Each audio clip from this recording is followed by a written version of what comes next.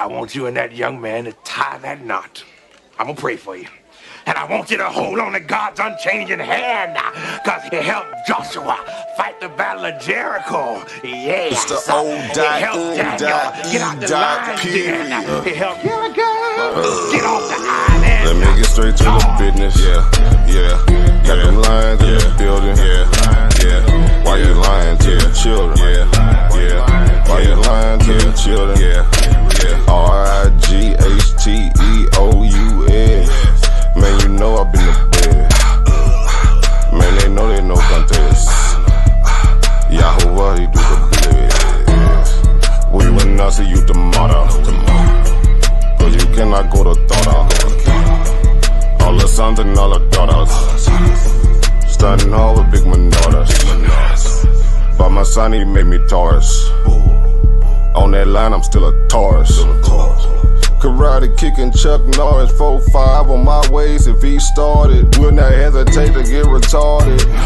Oh lordy, he ain't got a PowerPoint, he farted. He running to the hills like a Philistine. Jihad hitting Hamites with the guillotine. Situation turned up with the ratchet team. JJ 7000 to the debate league. I know them haters gon' hate me, but he won't debate me. Pistol off safety. He respond, come wake me. If I don't get up, nigga shake me. If he don't show up, then he fake G. I touch down and make these nigga nuts hate me. Dear brother.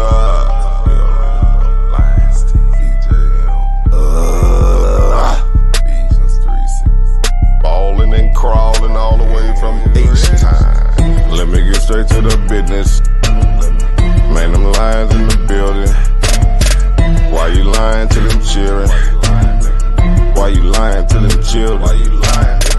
You gon' cry, you gon' get it. Me, I'm like a frog, nigga, ribbit. Of course, it's in the spirit. I just got the Porsche, she can steer it. Michael got the Rorschach and Willie. Lamborghini doors, you better not spill it. Mama's high, say I'm more than just a villain. Mama's cry, arms open wide for her children. Suicide, immortalized as the realest, Death by black suicide.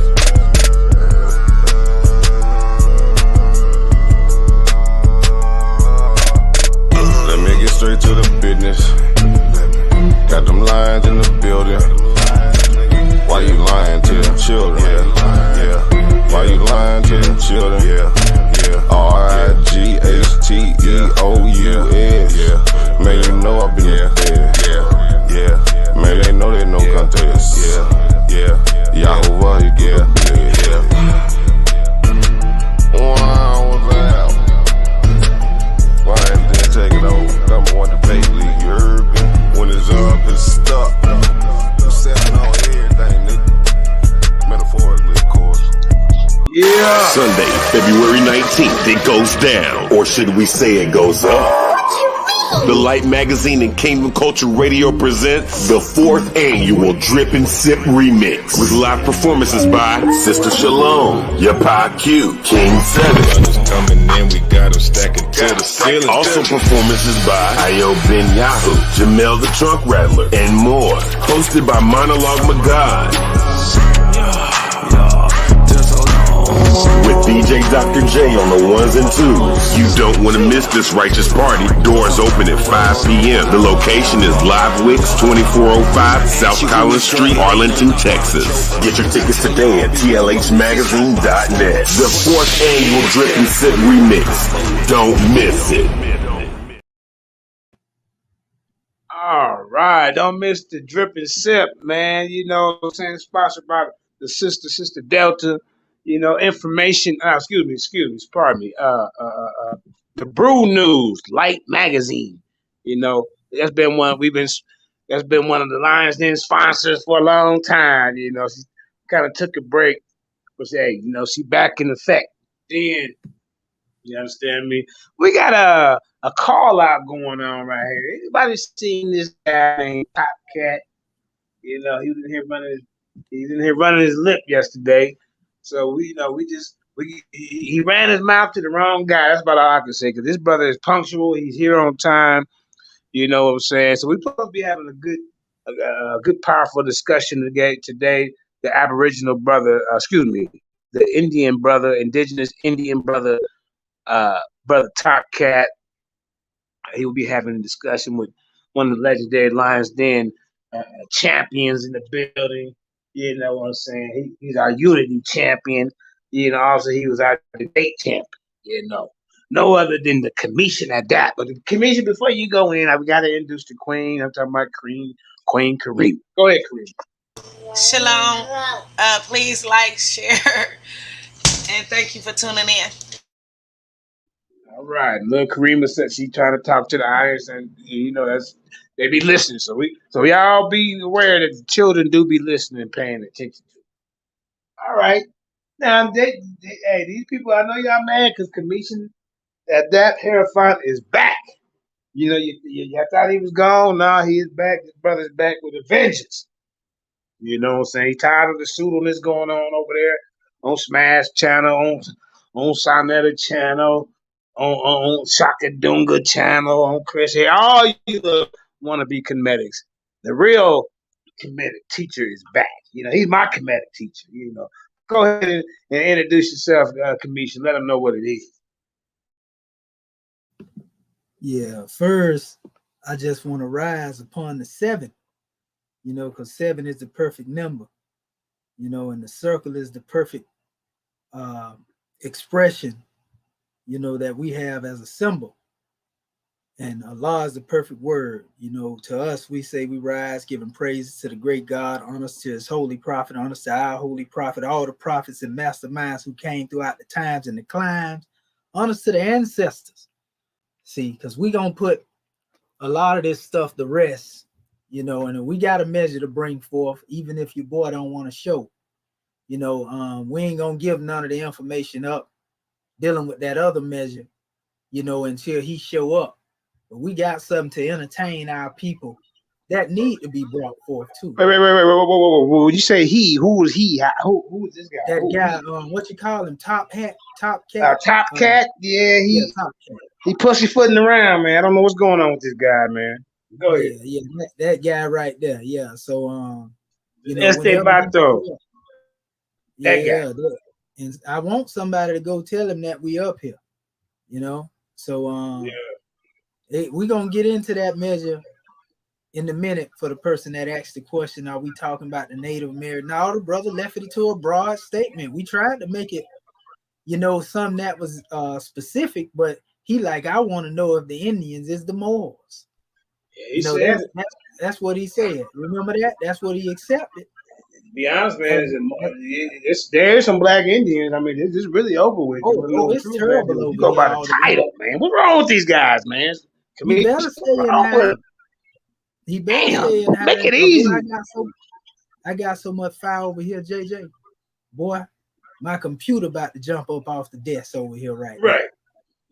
Boy, I got some fire. But what I want to touch on is something that I've been saying the whole while. This is just the people feet wet right here. I want to make a distinction because our people don't know the history. You always hear Reggie, one of the things he try to attack with, and a lot of our other people that's unconscious, and they just accepting the narrative without doing the research. When it comes to the term Moor, you know, we done went through the history. We ain't got to go through running all that down again. You know, we ain't gonna do that. You know, but what we will go into is show you the difference between those who have enslaved the Moors, and we're gonna show you, you know, the pictorial expression. We can open up like that. And what they got to look at, it's the same thing like when me and you talked before, JJ, and we talked about the Israelites in Isaiah 19 with the Commissions, you know, along with the Israelites being enslaved by the Hiksos and the Hikakasut. And a lot of people got it wrong when it comes to the Hiksos. That's why they keep getting it messed up, trying to put them in a particular timeline. But they fail to realize the Hyksos was called by many different names as they came in during different time periods, based on the particular people that was ruling at the time. So, you know, one of the oldest, they call us different names at times, you know what I mean? Right. You know, they also called the Libyans different names. They called the Nubians by different names too. So, matter of fact, some of the name they call the Libyans and the Nubians, they also called the Hyksos. So certain terms they use was blanket terms. Like when they use the term Asiatic, the term Asiatic wasn't just dealing with people that was in the Far East. This was a term that was really applied to anybody, including Egyptians themselves. It was a blanket term, to be honest with you. But most of the time you will see it recorded by the scholars as if it was a term that referred to people outside of Egypt. You know, some people would try to use it as a blanket term for people outside of Egypt, not just people that's in a certain area. And it was the same thing with the term Hiksos, you know, or Hyksos. Hyksos represent foreigners. It's times where they call the Nubians, you know, Hyksos. You see, they called different people at different times, but the Hyksos term stuck to a specific people as well. You know, during the 15th dynasty all up to the 16th dynasty. These were the ones that were worshiping Apep, you know, the serpent, you know, that was actually in opposition to what Ra, you know, demonstrated, because, you know, the serpent was the enemy of Ra. You know, you have the Uraeus, which represents the cobra that comes out of the head, but the common serpent, Apophis, has always been seen being speared in the head by Heru from a boat. I know you've seen that before. Right. It's Apep, right? What's his name? Apep?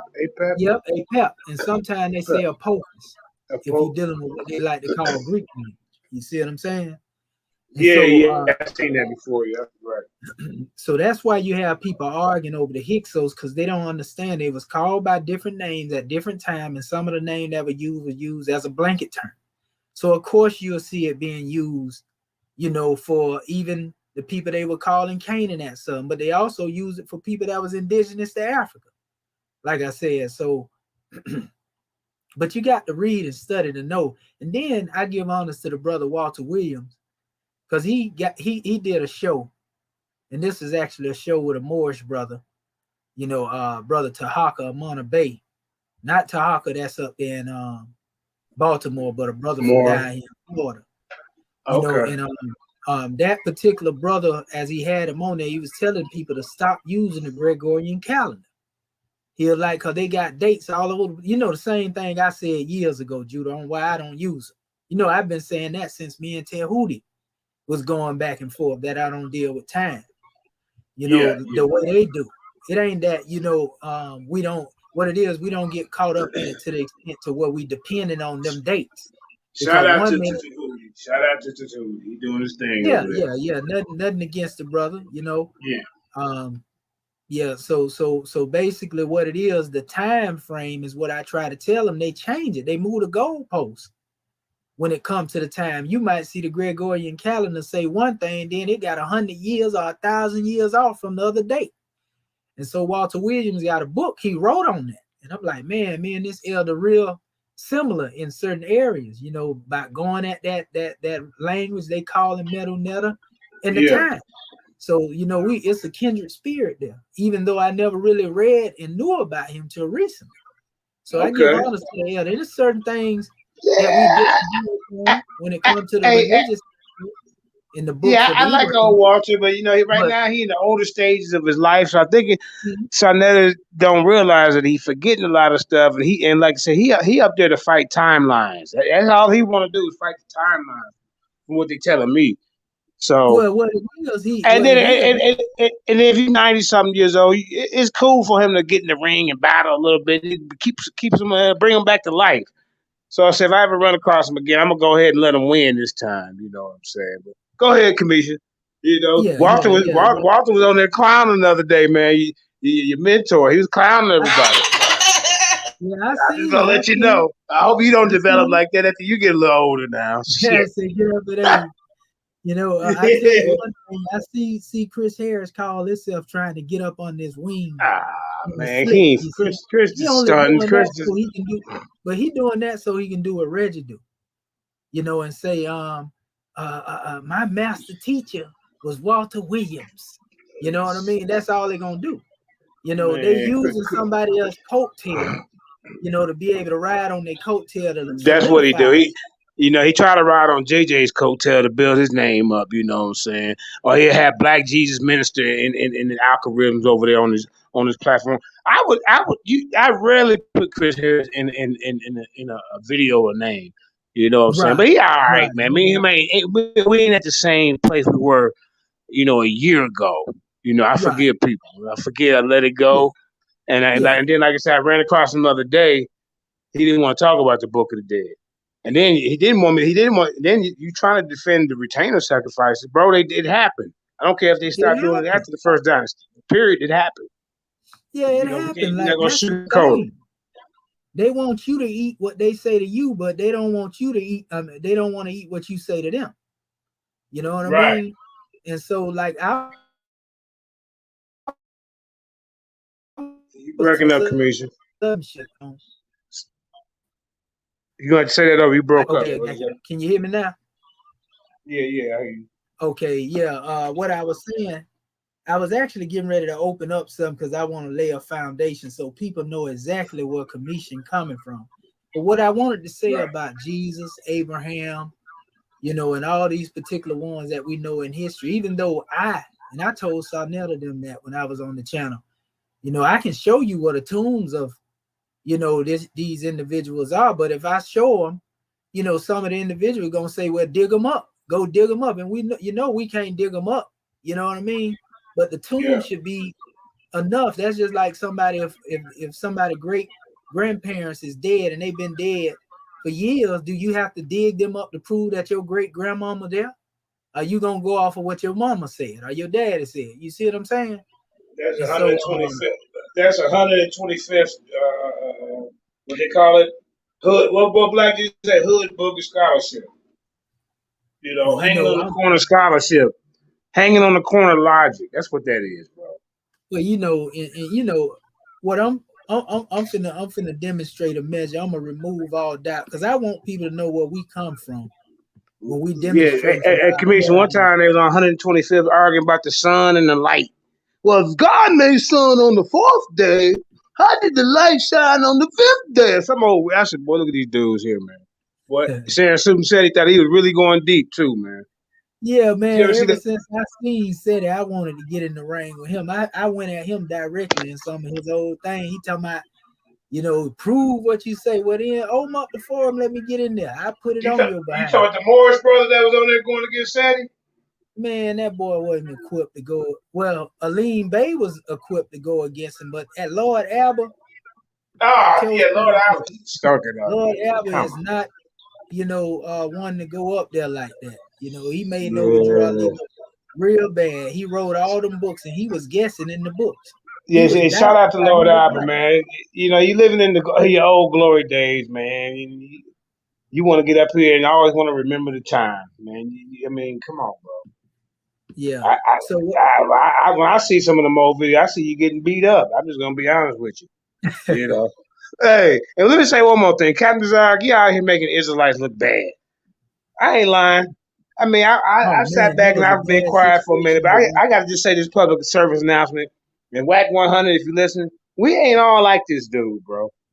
He was over there talking about what he didn't feed the little African boy. What? And they telling him all kind of stuff. And he don't represent all of us. All he represents is a little section, a little sand pebble of what the whole scope of it is, brother. If you want to, don't just judge us off this guy because his camp don't represent all of us. That's what we saying over here. Start interviewing other Israelites that's not camp members, and you'll see a total difference. And all of us don't hate Africa. That's some indoctrination by ISUPK and some of these One West campers. So that's all I got to say about that. Right. Well, yeah, what I'm gonna do, I'm gonna open up and I'm gonna share my screen and lay a foundation with this particular demonstration right here, right? Coming from the Book of Fire. Commission, one more thing real quick. And one more thing that made you look bad when y'all was talking about y'all don't let people with disabilities come into the camp. People over there telling them that. He say, what? You mean so they're against white people, they're against white people, they're against Africa, and they're against people with disabilities. I mean, you painting a bad picture. This is why I'm saying, brother, we are all not like this. This Captain Desire and One Way. All right, Commission, I'm done. Go ahead, bro. I'm done talking about it. Yes, sir. Okay, so what I'm gonna do, I'm gonna share my screen right now to lay a foundation on where I'm going before I go into this. So I answer all the questions that need to be answered, you know, before I go into this. And this is just a freestyle build, but I want to bring clarity on who the Moors are, you know, because this really, you know, when I say Moors, Moors really was a what they call a blanket term for a bunch of our people. It wasn't just one particular group. You know what I Now, mean? when you mean a bunch of our people, can you kind of go into more detail about what do you mean Yeah. by yeah? It was Muslims, it was Hebrews, all of them, you know, was referred to as Moors at a particular time period. You know, but what I want to get into is give them some clear conception, because you know a lot of people like to talk about the Moors enslaved our people, and that's what I'm Yeah. finna set the record straight on All right right, now. there you go. Straighten it You out, know, family. before I get into what I want to really get into, and so I'm gonna read from the Book of Fire right here, a little portion, not a whole lot, just something that my chairman had put out here, and it's called Religions Under Glass, right? It's two portions, this portion and the other portion behind it I'm gonna read. And this is what the brother said. It says, humans have fallen from the state of God consciousness, are curious by nature. It is in the curiosity of this nature where carnal customs under the guise of religions that man has misguided other men from the great God into their atrocities of evil. Under the name religions and in the name of their respective gods, the lions have created ungodly institutions of misery, death, and destruction for unsuspecting lambs.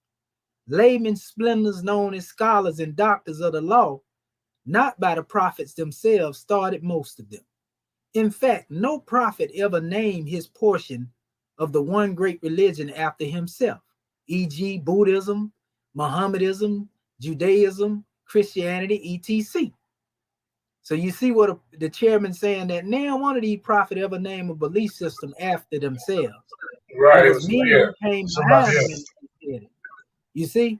So he said these were monumental names given by idol worshippers after the prophets have left the flesh and died, meaning most of these people began to worship these men. And that's where they deviated from the doctrine that these men taught. You have some in Buddhism that put Buddhism on a level, or Buddha rather, on the level that he didn't intend for himself to be put on. Same thing with Muhammad, you know, Judaism and that teaching, and the brother Yahshua in Christianity. He didn't intend for people to worship him in the Bible. He fled. He ran when people tried to praise him. You know what I mean? Because he gave honor and glory to the great God himself. Right. You know, and so this is the way of all the prophets. They wasn't arrogant, basically, like the average man is. So it say these are the same holy people which created the rituals, customs, prayer, practices, etc. Some have gone fanatically off of the normal religious field of play into maiming, abuse, torture, insanity, and death. Others, lost in faith, have committed congregational murder and suicides. These small groups are called extremists and members of an occult society. However, do not let their disproportionate size to the other major religions fool you. When an occultist is carefully examined, as is revealed as one who believes in a religious practice until they are willing to sacrifice their life to prove their faith, then their numbers are no longer small. In fact, each of the major religions could produce several 100 million faithists on yesterday, or sooner, if their religious head said it's time. And if anyone calls them a member of the opposing religion, they would think it to be the will of their God to sin, kill you ahead of themselves. And it states, question, how could religions produce this kind of holiness in the minds of men? The answer is simple. Firstly, there is only one true religion, law, and that is the one which leads the mind, hand of man, thinker, back into the divine mind, the great God's hand, where he will once again know infinite love and the harmonies of truth and peace. See the third eye. And that's another chapter in this book. And I just want to say about this book here too, Brother Judah, this book of fire, the Human of a Nation. This is the book that all the Europeans that talk about the Moors are quoting, bro. They look at this book as the book of authority when it comes to the Moors. If you look at any book that has been written on the Moors or the Moorish Americans, the Europeans are looking at this book and they say, well, Elihu Pleasant Bay said, you see what I'm saying? So they look at this book as an authority. Europeans do. You know, even though he ain't get paid for this book because they stealing it from him. You got people that went and got copies. They done made copies. Amazon selling it without his permission, making hundreds of dollars off of it. You know what I mean? Wow. But that's another story, bro. You know, they were selling in the Prophet Noble Jew name one time. You know, that's how they did it. But it says, secondly, it says, if your religion is headed by a priest, imam, pastor, father, grand sheikh, or otherwise spiritual leader who has not personally seen the great God, or has not themselves gone the silent journey into the blue light, to the kingdom of the soul, then you might be led on the right track, but head in the wrong direction. It says true spiritual leaders are angels in human flesh, with the wisdom to take the pure in heart to their creator, because they know the way. They have gone there and at will can show you there. If one has traveled up Kilimanjaro, then one can lead others to that mountain. If one has been to the great God, then one can be a spiritual leader and lead others to Allah. Simple. But if one has not been taught the straight way, one cannot teach the straight way. Again, simple. Has your spiritual leader been to the great God? He says Africans of today's Western world should be extra careful in their choice, so-named freedom of religion clause. There's a great responsibility through religions made available, and you may think you are choosing a religion when in fact the religion was probably chosen for you. Be mindful the Holy Bible, Holy Quran, and the Torah have each been used to support the enslavement of African peoples. It says, even today, neither of their adherents, be they Christian, Muslim, or Jew, will support the teaching of the true nationality and identification of the so-called African American, black, colored Negro, which is needed to connect them to the human family. All people of the book now know the true identity of the people, the true identity of the so-called Negro. And if they do not know the true identity, they damn sure know that Negro is not the truth. Man, the chairman, he said, the people of the book hold entire history of the human family, but it is not in someone's best interest that they be put back into the human family. See Freemasonry. He got a chapter on that. So it says the dangers of most major religions are their man-made rituals, customs, ceremonies, and mud prayers, etc.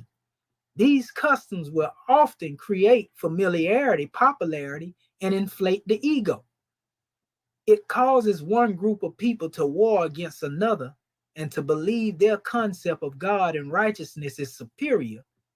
The only true way in the whole, the earth's populations are sinners and devils outside of their practice religion. They are God's chosen people, his holy nation. These latter-day teachings have created gods of selfishness, where one religion with brains of plenty can feel spasmodic blessings to see the children outside of their faith starve to death. If they would have accepted our God, they could have lived. History holds no secret that religion, for whatever reason, has been the backbone of every war since man developed families, communities, and nations. The proclaimed righteous at war with the unrighteous, and the lion against the lamb. Today, there are the same faith wars, brother against brother. In every century, holy wars where, again, man shows his divine right to murder thousands of other men in the name of their God. How does the word of holy or righteous in front of murder justify the loss of life? Do mere words make right the wrong? Nevertheless, Noble Drew Ali stated one day there will be a holy war. Soon man will realize the reason for return of wars is the continued discontentment and the return of war-free souls, casualties of battle, which must incarnate back to complete their life sums. Let man die with the knowledge of himself and creator, and he will not need to return. Finally, any religion that promotes man's inhumanity to man via death, slavery, or anything that harms the human family or their mother earth is not a true religion, but indeed an oversized cult. It really does not take but little intelligence to understand there is something a little demented when a person of the cloth can give all praises and due to thank Yeshua. It says, for any man, and take another man's life or an enslavement, yet another. Equally wrapped, it says, the mind which debases another mind for its highest ideal. Too often these modern religions are attached to Noble Drew Ali. However, for the sake of the record, Ali brought a movement, a divine and national movement, and not a religion. He directed the Moors to return to Islam, the old-time religion of their ancient forefathers. The Prophet did not create or bring a new religion, albeit a movement. Let it be known, henceforth, the Moorish Americans are returned of the ancient gods in the form of man, and it will have no part in the slavery or killing of any living thing which was made by them as vicegerents of the great God Allah. During this age of optic communication and information, one can afford to inquire as to the purpose of any religious practice, rituals, prayer, diet, modes of dress, ceremonial rites. All souls are naturally designed to seek the truth, even to the ends of the universe. Moorish Holy Quran, chapter 38, verses 23 to 28. The answers to those questions should, they all show how it relates to the ultimate God in man, without the daily dependency of a middleman. Of course, since one truth never contradicts any other truth, truth as God is one, then their holy book should also be in harmony with all other holy books. If these findings lead towards where man has been since his fall from grace, then it is not advisable to continue along these religious routes. As said, if man keeps doing what he's always done, he will keep getting what he has always got. This author recommends yoga, meditation until a straighter path comes along. It says, or this book reaches fruition, whichever comes first. Meditation, the prayer of all of the prophets, sages, and people of wisdom, provides a person with a one-on-one path with the Creator. You can still keep your religion of choice, and it is free. After all, what is the price tag of salvation? I'm sure all men would be willing to pay it if any man could afford it. The only catch is the one true living Creator has no use for any illusions made by man from the breast of Mother Earth, and especially money. Fact is, gold comes from the earth. God has no need for anything drawn by man from her and placed value upon. Therefore, all thinking people should run like hell away from any God that has a use for money that is formally made, claimed, and owned by Caesars. And this is the last portion right here. He gonna set the record straight about our position of Islam. From Ma'afa to slavery into Islam. May Allah's canopy of peace and blessings be upon all the prophets. Your religion, is it through the God of your forefathers? According to the official records, chattel slavery in the USA only lasted from 1779 to 1865. During this time, 86 years, the U.S. legally supported chattel slavery from the presidents and constitution to the enactments of the Black Code laws. However, in memorial honor of the more than 500 million people of Africa, which perished in the system of inhumane genocide, It took from 1492 to 1865, nearly 400 years, in order to break the mental. It says back in these form, break the mental back in these former Muslims. It says the year 1492 was the year the Moors lost their 800-year battle of civilizing the nations of Europe, and former Portuguese slave trader named Christopher Columbus found the world was round and had millions of other people ready using it. According to the certified documents of the Spanish crown, it was September the 3rd, 1501 that marked the beginning of the African slave trade. On that day, a Portuguese vessel carried the first cargo of kidnapped Africans to be Christianized in Spain before crossing the Great Atlantic. On April 1502, the first millions of Moorish slaves arrived onto the Spanish colony on the island called Hispaniola. With these dates in mind, on April 2002 marked the 500th year of American slavery, which includes 135 years of post-13th Amendment hostage taking and mental enslavement during the manumission of Moorish Americans as a people. It say this is the true Holocaust to the human family, and there's no memorial built in the nation's capital to this day to say never again. Perhaps because the NBC, Negro, Black, and Colored, in their present state of absolute vulnerability, right? It says, do not have the assurances granted to all other nations signed under the International Genocide Treaty. One does not honor the true value of the marvelous light until forced into the utter darkness. It states, likewise, for one to honor freedom in all its glory, one must have reached the depths of slavery. Noble Drew Ali was the first to be authorized and ordained to bring true Islam to the children of the former slaves in America in 1913 AD.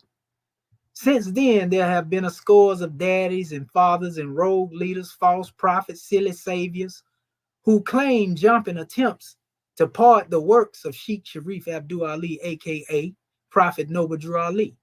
The common goal of these fame seekers is to be recognized beyond the grave for their vision of Islam and Yorush science. For a period, it appeared to be more rabid redeemers of the lost found than there were people to save. Their multiplicity was largely due to two factors. The people were still suffering from mental slavery, which they still have now, and two, the religion of Islam was presented as a new and Arabian sculpture to the Western world. So he goes into the measures of talking about the Arabs now. He says, this brings us to our subject and warning. If your child of former slaves in America, be careful of the version of Islam you accept. It may not lead you to paradise, and it may enslave you again. He said, we stand and pray because Allah directed Noble Drew Ali to teach us this way according to Surah 4, Ayat 101 and 104 in the Great Quran. We disobeyed this Islamic law in 1492 and were in the prostrating prayer position when Queen Isabella and King Ferdinand killed thousands of us during Jumu'ah services. The ones not killed, tortured, or jailed in that year were forced to begin the worst system of slavery ever known to man, chattel slavery, in the Americas. The Quran commands us to pray standing with our sword in hand, on horseback. And anytime we're in the territories of the enemy of Allah, it says here in the U.S., with this freedom of religion and separation of state and church, the government is still 99.9% Christian, Islam's natural enemy. It says, for those who close their eyes and offer their feet have been warned. There's a time for every knee to bow. Just be sure you are protected when you prostrate, or you may get up a slave. If you're not within your own sovereignty, within Islamic rule, you may be on the enemy grounds and therefore unsafe to prostrate. Like most birds of a feather, Arabians tend to favor Arabians over other nationalities. be they Islamic or non-believers. They prefer for all nations to dress as they dress and speak as they speak. As all Muslims need to learn the Quran, Arabic, in order to get interpreted essence of Allah's reading through Muhammad. All Moors need to learn the ancient garbs of their forefathers. True Moorish garb is the celestial clothing not designed by the styles and fads that fade with time. They are today as good, it says, they were for our parents millenniums ago. The only time Moors need to dress as all other Muslims dress is during Hajj. Otherwise, every nation proudly demonstrate their own customs. How you dress can be a part of your test. Nations are as planets, and Allah has placed each one in its own orbit so they may complement each other and glorify their creator. Moorish American Muslims should stay in their pure and clean orbit until more divine instructions come along. And when, not if, but when you revert to Islam, go in your proper person and identity. Like any prodigal child's return, the father will receive your submission more piously when you bring the honor of your mother with you. Honoring your mother gives added strength to all who return to Islam. To honor our father, your nationality, free national name, don't leave home without it. You know, and he goes into entering Islam. He said, there's an ever-present danger. It says, to every degree of freedom sought when escaping from slavery. The most infamous of these is when escaping from a slave master from root to freedom may lead most freedom seekers into welcoming vice of slave catchers. It says, slave masters and slave catchers share a common observation. They see qualified slaves as their God's gifts to free men with power. Of course, African males, females, and their litter have been made the best slaves since the fall of man. This sheds a tremendous amount of light. Today's Moors seeking escape routes from the enslaving masters of the USA, Freemasonry, and the Moorish science temples into the Arabian version of Sunni Islam.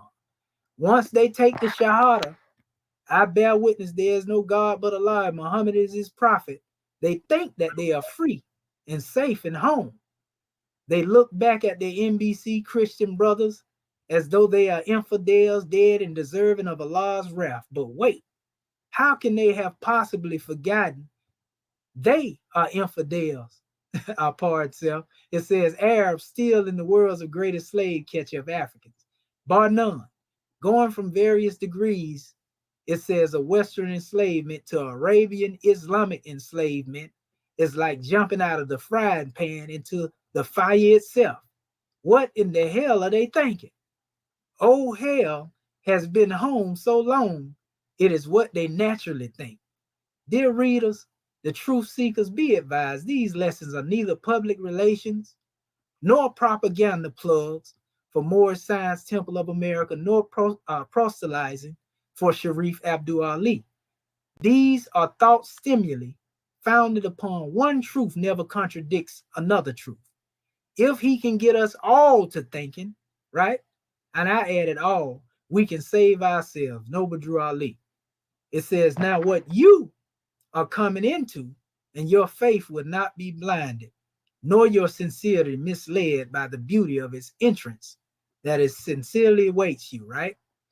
He says, to begin the essence of your Islamic tour, we start at its origin. Islam means peace, and it is one of the 99 attributes of the great God Allah. All attributes of Allah is Allah, and our pathways emanate from him to him. Islam was first created, it says, by the first God man when he realized his fall from divine consciousness. It became a three-step ladder of thought leading from his center to the master center. True Islam has very little to do with rituals, customs, congregational behaviors. It has always been an inward journey which will return man to his God state. Thus, love, truth, peace, freedom, and justice, mercy, love, justice, mercy, and right, etc. It states, Allah is spirit and has no equal. Therefore, There can be no partners, nor can Allah be divided into trinities or fractions, as often seen throughout the eyes of man. Man himself is not the body nor the soul. He too, like unto his Father God Allah, is a spirit. The bodies and the souls of men are created things and are absorbed with time and will pass. But there is no death to the spirit man as long as Allah lives. Moorish Holy Quran, chapter 1. But man fell through misuse of his godliness and gratification of his lower thoughts. He became lost in his own carnal manifest and strayed from the path of consciousness that made him one with Allah. Thus the need for Islam. Islam is a straight path of peace leading from the heart of man back to the heart of Allah. This direct way is the way of the prophets and those who have not strayed. And I'm going to stop right there, because you can see the chairman is separating from any religious practices, that have to do with being Arabized or Europeanized. He's not attacking the belief systems, but he understands in order for us to get back to the straight path, we have to look at our way of life and our journey through the spectacle of our own eyes. So that's why you see him going at the Arabs here. You know what I mean? It's just as well as he going at our people that have been buried in the Bible and the Quran. He's not attacking the original teaching of the book, but he speaks of the misuse of all of our people of these texts. So it's not the prophets that was wrong for what they brought. It's our people who choose to try to reinvent the wheel. Right. And they want to talk about Jesus. They want to talk about Muhammad. They want to talk about Moses and Abraham, but they don't want to live like them. You see what I'm saying? And that's where the problem come into play, because truly, if ones were living according to what these prophets taught instead of trying to reinvent the wheel, it wouldn't be this much bloodshed, war, conflict, and division. I know for a fact if the people live solely by the principles that are taught by Jesus, whether you believe in him or not, whether you can see that he was here or not, if you believe in the principles that he taught, it'll make your life better. You see what I'm saying? If you believe in exactly what Muhammad taught, we ain't talking about no hadiths. Nothing wrong with hadiths, but the Quran is the best hadith. We seen Morpheus try to use that too. I stated that to him on the show. He tried to use it against the young brother. You know what I mean? I've been saying that for years. I remember that. You know what I mean? So the Quran is the best sunnah too. It also say that in the Arabic. So I don't get caught up in the Sunni, Shiite, and all that, because even in Islam, when I was studying Orthodox Islam, I would go back and forth with some of our own brothers. That was like, brother, you got to have the hadiths in order to explain the Quran. Even Sekou was saying that. Them brothers, they don't know what they talking about. If you follow Allah, you don't have to follow that. That's what somebody said you have to do. Yeah. You ask you a question. Go ahead, brother. Have you seen Top Cat? He supposed to be in here with you, don't he? You still ain't got here yet? Man, where's this Top Cat? I mean, you can't be calling yourself Top Cat and then don't show up for a damn debate, bro. You done called me out and still ain't came in. Right. This is some bottom cat kind of tendencies. The Top Cat, how you have to switch the name up, bro? Yeah, you see, a lot of these guys, what it is, I'm gonna tell you what it is, Commissioner. A lot of these guys, when they go outside of Sarnetta, they know they're not gonna be protected like that, and they know that that handicap won't work for them over here because the people are gonna judge accordingly. He's gonna judge for your information. This ain't no favorite.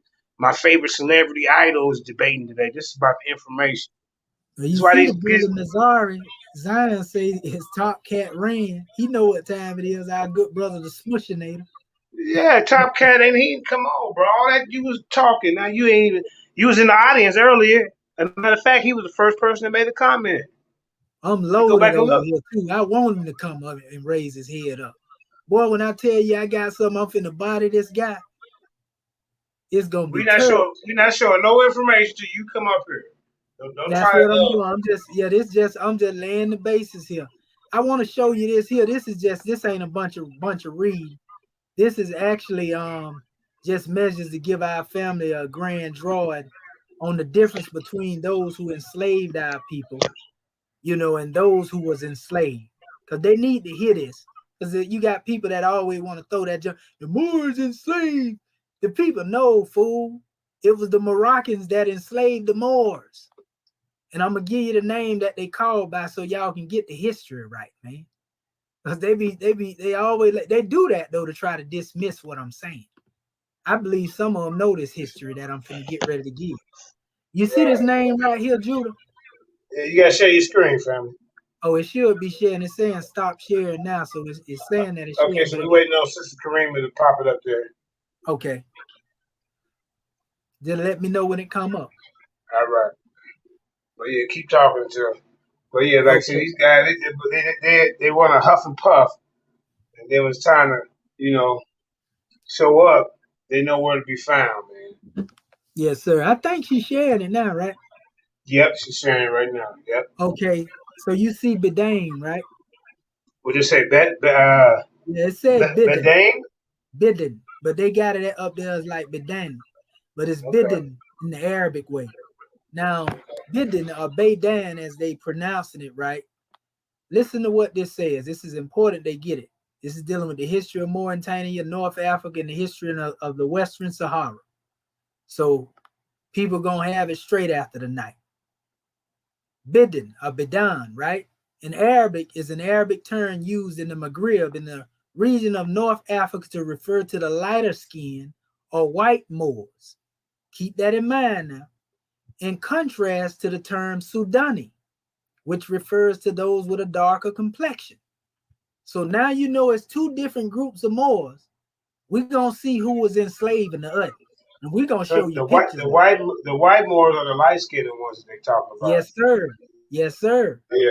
But so when I tell these ones, which a lot of them come out of Morocco, they are not the original indigenous people. The Mauritanians are the ones that's being enslaved. Remember, I was telling you the ones they call in Sudani, like I was telling you, my bloodline is Sudan, and they migrated across the Sahel.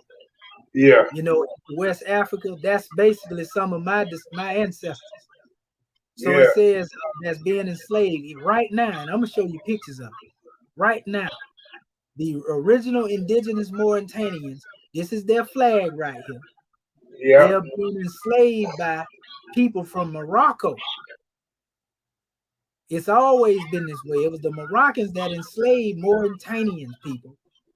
And once you understand that, then you see what's going on. But see, the European want you to believe when the term Moor is used, and they were the ones that began to apply Moor to the mixed breed. It was originally a term that was only for the people that was of a darker hue. But when the Europeans started seeing them together, because they was believing some of them in the same teaching of Islam, they call them all Moors.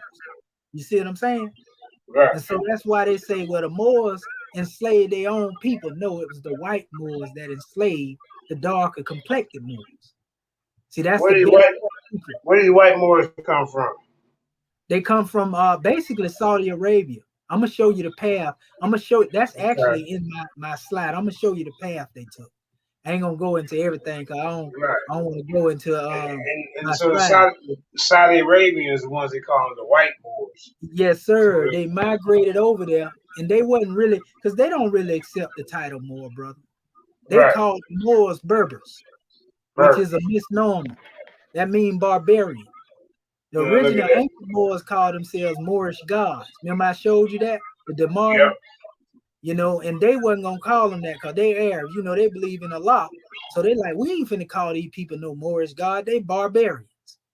So this is the route that they came through. See, the Arabs came from here. And when they came through, they entered through Sudan. Right. And they made their way over here and they mixed with the people. Yeah. You see, but the Moors were the ones who established here. This is called the Rock. They established, Spain. They established the Moorish Empire, and they ended up fighting against these Arabs because the Arabs were trying to tax Jebel Tariq now. And they were like, oh no, y'all ain't. And they ran their behinds back over in there. You see what I'm saying? So that's what a lot of people don't tell y'all. And so I ain't never known that history. Yeah, and most of the Moors, what they fail to understand, though the Arabs follow Orthodox Islam, Sufi Islam is what these Moors over here study, which also make them or more enemy of the Arab, because some of the Arabs believe that Sufism is outside of Islam, even though Sufism is accepted, a part of Islam called Tasawwuf. Some extremists, though, that stick with the Abbasid Caliphate and the Umayyads, they say, oh no, Sufism is against, but all of the Moors follow the Sufistic path, most of them. That's what dominates. And they were the ones who actually spread Islam through Sufism. They didn't spread Islam through Orthodox Islam. You see? Right. So that make them a natural enemy almost. It's almost like some of the people that believe in the Tanakh or the Torah, but they don't believe in the Midrash. You see what I'm saying? Right. And they got a conflict with each other. That's basically the similar thing that I can give a comparison. But it was our people who was African who built this empire in Cordoba, in Spain. It was them who went over there. And we got all the pictures to show you.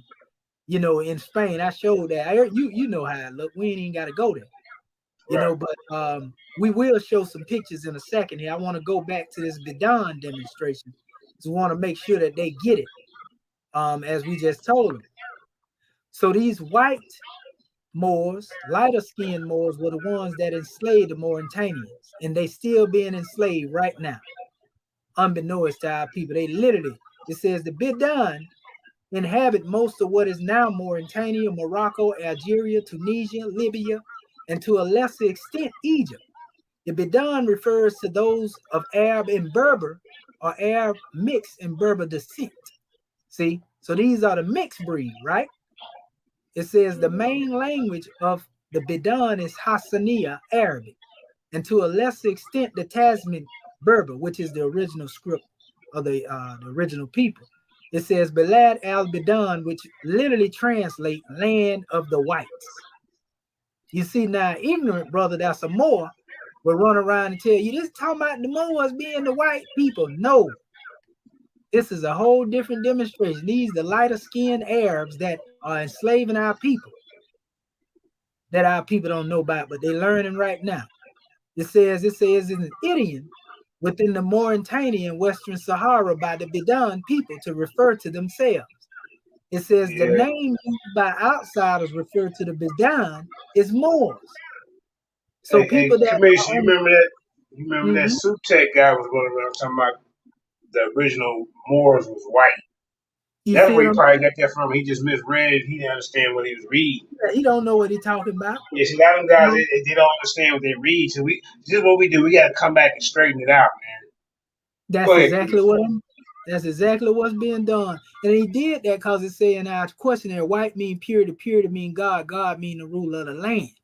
That wasn't talking about race or skin color. That was talking about divinity. For example, in the teaching of the Orisha, they call Obatala the great white one, which had to do with purity. You see what I'm saying? It ain't got nothing to do. This is African spirituality. You see what I'm saying? It ain't got nothing to do with your skin color and your nationality. And that's where they getting it twisted at. You got people that are intellectually ignorant, bro. And they become eloquent in that ignorance because they ain't vetted what they looked at. They didn't look thoroughly at what they looked at. They seen the first thing they seen, took it and ran with it. Right. So it says the name used by outsiders to refer to the Bidan is Moors.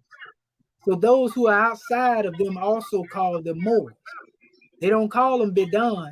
They group them together with the Moors. It says from which the country of Mauritania derives its name. It says the Latin designation of their inhabitants, Mari. So it's letting you know that the name Moor derives from the name Mari. That was the name that the natives gave to it, not no Latin people. The Latins adopted this into their language. They adopted the name Mari into their language. Latins actually have a different name for the Moors. They use Marus, you see? But it says as the Bidan form of the majority of population, it says Moor is not the term for a specific ethnic group, but rather the term used by the European Christians in reference to the Arab and indigenous African. It says including Berber populations that hailed from North Africa in the medieval period and took control of parts of Malta, Sicily, Portugal, Spain, and the southern part of France. Another term used in reference to the Arabs and Berbers at this time was Saracen. This was largely used to refer to the people of the entire Arab Islamic Empire. It says mostly by the Italians or other Europeans to the north. The term largely fell out of use in the Middle Ages, you see? And so when you look at these special drawings dealing with the names, you know, and they'll go into certain histories, you know, about these so-called Bidons as opposed to them. But I'm going to show you the Mauritanians right now. And the Bidons, you're going to see some of them right there with them. But our people being enslaved over there right now. You know what I mean? Yeah. Right now today. So it was always the lighter skinned Arabs. And that's what I keep trying to tell these people. See, it says Mauritanian population consists of about 70% Moors, people of the Amazigh, the Berber. And Arab descent is only 30%. Non-Arabic speaking Africans, Wolof and Bama and Fullers as well. Then. So these are the pictures. And you're going to see a mixture, you know, of the people there. So these would be considered your Bedouin. You see, these are our people right here. And bro, they being enslaved over there. You know what I mean? They being enslaved over there, brother. You see? Right. It's a class system. This going on in 2023. Right now. So they be like, where the Moors at today? And you done heard me say it, so they being enslaved. Right now. Right. You know, the United Nations having talks about this demonstration and everything. You know, they dress just like they dressed back during the medieval times. You see, they still wrapped up in their turban. Them our people, so you can't lie and say them the Arabs. No, the Arabs is them white ones I showed you right there. Right. Them the Arabs. Them the ones that's enslaving them. And they always been subjugated for some time by them, a few hundred years too. You know what I mean? So, you know, it's been a lot of mixed breeding going on for years as well. You know, but even when you go into the ancient times, they refer to. Let me ask you something, man. Do some of them people claim any Israelite heritage? I think I ran across some information like that. Some of the people that it ain't Israelite heritage? Yeah. They don't know what they're talking about. Okay. They don't know what it is. It's not wholly Israelite heritage, but what it is, the group known as the Falosha. You know, and the group known as the Sephardim. That are known as Moors also. Those are known as Moorish. Some people say Moorish Jews, but are Moorish Israelites. You see what I'm saying? It's those that are known as the Moors. Okay. You know? So those are Moorish Israelites. What else you say? The Falosha? Yeah, the Falosha. These are actually the ones who come through the tribe of Judah, though. Yeah, the house of Dawid. House of Dawid, right? Judah. Yeah, they come through the house of Dawid. That's right. So you know, that's why Haile Selassie, he had two bloodlines. He had an Islamic drawing and he had a Hebrew drawing. Okay. So these are the Mozabite people. The Mozabite people are actually Moabite. Mozabite is another name for Moabite. This is why you see Noble Drew Ali talk about the Moors being descendants of the ancient Moabite. Not talking about the Moabites that are in the land of Moab, you know, directly, but the Mozabites that are here are descendants of those. You see what I'm saying? In West Africa. That's what he was referring to. This is a Mozabite right here. If you look down there on the bottom, you see it say Mozabite, but he looked the same as the Mauritanians. That Mozabite is the same place known as Algeria today. That's the name they call Algeria. You see? And notice they using the name Berber. You know, that's the name that was coined again by the Arabs. The original people didn't use that name. Remember, they called themselves the Demari. You know, so as time comes, different names are given. And if one don't trace, you know, these special things back, here's proof too of what I was saying. See what it say the religion of them is? Islam, Judaism. You see? And that explains what I was just saying about them coming from the house of Judah, but at the same token, and it makes sense because you got to remember so Islam and what was the other Islam and Judaism? What was the other religion? Judaism. Yes, sir, Judaism. That's why I said I was on it. Yes, sir. You would definitely own it. And so when we talk about it, whether people like it, we're going to address the elephant in the room, whether they like to talk about it or not. Abraham, whole of his seeds were actually given blessings. Israel was his chosen. Even the Quran say that. Nobody's denying that. But what ones have to do is stop getting into the doctrine that has been pushed by Zionism. Because people don't know that doctrine of trying to teach that Ishmael was the enemy of Israel. That comes from Zionism, bro. That's the influence of Zionism. You see what I'm saying? Yeah. And so basically, people don't know that they are being influenced by that. It was the Zionists that also reject the history that Matheno gave on the history of Egypt and accepted that stuff that they teaching now when it comes to the timeline. Because they didn't want to show a certain history that he was teaching. So when you get into talking about Abraham, all you got to do is go look at the fact that Abraham gave both blessings. You know, one became 12 princes of greatness and one became the chosen with 12 nations. And you put them 12 and 12 together, you got the 24 elders. You see? That it speaks of in the book of Revelation. All that's symbolic. And it got God sitting in the center of the elders. Ishmael and Isaac weren't in opposition to each other when Abraham died. They went to the funeral together, didn't they? They wasn't in opposition. They wasn't in opposition. And so we've been taught this opposition, and that's why you have so much beef and conflict going on. You know, you got even Ishmaelites that beef with Egyptians, even though Ishmaelites come from Egypt. That's a whole nother thing. That ain't got nothing to do with Israel. You see what I'm saying? Hagar, right? Hagar was Egyptian. Yeah, Hagar was Egyptian. And for those who don't like to admit it, Abraham was a Cushite. He come from the Cushite. When they say that he come through the house that he came through, he come through the Cushite lineage. So that's Cushite, ancient Cushite, married into the Kemetic line on one side, and then he married Sarah. And so your Israel, your nation of Israel come through there, but Ishmael's nation come through the other area. You know, so that is the original Ishmaelite is really Cushite Egyptian blood. All right, man, we're gonna make a quick APB. Quick APB alert. Have you seen this guy? They call him Top Cat. I'm hoping everything's all right with you.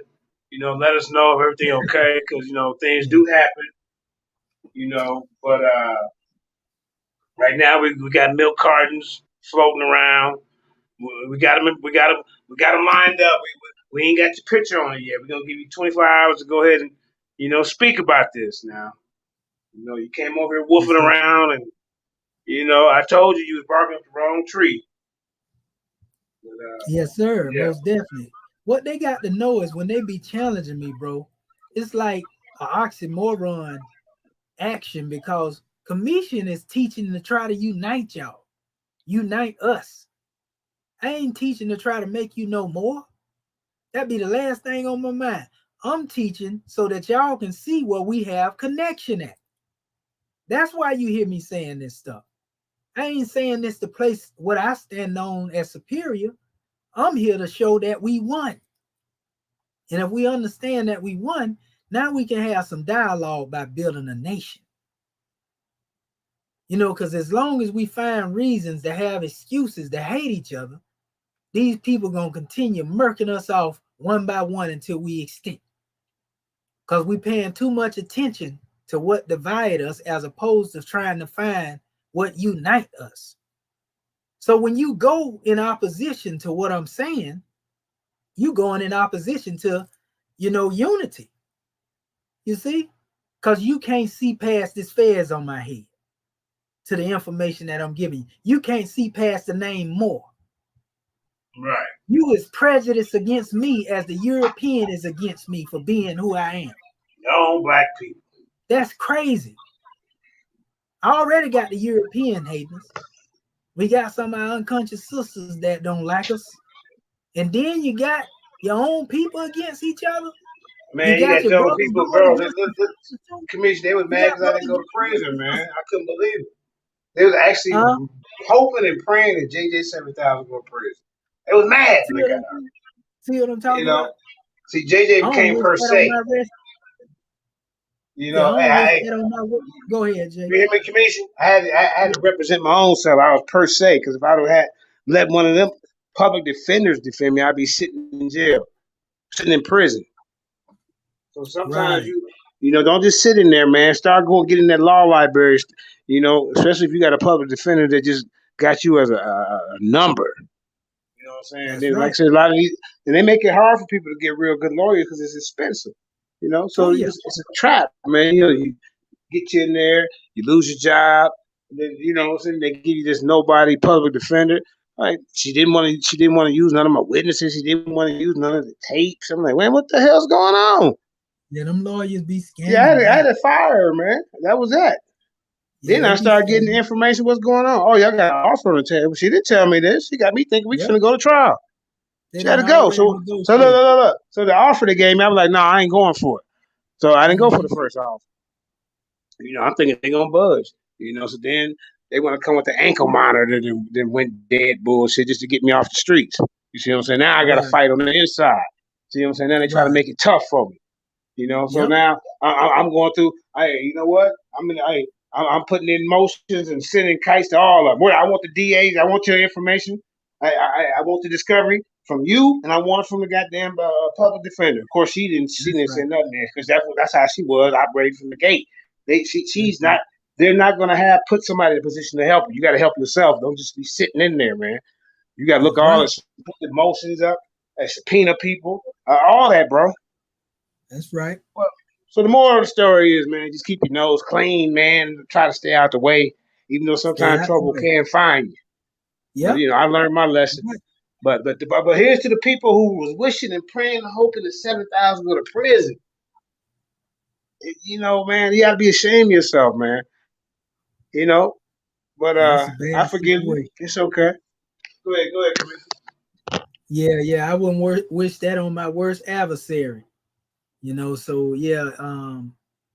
But the main thing is people failing to realize, Brother Jay, if we don't come together as a people, it's just we destined for ruin, bro.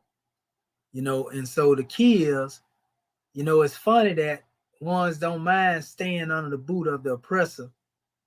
They ain't got it in them to want to be successionists. They always got an excuse. When we say, man, let's build along the lines of building our own nation, they always got an excuse as to why it can't be done. But they sit comfortably under the boot of oppression. They ain't got no problem with being a whatever they is, a Moor or a Hebrew, Christian or whatever under the European boot of oppression. When we tell them, bro, we need to come together and demonstrate self-determination, they want to talk about marching and boycott. No, you need complete separation from this beast. You see what I'm saying?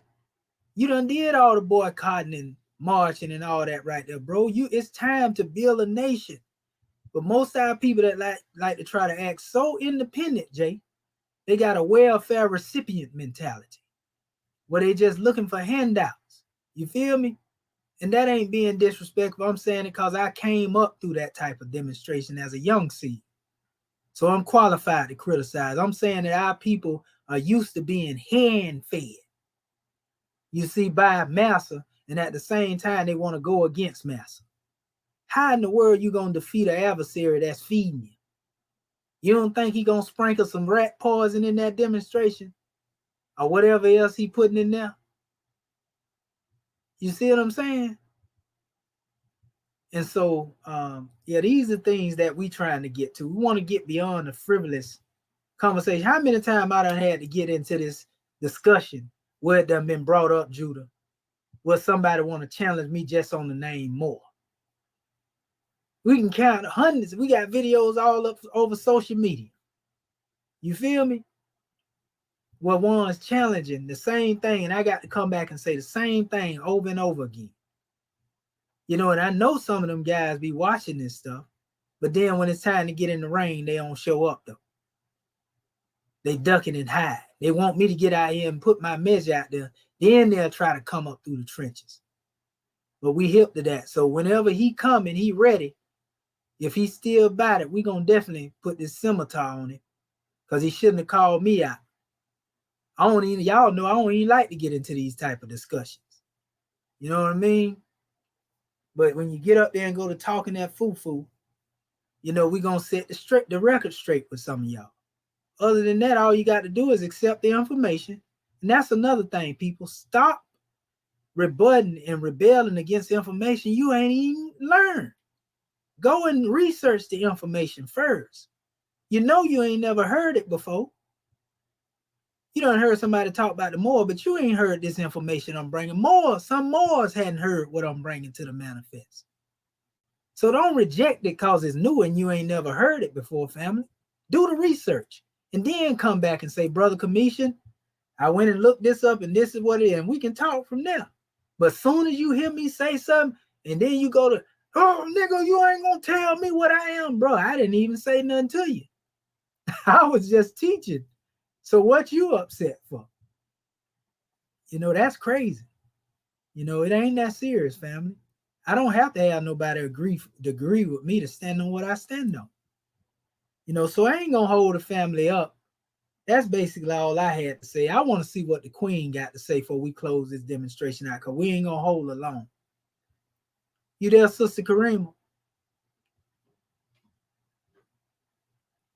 I'm sorry, Commission, I had to step off for a second.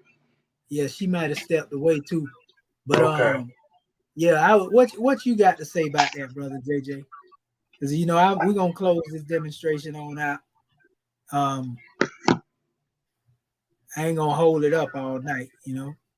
Yeah, I mean, basically, you said all that needs to be said, man.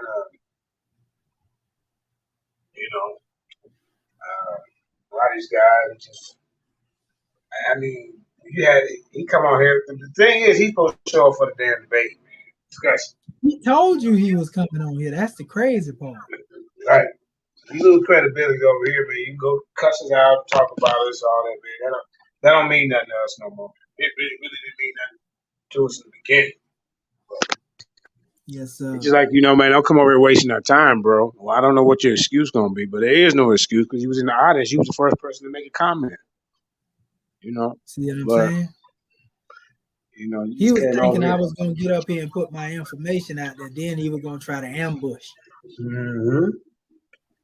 Yeah. Yep. That's an old trick. Yeah, that's what he was trying to do.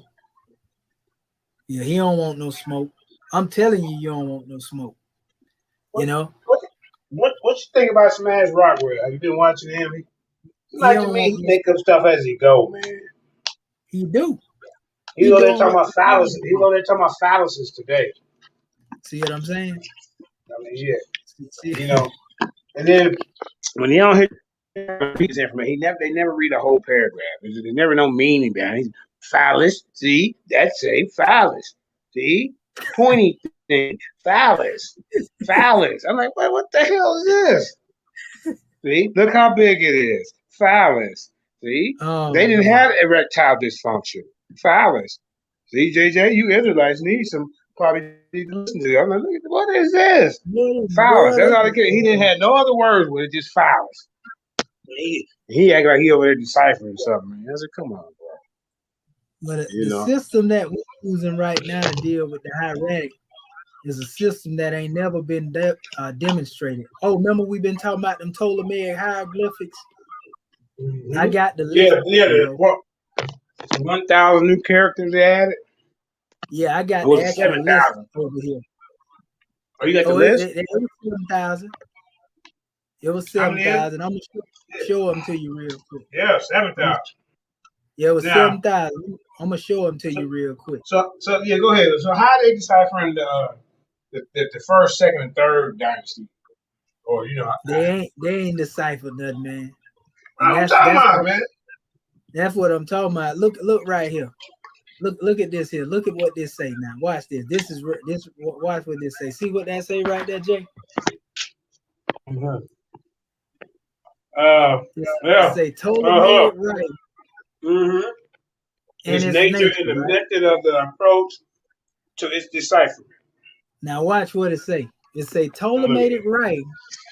By Ptolemaic writing, we are accustomed to refer to a system of hieroglyphic writing employed in the temples of the Greco-Roman period. Oh my God.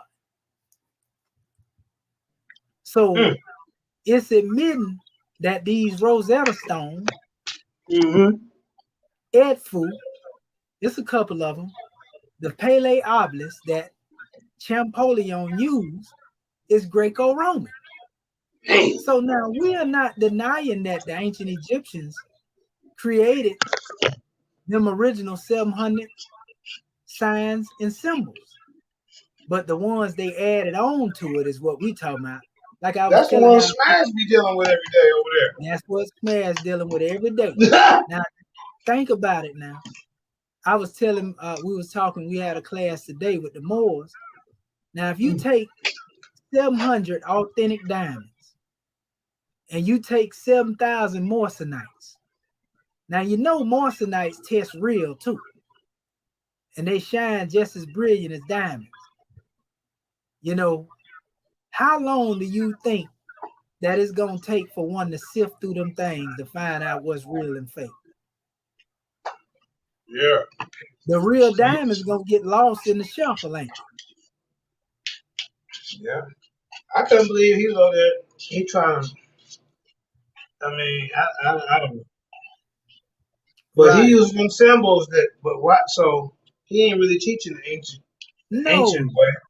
No, because the ancient way before the 19th century, and he tried to hold up the book of Horapollo. Only reason he did that because he ordered it after he seen me talk about it so much. I got the physical copy of I remember that's what he did. I bet you he don't have the book. Well, if you got Horapollo book, then you know that Champollion used some of Horapollo knowledge to build on this stuff, and Horapollo didn't teach them symbols to actually be. I'm finna show you Horapollo right now. But I want you to see this, what they say. It says the language of these inscriptions. Yeah, I remember you and him had a back and forth with that Horapollo. Yeah. Horapollo was one of the last priesthoods. See, it says the language of these inscriptions, it says is largely a dead one. It is not the spoken language of the time, but something traditional in the nature of the priestly revival. So they telling you that they dealing with a dead language. So who qualified to resurrect it, Smash? Right. You see, this is Horapollo's work right here. This is how Horapollo demonstrated. He was the first to go into these glyphs on a major scale.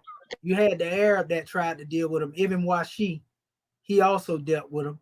But Horapollo, this was how he broke these symbols down, metaphysically. How they denote eternity. Notice they have the uraeus coming out of the head of the pharaoh. Remember that. Notice the uraeus here, and you had a serpent here. This is what Horapollo, so you see it still in what they call Greek. That's really Coptic. It says to denote eternity, they depict the sun and the moon because their elements are eternal. But when they would represent eternity, it says differently, they delineate a serpent with its tail covered by the rest of his body. The Egyptians call this the uraeus. That's what's coming out of the head of the headdress of the pharaoh, which in Greek language signifies basilex. It says, and they place golden figures of it around the gods. You know when you see the temple with them serpents all around them. It says the Egyptians say that eternity is represented by this animal.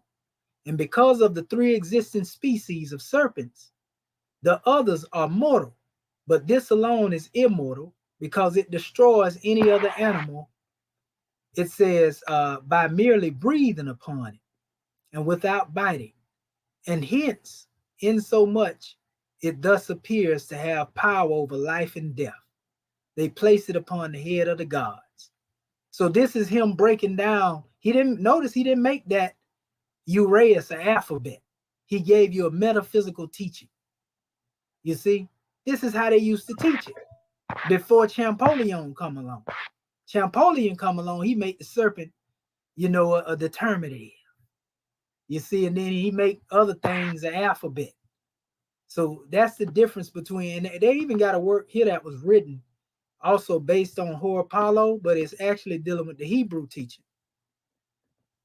It says right here, and you can look this up too, Judah, on your own time.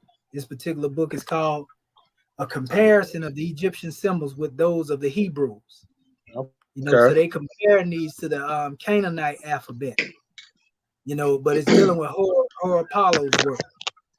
And they tell you that Champollion was using Horopalo work. And he gonna come back and try to use the little methodology he created. So these are the Ptolemaic glyphs. Look at how many glyphs these people done added on. See this here? It says the title, preliminary draft of Ptolemaic repertory, a man in his occupation, right? Yeah. So these are all the glyphs. Watch this, Judah. They added these in with what was already existing. They got a lot of freak stuff going on here too. So be careful. Wow. You know what I mean? All this old crazy stuff. And it's a lot of information. They look like some of the ones Smash had up on his channel today, y'all. This is what I'm talking about. He over there talking about Upper Egypt, boy. Upper Egypt, boy. And you up here teaching Ptolemy nonsense. What the hell's going on? A lot of this stuff is Masonic symbolism too, bro. Like secretly, they'll be like, yeah, bro, this is one of our ways of communicating with each other right here. You know, this is one of our Masonic symbols. You know what I mean? So the European know what they be doing now. They be putting this stuff up here. All this like Masonic gestures they done put in. Look at all that. Yep. Scratching and digging. You see what I'm saying? See, I don't supposed to put that out there. See, they'll tell you that right there. If I was a Mason, they'll say he revealing the secrets. Yeah, every time I bring this subject up, he don't want to talk about this or the retainer sacrifice. Yep. And notice what it's saying right here. Now you have your Egyptian hieroglyphs right here, right? These are Egyptian, right? Then you got the Ptolemaic hieroglyphs. The Ptolemaic hieroglyphs. How do the 12th dynasty? How do you decipher that with those? That's what. Now you see what I'm getting at. There you go. Dang. How in the world you gonna decipher the ancient Egyptian glyphs with this? No, that system y'all using is good for Ptolemaic hieroglyphs, but you can't do that. Commission. He want to deal with Ptolemaic hieroglyphs. Just go ahead and tell the audience the truth. Tell You're not dealing with ancient Kemetic Egyptian hieroglyphs, bro. You dealing with some newer stuff. Exactly. That's all that's all I've been saying. Man. That's all I've been saying. But he done wrote books on this stuff, so he can't turn back. Cause ain't nobody gonna spend no money with it. That's what the real issue is. You see what I'm saying? Well, what he need to do is just update his book. That's what I would do. Instead of trying to hide the truth. Yeah. I ain't going against ancient Kemet. I'm going against Ptolemaic Kemet. Exactly. They don't even see it, bro. They can't see it. That's cause they in love with what that means. You accept what they saying. And if you accept what they're saying, they accept everything about copulation between the buttocks and stuff. Yeah, they don't want to change it. That means they accept it, bro. Mm-hmm. And we need to watch it. Hide your chili. That's what he was over there trying to explain about today. See what I'm saying? A lot of these guys. Yeah, he over there trying to defend them now. You see? And so that's all Commission been up here trying to tell them.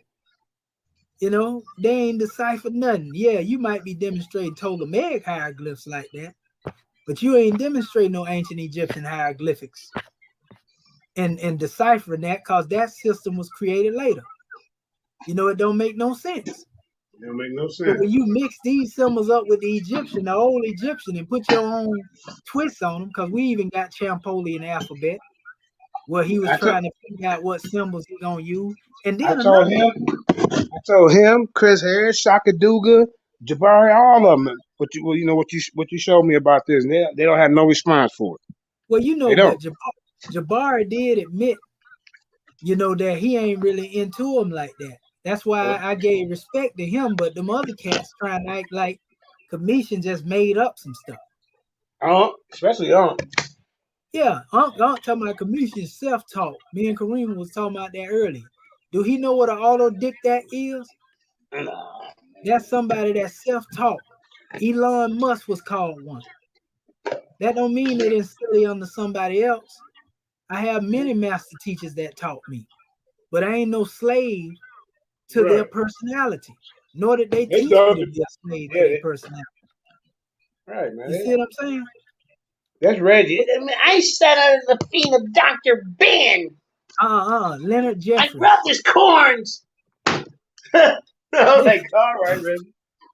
I'm going to show y'all who Dr. Leonard Jeffries is, too, by the way. So y'all know what I be saying when I say these dudes be initiated.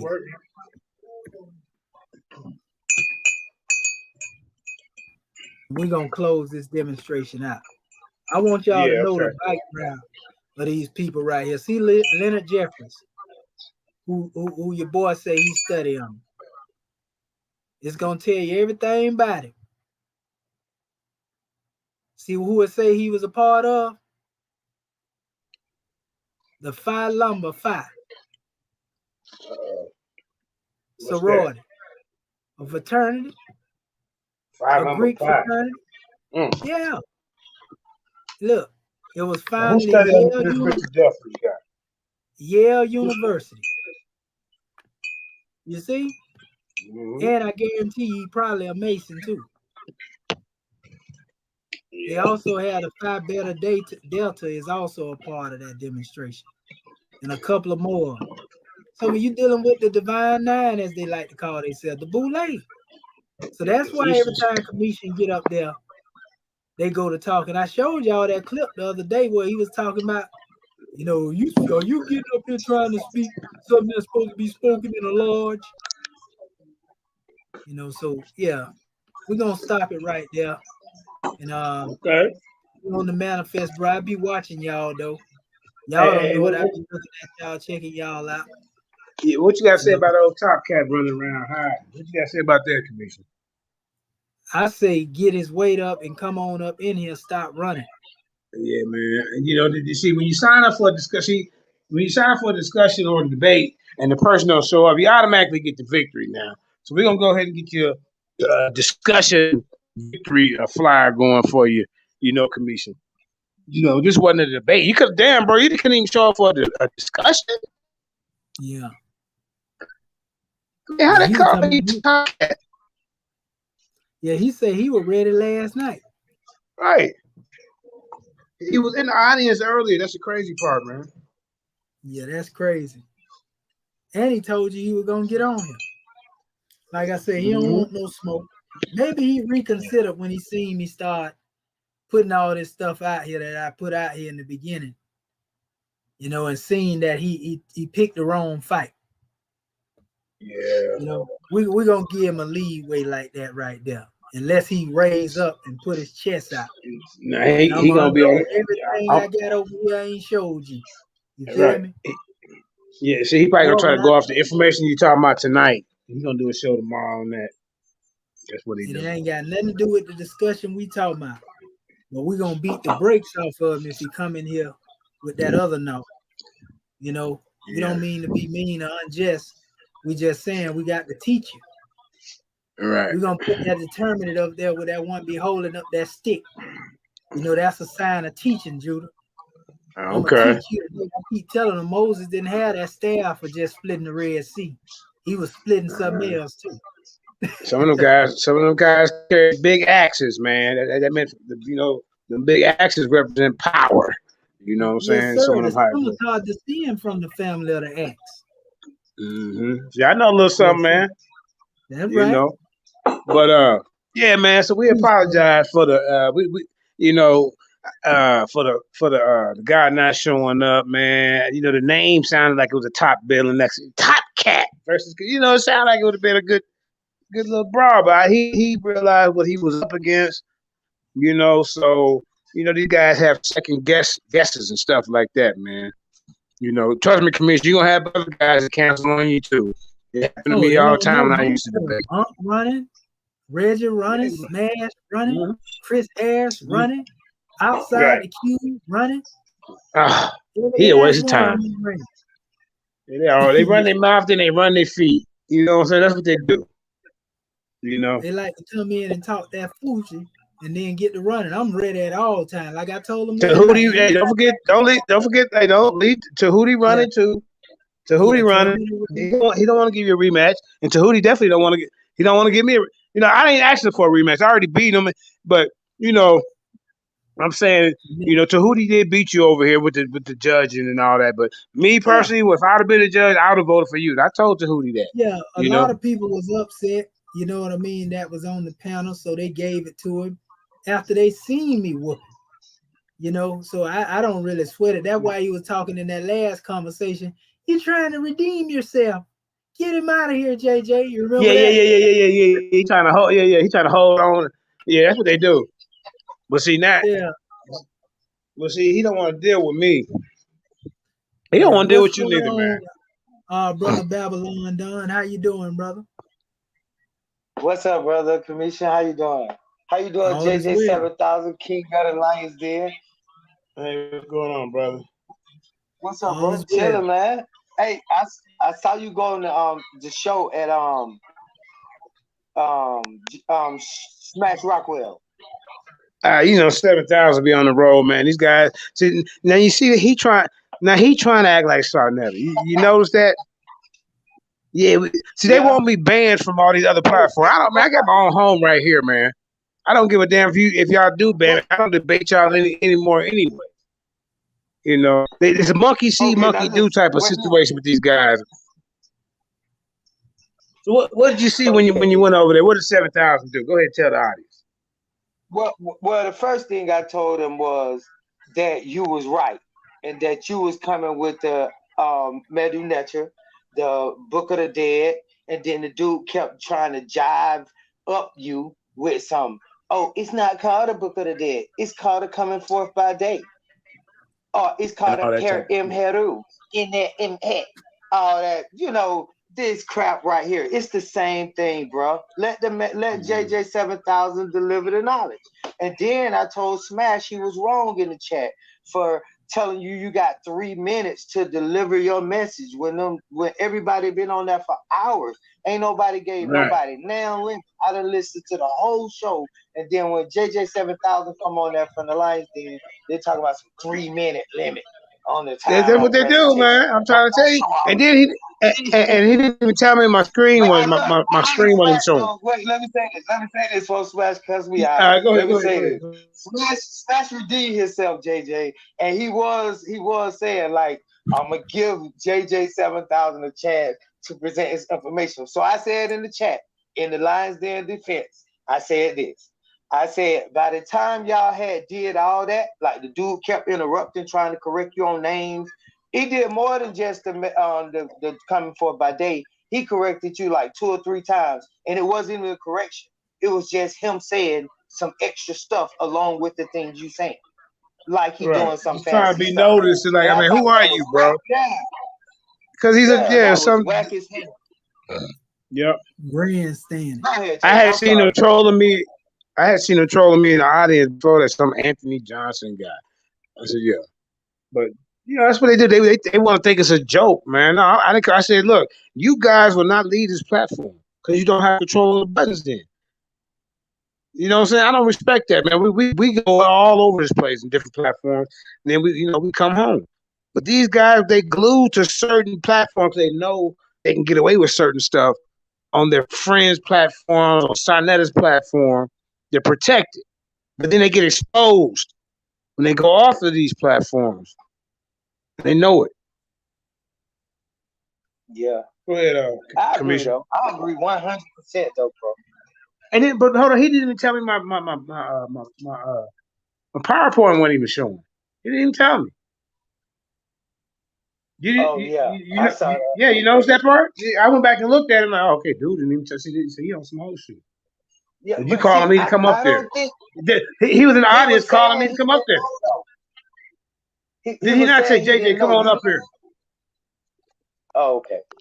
Yeah, he called me. Yeah. That's what Garfield used to do. Come on up here. And then they want to play, put him in the back. Bring him out. Put him in the back. Bring him in. I didn't come over here to be no fucking yo-yo nigga. So stupid. That's when I get to cussing their ass out. Then I cuss them out. You ain't got no decorum. No, you ain't got no control over your finger. Put me in the front and the back, nigga. Oh, my daughter watching now. Now I gotta watch how we talk. I've been cussing through the whole goddamn show. But now all of a sudden we gotta have discipline on how we do our tone and stuff. You know what I'm saying? Dude's faking it. We Garfield on here doing his 20 for 20 and Black History Month. Got all the goddamn white boys coming in on the show. You mean tell me you couldn't get 20 brothers? You couldn't got somebody out of your own neighborhood? Somebody from the social media? Why you got this is Black History Month. You bringing all these white boys in. It's like a tradition for your ass now. Y'all had people game? Yeah. Yeah. The only brother he got coming on there speaking is Uncle West and then two Igbo and a Yoruba dude arguing about Israel stuff. That's it. The rest of them white boys. The fuck going on? Where do people money at, Garfield? This is what the fuck we want. You know, knowing they all working together. Sonetta, please. Bro, you gonna get me killed. Don't say that. Don't say Igbo and Yoruba. Yeah, what they doing, man? They're the only blacks he got on there, man. Then 20 for 20. Then he got all white boys coming. Folks we didn't even care to hear. They're gonna put you to sleep in the first 15 minutes, man. You know? Then you'll have dumbass Isabio probably coming on asking questions. I mean, come on, Garfield, nobody wanna see that. We wanted to see the debate with you and Jabari that y'all had people pay for. Now nobody know where the money went to. No, goddamn well, Nepal ain't got that money. He just said, I don't have it. And then that's the end of the story. That's it, y'all. That's all we get. You know, y'all could have wrote this script a little bit better. She should at least went out of town or left the country, went back to Dominican Republic or something. See, Kamisha smart. He don't be letting nobody know what he's thinking. He don't even be laughing. Now, this is crazy. JJ, stop, man. Oh, man. Man, he said, I got the smartest audience on YouTube. You know, you got the dumbest audience. You keep fucking them. First you took the money from Shaka almost and goddamn Jabari. Remember that? Shaka didn't show up.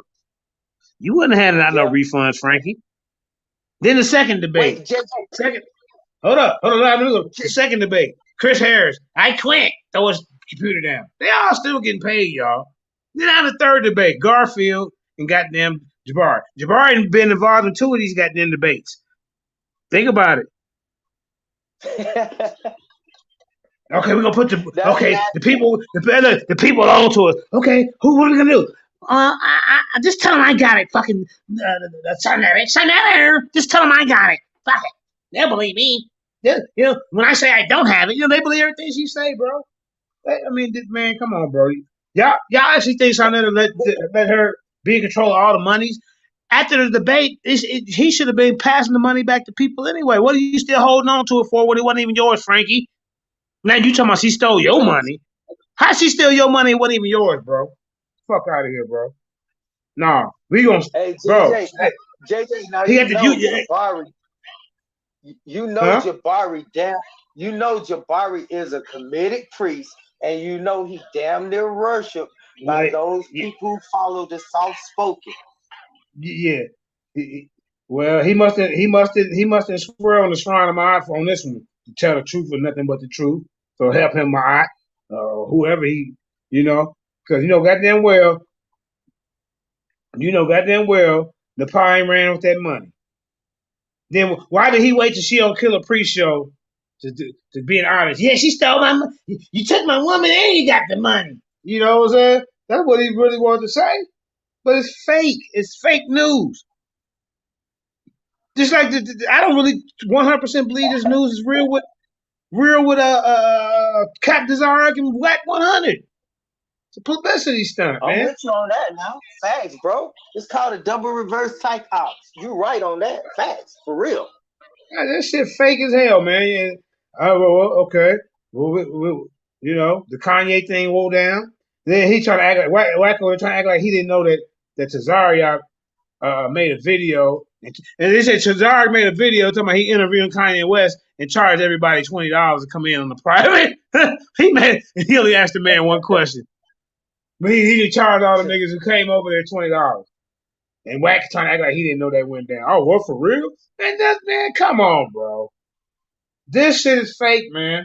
It's black on black crime. It's double reverse psych ops. Black on black crime. Reverse This shit racism. fake. It's for views. It's fake. You know, that's all it is, y'all. Pay attention. Oh man, the Bloods and the ISUPK gonna be fighting, man. That shit, come on, man. Y'all really falling for that? Y'all gonna pay for that pay-per-view too? Go ahead, man. Live in the game, man. Yeah. Supposedly, man. That shit fake, man. Kamisha, see, don't fall for it. What'd you say, Kamisha? Say it again. I'm gonna sell you a ticket. Live in the game, man. Yeah. I'm gonna sell Kamisha the damn ticket. Yeah. See, fake beef sales, man. I mean, you know, come on, man. It's just like WWF, man. You know, you found out that was fake, man. and you know. Listen, JJ, let me show you how you know it's fake, though, JJ. One thing. Now, who gonna tell somebody, get your plane ticket and fly out here so I can kill you? Say that one more time, brother. That's literally what Whack 100 told him. Get your plane ticket. Get your plane ticket to Zariat. Get Kadazar a plane ticket and fly that nigga cracker out here, and we gonna get this straight. Now, who gonna fly out there and get killed? Whack 100 better be ticket from where they are and fly to California to have a fight. Or who gonna fly from California to New York to fight some New Yorkers? It's not gonna happen. You're right. Whack 100 better be worried about Ayatollah. He made that threat East Coast, West Coast fake ass beef. Yeah, he made a threat. Hold on, Babylon Daniel. Now, what'd you say, Commission? Who? I said he better worry about that elder Ayatollah, who say he the oldest Paru that he talking about he was gonna do something too. That did all that prison time. Cause he said he was gonna meet up with him. He said, "Well, tell me where you at." Cause he told Whack 100 he wasn't really a blood, cause he didn't come up in that neighborhood, I guess. And so he caught an attitude with the elder. He said, "You ain't from Compton. You from somewhere else." Tell me, ain't no such thing as no two P's in a B. You ain't no Pyru in a blood. Ain't no such thing as a Pyru blood. Shit, I thought they was all the same. I thought they was all red. Don't they all wear red? No, they different. You know what I mean? Just like a brim is a brim. You know what I mean? But the thing is about it, you know, people have it twisted, and so that's what happened. But he talking about to the elder that he was gonna do something to him. Like, come on out here, and you know what? I'm gonna put the bag on you. You gonna put a bag on the old man, bro? Now you know that elder ain't playing with you like everybody else. You know, I've been seeing him up there with all that note, just like he running my about Jay Prince. Jay Prince ain't nothing to be played with. You know, but he doing that too because he want the people to know it. I call it dry snitch. We call it protection talk where I'm from. You know what I mean? You talk all that hoorah because you want somebody to know what's going on. That way if you go down, they know who did it. You know what I mean? Because if they really about that type of action, they ain't finna be on there talking and telling nobody, I'm going to do this. Hey, bro, I'm just coming up there just like the situation with Tahaka Bay years ago. You know, he talking next day. I'm up there. I'm like, here I go. In Baltimore. Same one Mo, you know, it's just the internet. You know, I don't know. I don't know if it is for real. I think it's fake. But man, that shit fake. You think it's for real? It's fake as on the web. JJ, I almost said the other J. But JJ, it's fake. You know it's fake. You already said it. Commission just said it. I said it. We real niggas. Come on. Ain't no need to leaving the people in doubt. That shit fake. Ain't nobody about to fly that way and do nothing. Ain't nobody about to say nothing on the internet and go to prison for the next 500 years. Then announce that they're gonna kill a nigga on live on internet. Stop, bro. It's WWF. That's what it is. Now, if somebody gets scared, they might try to do something. You know, if somebody gets scared. But see, if the audience don't know it's fake, they get caught up in that East Coast, West Coast shit. Just like that shit was supposed to be fake. That shit wasn't nothing but to sell records. Biggie and Tupac wasn't really mad at each other. It was the fucking entourages and all these other people that listen to the goddamn records and start in the newspapers and the media that caused that shit. What it is now it we gave an talking. open opportunity. Now we talking. Innocent blood sacrifice. So what it do is it create an atmosphere to give an open opportunity to somebody that want to get somebody out the way. And it be the powers that be that get them out the way. You know what I mean? And they just use that as a pretext to see that's why I have them right there. But all the while, it's somebody else that got you out the way. You know what I mean? Wax 100. Wax 100 is a casting couch whore.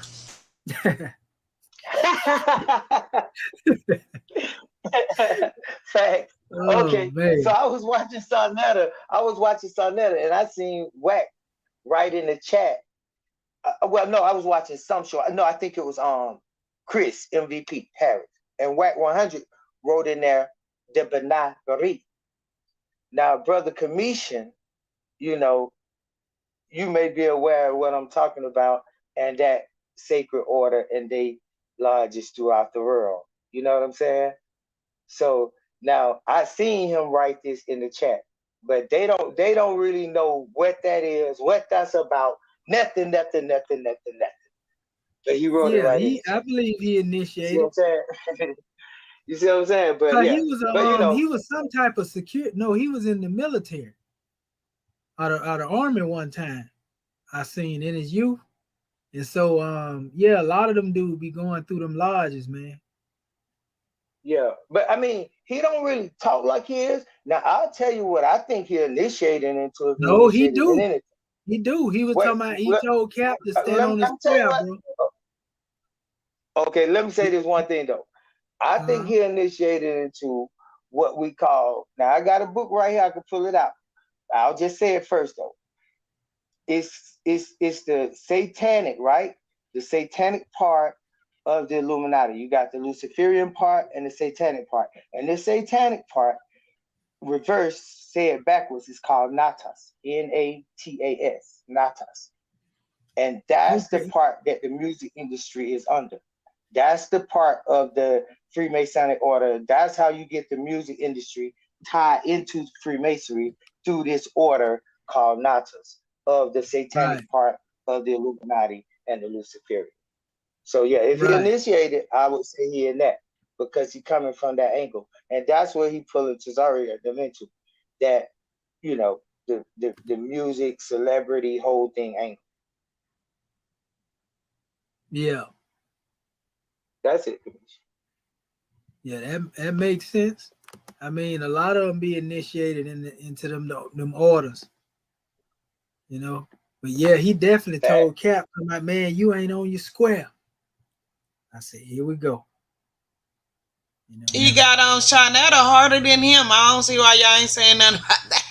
He got on shot. He was got on them hard. I didn't see that part. Yeah, they was going bad at each other. He was. I mean, they was talking stuff. Yeah, they had a conversation on the one I seen. Oh no, it was all bad. Yeah, it was all bad. Yeah, he was trying to get at him, but Sarnetta didn't really go to it. But I ain't hear the second one if they had another comment. I know that other conversation with Captain Tazariot though, man, he was going at the Cap bad. Yeah, he was going at the Sarnetta bad too. They was talking about meeting up, talking shit and everything. Oh yeah. Yeah. Now I think Wax gave Shanetta a little taste of his own medicine. Well, you know, Wack 100 ain't got no filter. You know, not at all. The way he talk, you know, but like I said, he be talking all that hoorah. You know what I mean? Because he know that if he say it out open, like I personally feel like with the situation where he was calling out Jay Prince. You know, like he was like, bro, you know them people watching that man. You know what I mean? Like that man ain't finna throw his life away for you. What Jay Prince will do though is wait till he think everything is all right, and then he gonna spank it. You know, he old school like that. You know what I mean? He think it's a game. You know, you can't sell out to certain people and get away with it like that right there. I don't care who you is, how tough. I give you a prime example. Whack 100 was down here in my city, in Florida, and he talking. I done seen so many dudes. I'm from California. I'm from New York. Boy, they get their mind right quick, boy, because they be thinking about Disneyland down here. That's fact. These cats go to get turned up down here. Because these cats Hey, get I'm from retarded 15 down minutes here. from Florida, Kamisha. Huh? I'm from 15 minutes from Florida. So you already know how it go there. You know how retarded these cats is over here. And the thing is, they don't know where it's gonna go down there here. Like, you know how you can go to the neighborhood and you think, no, man, it might go down there CVS Pharmacy, Walmart, and one of the grocery stores. Wax 100 gonna call the police like he did Blueface. Damn, he calling the police on people? Yeah, he called the police on her. On it. Behind the Airbnb. You seen that fight he had with them Europeans? Who? The Whack 100. Yeah. Man, I seen that. I said, ain't nowhere in the world that dude talking like he that gangster. With that set he got. Somebody that throw their set up, but he managed the game, right? Is he the games manager? Yeah, they throw that set up and they jumping before you get off on them. That's how Whack 100 do. He out of shape. He can't move around really. Somebody, yeah, I got you. He got off on one of them, but he showed up with kind of running around. Them Europeans were trying to get to him though. They trying to jump him? Yeah, like 2 or 3 of them. Well, shit, you can't really hold him accountable if he lost that. He didn't get whooped, but I'm just saying, like the way he talked like what we call, like down here, he talked like he a bear. You know what I mean? He talk like he a war daddy. That's what we call him down here in the South. Yeah. He talk like he a war daddy. Yeah. I don't know. I know they was talking about Tazar I don't know if this shit fake or real. In my heart, I think it's fake. What else is fake is the money being stole from that shit fake, y'all, man. I mean, y'all got to read between this the 3rd time. And then 2 months from now, he gonna promote it up again, and shit gonna happen to y'all again. I ain't never paid a fucking dime for a debate over there. Never. Man, like I said earlier, man, our people better get it together. These people trying to get rid of us. And we robbing each other. They think I call him a casting couch whore because all he doing is going to platform to platform to get seen. Who's got the that's out right now, Clubhouse, different platforms, just like the dude Charleston White. He ain't nothing but a casting couch whore. Content creator.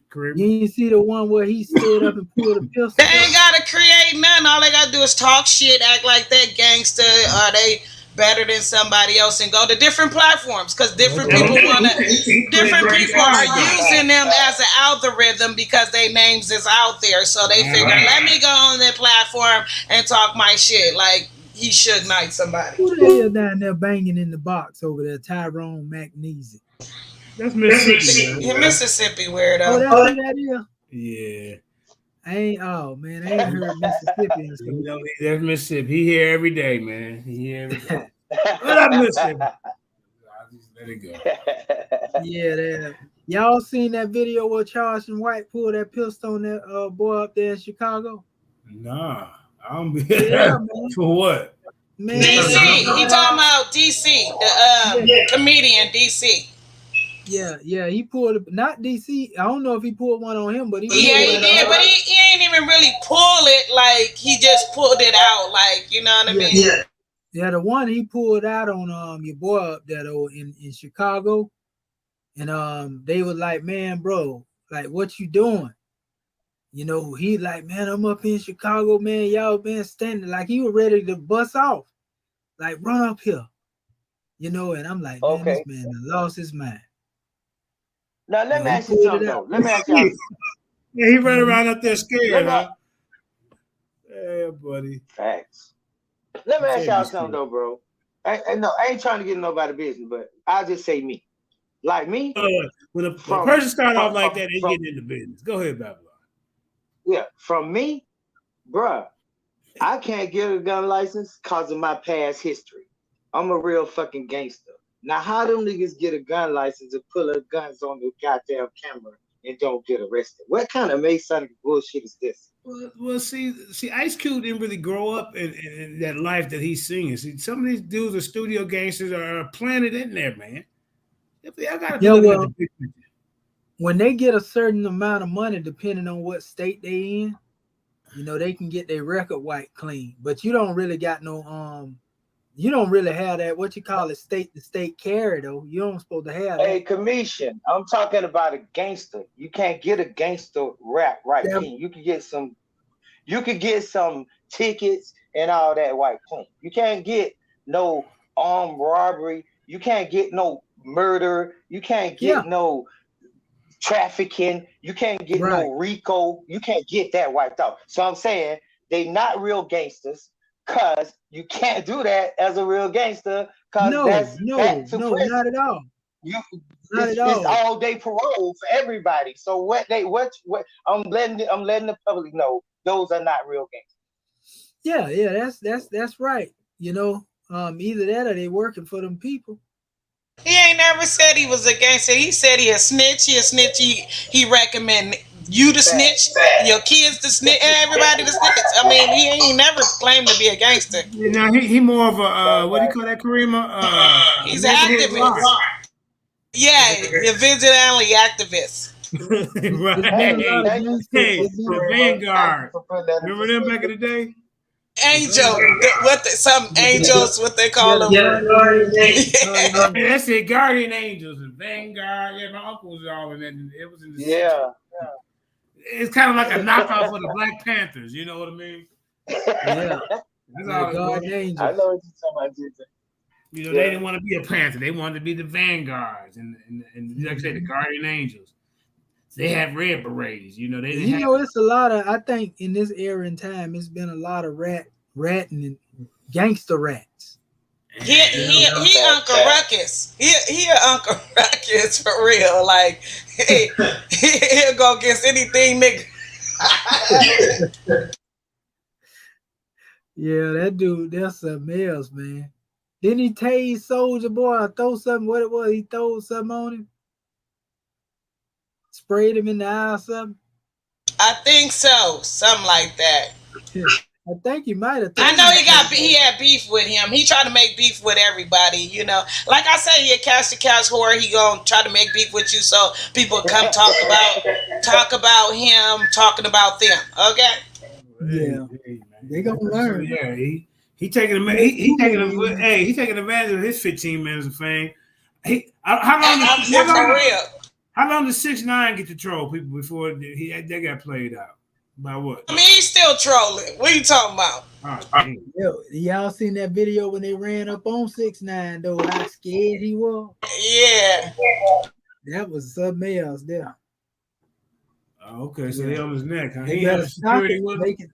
They making all them enemies. Everybody ain't gonna care about that security. Mm. You know, you don't pay them right, you lose one every day. Yeah, it's terrible, man. They better stop it. It's gonna get real crazy. You see, they installed her. I already said 2023 finna be off the chain. You know, you see people running around now robbing everything. So let me ask you this, Babylon Don. Did you see Yara's debate with Domo? I didn't watch it. Did anybody see that? Wait, I seen a little bit. Go ahead, sister. I didn't see it. I think he did a good job. Like, he always doing a good job, you know, as far as I'm concerned. Yeah. I didn't get to see it. JJ, tell me what that debate was about. Because I'm so crazy, man. I might be. Could you tell me what that debate was a little bit about? Ask me again, because we was talking at the same time. Go ahead. Oh, I might got a delay, JJ. I said, can you tell me what the debate between Yara and this other cat was about? I forgot his name that quick. That's why I don't be knowing. Number one Domo. That's what he calls himself. Okay, yeah. Yeah, he Domo said that something about religion and politics work together. I don't know, man. Domo, most of all his debates are about politics. So I don't know, but I looked in the his poll, but we already know how Sinetta polls go. Anybody that's on the Bible side, they're gonna be losing in the poll. That's why I said, did anybody see it? I don't never believe that shit. Because this audience, they don't even be paying attention. They just there to troll Israelites. They're there to troll Israelites and get robbed by Sinetta when it's time for pay-per-view. 3 times. That's why he called y'all the smartest audience on YouTube. In the crazy part, he called it the toughest environment. Yeah, the toughest environment. Come on, man. This why them guys when they go to other platforms, they're like a fish out of water. You see? Fact. I see it. Now, man, you couldn't have said it better. God damn. Y'all, I don't know if y'all heard JJ. JJ said when they go to another platform, they are like a fish out of water. That's the fact. Yep. They do not handle business. That's why they hesitate. Smash won't come over here and debate nobody. They all want to be on guard. Garfield, they gonna come over here. Now Black Line Supreme and Kyle. I've been dealing with them for years, so they know how it is over here. It ain't biased over here, so I don't know why he's scared. Chris Harris ain't gonna come over here because the public. Go ahead, bro. I was just gonna say, JJ. So the public don't think that we just gossiping and nothing. Let me give an occasion, like I said about you going on to a Smash show today. Right after that, right after your incident, I kept writing in the chat. So I went on the panel right before it ended because it was a question in the chat. Somebody asked, they said, hey, show me some Egyptian writing, older hieroglyphs, older than 3200 BC. I wrote in the chat immediately, the ivory tags, right? I wrote it in the chat. Then I posted some stuff about the ivory tags being found in Tarseti, Abydos, where in the first cartoon, So then he didn't really say nothing in the thing. So I went on the panel and I said that on the panel live. Somebody in the chat wrote, so he credible now? You see what I'm saying? He credible now? Like, it's up, like not me credible. Nigga, it's what I said. Go research the ivory tags. I already gave you the dates and the place and the time. Now they asking, am I credible? What do my, Yeah, because probably the last time you was on the show, he talked shit about you to the audience, and now when he puts you back on the show, they trying to make fun. That's right. That's what they do. See, that's what that's the game they play. That's exactly what happened. Information. That's what they do. They do it all the time. Let me see. That's exactly what happened. What's the name of the show? What was the name? What was the name? I went back on that, JJ. Today's show, the one today. What you was on? See it. I don't see it. Hold on, let me see. Oh, Anthony Jones. Here it is, right here. Yeah, Anthony Jones. Anthony Jones is a clown. I tell you that. That dude, I was like, where he come from? You be having trolls that you don't even know about. They be acting like they know you. They can talk to you like we friends or something. Like we've been knowing each other to talk to each other. Like I don't even know you, bro. Keep JJ, man. Let me put it on here for a second. Culture, like you go into a minute for 4 minutes of this war when it just said Jeshurun got a false door in it in the Nubian flow. Can y'all see my screen? Can y'all see my screen, Kareem? No, I can't. Oh, okay. I had problems sharing. Yeah, at least tell me. They don't even tell you when your screen ain't showing because they don't want to see it. That's okay. All right, let me get to your part, Babylon done. Let's see what will happen. This is for fair use purposes, critiquing, and I don't think the brother is petty like that. He claimed. No, smash it like that, man. Smash it like that.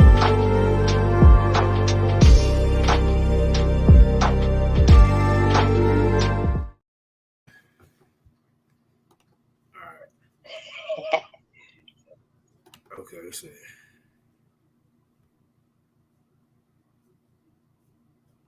I might have to go out and come back in. Hold up, y'all. Kareem, I gotta go out and come back in on it. Not you, just close it out and go back in. Yeah, I get froze up. Y'all, why I keep doing it? And now it's stuck. Hold up. Man.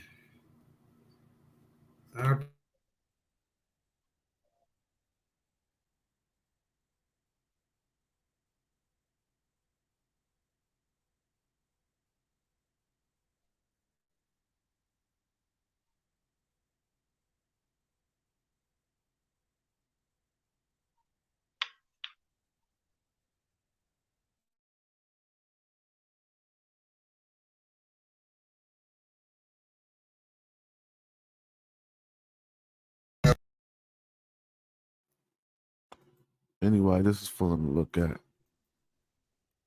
And our orders. We see the screen. You could just run in your room and press that shirt. Like I helped him in his real life with his woman or something. You feel me? And somebody said, I've been feeling a calling to go into I'm going to call it SR because I don't want to keep saying semen retention. But I've been feeling a calling on going into SR, sun gazing around yoga. I don't know why that person was attracted to my information. It says this God has because. So I'm going to put together a whole package for the man for real. Package you can put together that'll make you feel like a superhero. And we was doing it. And you can see it in some of the deities and some of the natures when it comes to virility and endowment and all of the things. But that's the part about Kemet cats don't know. You better get up out that Greek shit, bro. You're going to be so Greek. So let's play some of this video and we're going to talk about it. What up? Oh, so furthermore, this wasn't the actual presentation. This was me reiterating it. So even some of the sisters that might see some lack in your brothers or something, I don't believe nothing in no sun gazing, but my daughters be talking about sun gazing. I tried to tell them it wasn't it. That ain't it. You're gonna just hurt your eyes. But this thing is corroborated by science. And so again, this presentation you're about to hear, I probably won't go through the whole thing. I'll go through some key points in it, but just I'll get 10 views live. The portion of the says chakra. And they said your root chakra was related to those type of sexual things as well as survival and other things. But this is what, if you think this could help, I can show you how you really help it in your life. But you ain't gonna get the package until I put it all the way together. But I guarantee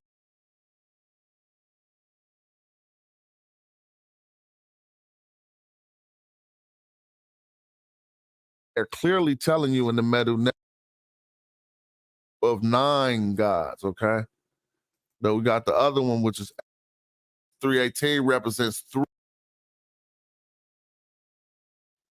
Yeah, I'm gonna go talk to my wife and we're gonna start putting together this character. Nothing but a button. Yeah. That's what I'm saying. You know, you like the grand guru. You know, you like the abbot, Jack. You in meditation. You can't just come and bother the abbot now. I don't know about all that, but you know, JJ just got some reading to do, you know. Read. Yeah, you gotta go back a little bit, JJ, to your part. JJ, what's up? Peace, Jay. How you?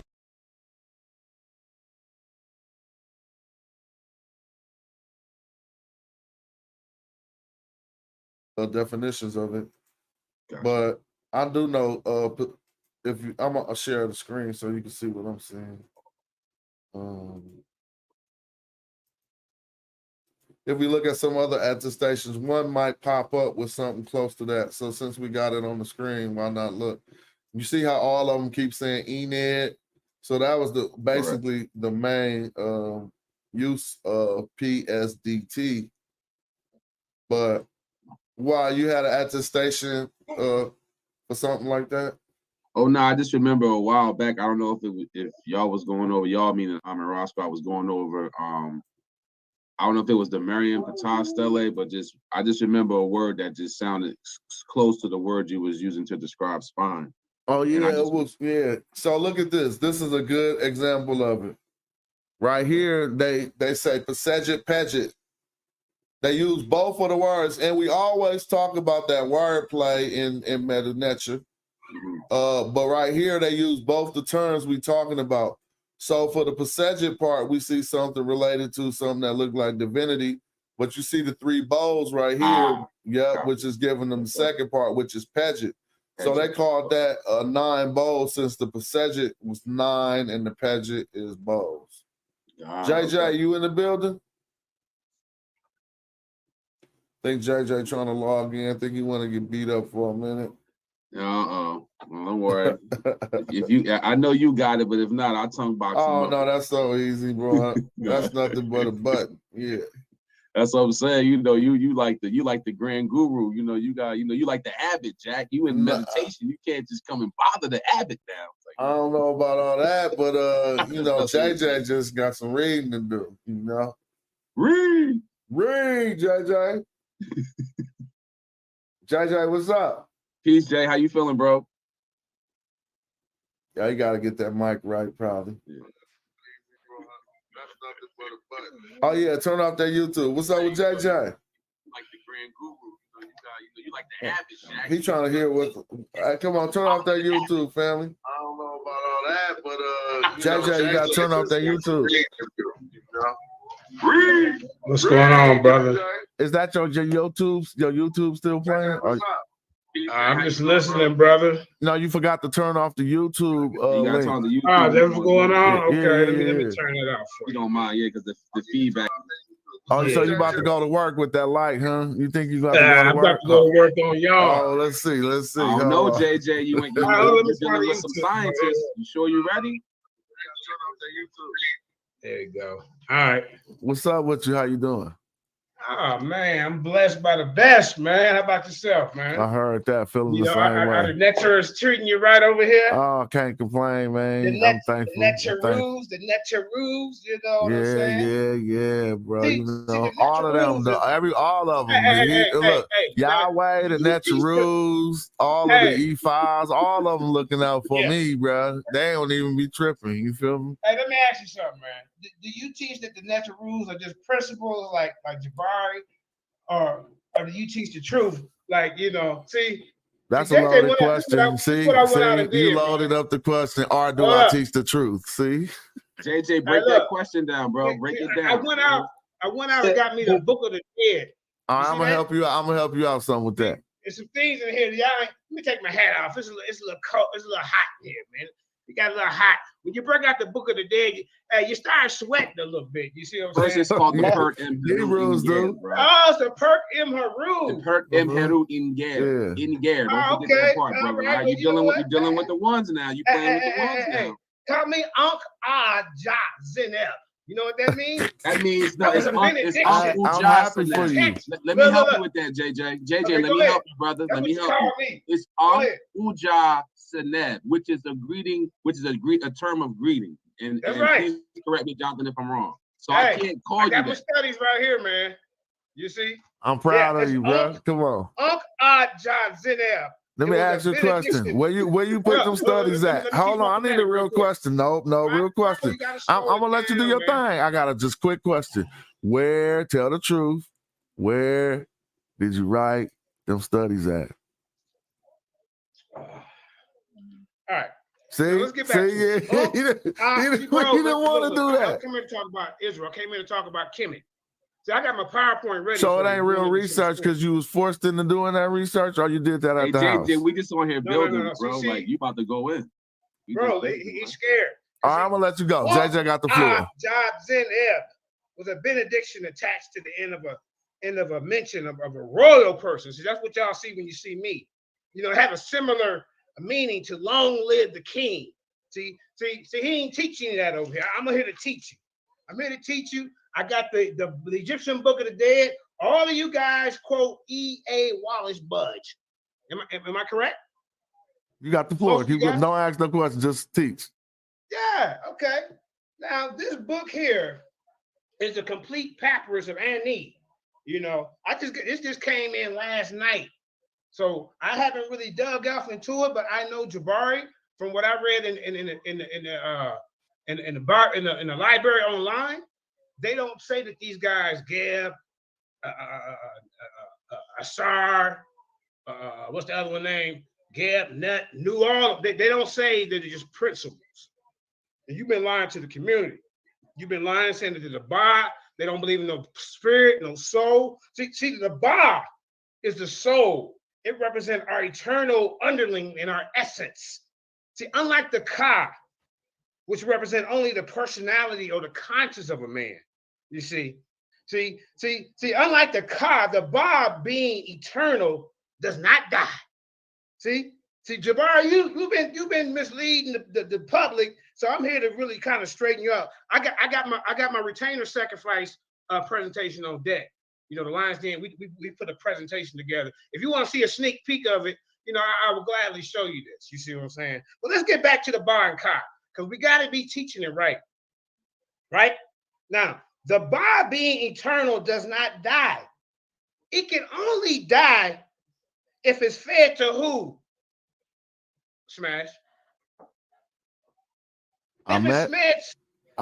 Yeah, Ahmed. That's right. That's right. Teach. See, they believe in afterlife, and Jabari's trying to tell us that these people there wasn't religious. They represent the personification of Osiris or Asar and Ra. You know, you become Ra. But in all actuality, these people actually looked at these deities as in their verbiage. They believed that they were real. Okay, so I say that to say this, because this is where I come to the retainer sacrifices. You see what I'm saying? Because these people want to go to the Duat or whatever you want to call it, field of reeds. They want to be in the afterlife with Asar. Or as English people would say it, English speaking people would say Osiris. You know, we get it from the Greeks. Asar Neferamentia Ketchi. But go ahead, bro. I'm sorry. What'd you say, fam? I was helping you out with his name. It's Asar Neferamentia Ketchi is his title. Okay, there you go. Go ahead and teach though. Teach though, JJ. You got the floor. Yeah, man. I would like to, maybe sign up and come over here and do my presentation on retainer sacrifice. I like to make. Man, you tripping already. So let me ask you a question. It's gonna be okay, man. I'm just saying. Did you just give us a quick presentation on a book you said you got last night? Yes or no? No, I didn't give you. Look, no, bro, I didn't give you a presentation. Hold on, did you? I mean, did you just tell us you got the book last night? Don't Davis Jr. now. Don't. I'm just asking. JJ. I'm just asking. Hey, JJ 7000.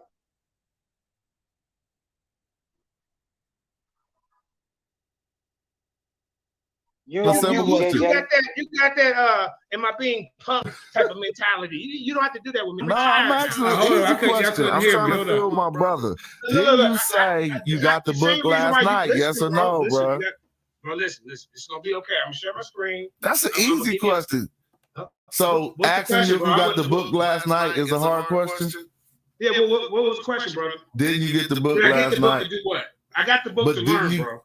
I know, but you got it last night, my brother. Yeah, I'm just showing you I got the book. I didn't say I read the book, but I have read some of it when it was on the computer. All right. Oh, so the notes, that's why I was asking you that series of questions. The notes that you got on the book ain't from the one you got last night. Now, them notes that I just read you is not from the book. That's the most microwaving I could ever see, bro. Like, I'm saying you got the book last night and you already... Bro, I'm not here for listen, bro. Just let me know I can speak, because you're trying to do that. No, I'll let you speak for heck of long. Y'all don't remember? How quiet we just was? Let me show you bro. Let me show you something, bro. I'm here to teach. All right, go ahead. Show us some more. Go ahead. Okay, all right, bro. See, let me put up my PowerPoint. All right, hold up. Go ahead, keep talking. Man, he hates deaf by PowerPoint. Let's show people what we call. He'll even tell me my screen ain't showing. So JJ, you said we call Buds. Everybody don't agree with Buds. No, but I know that he does. Like, I know. Listen, I don't want to get into that one, bro. Like, you know. Yeah. Listen, Jabari Cross Ewalla's Buds, right?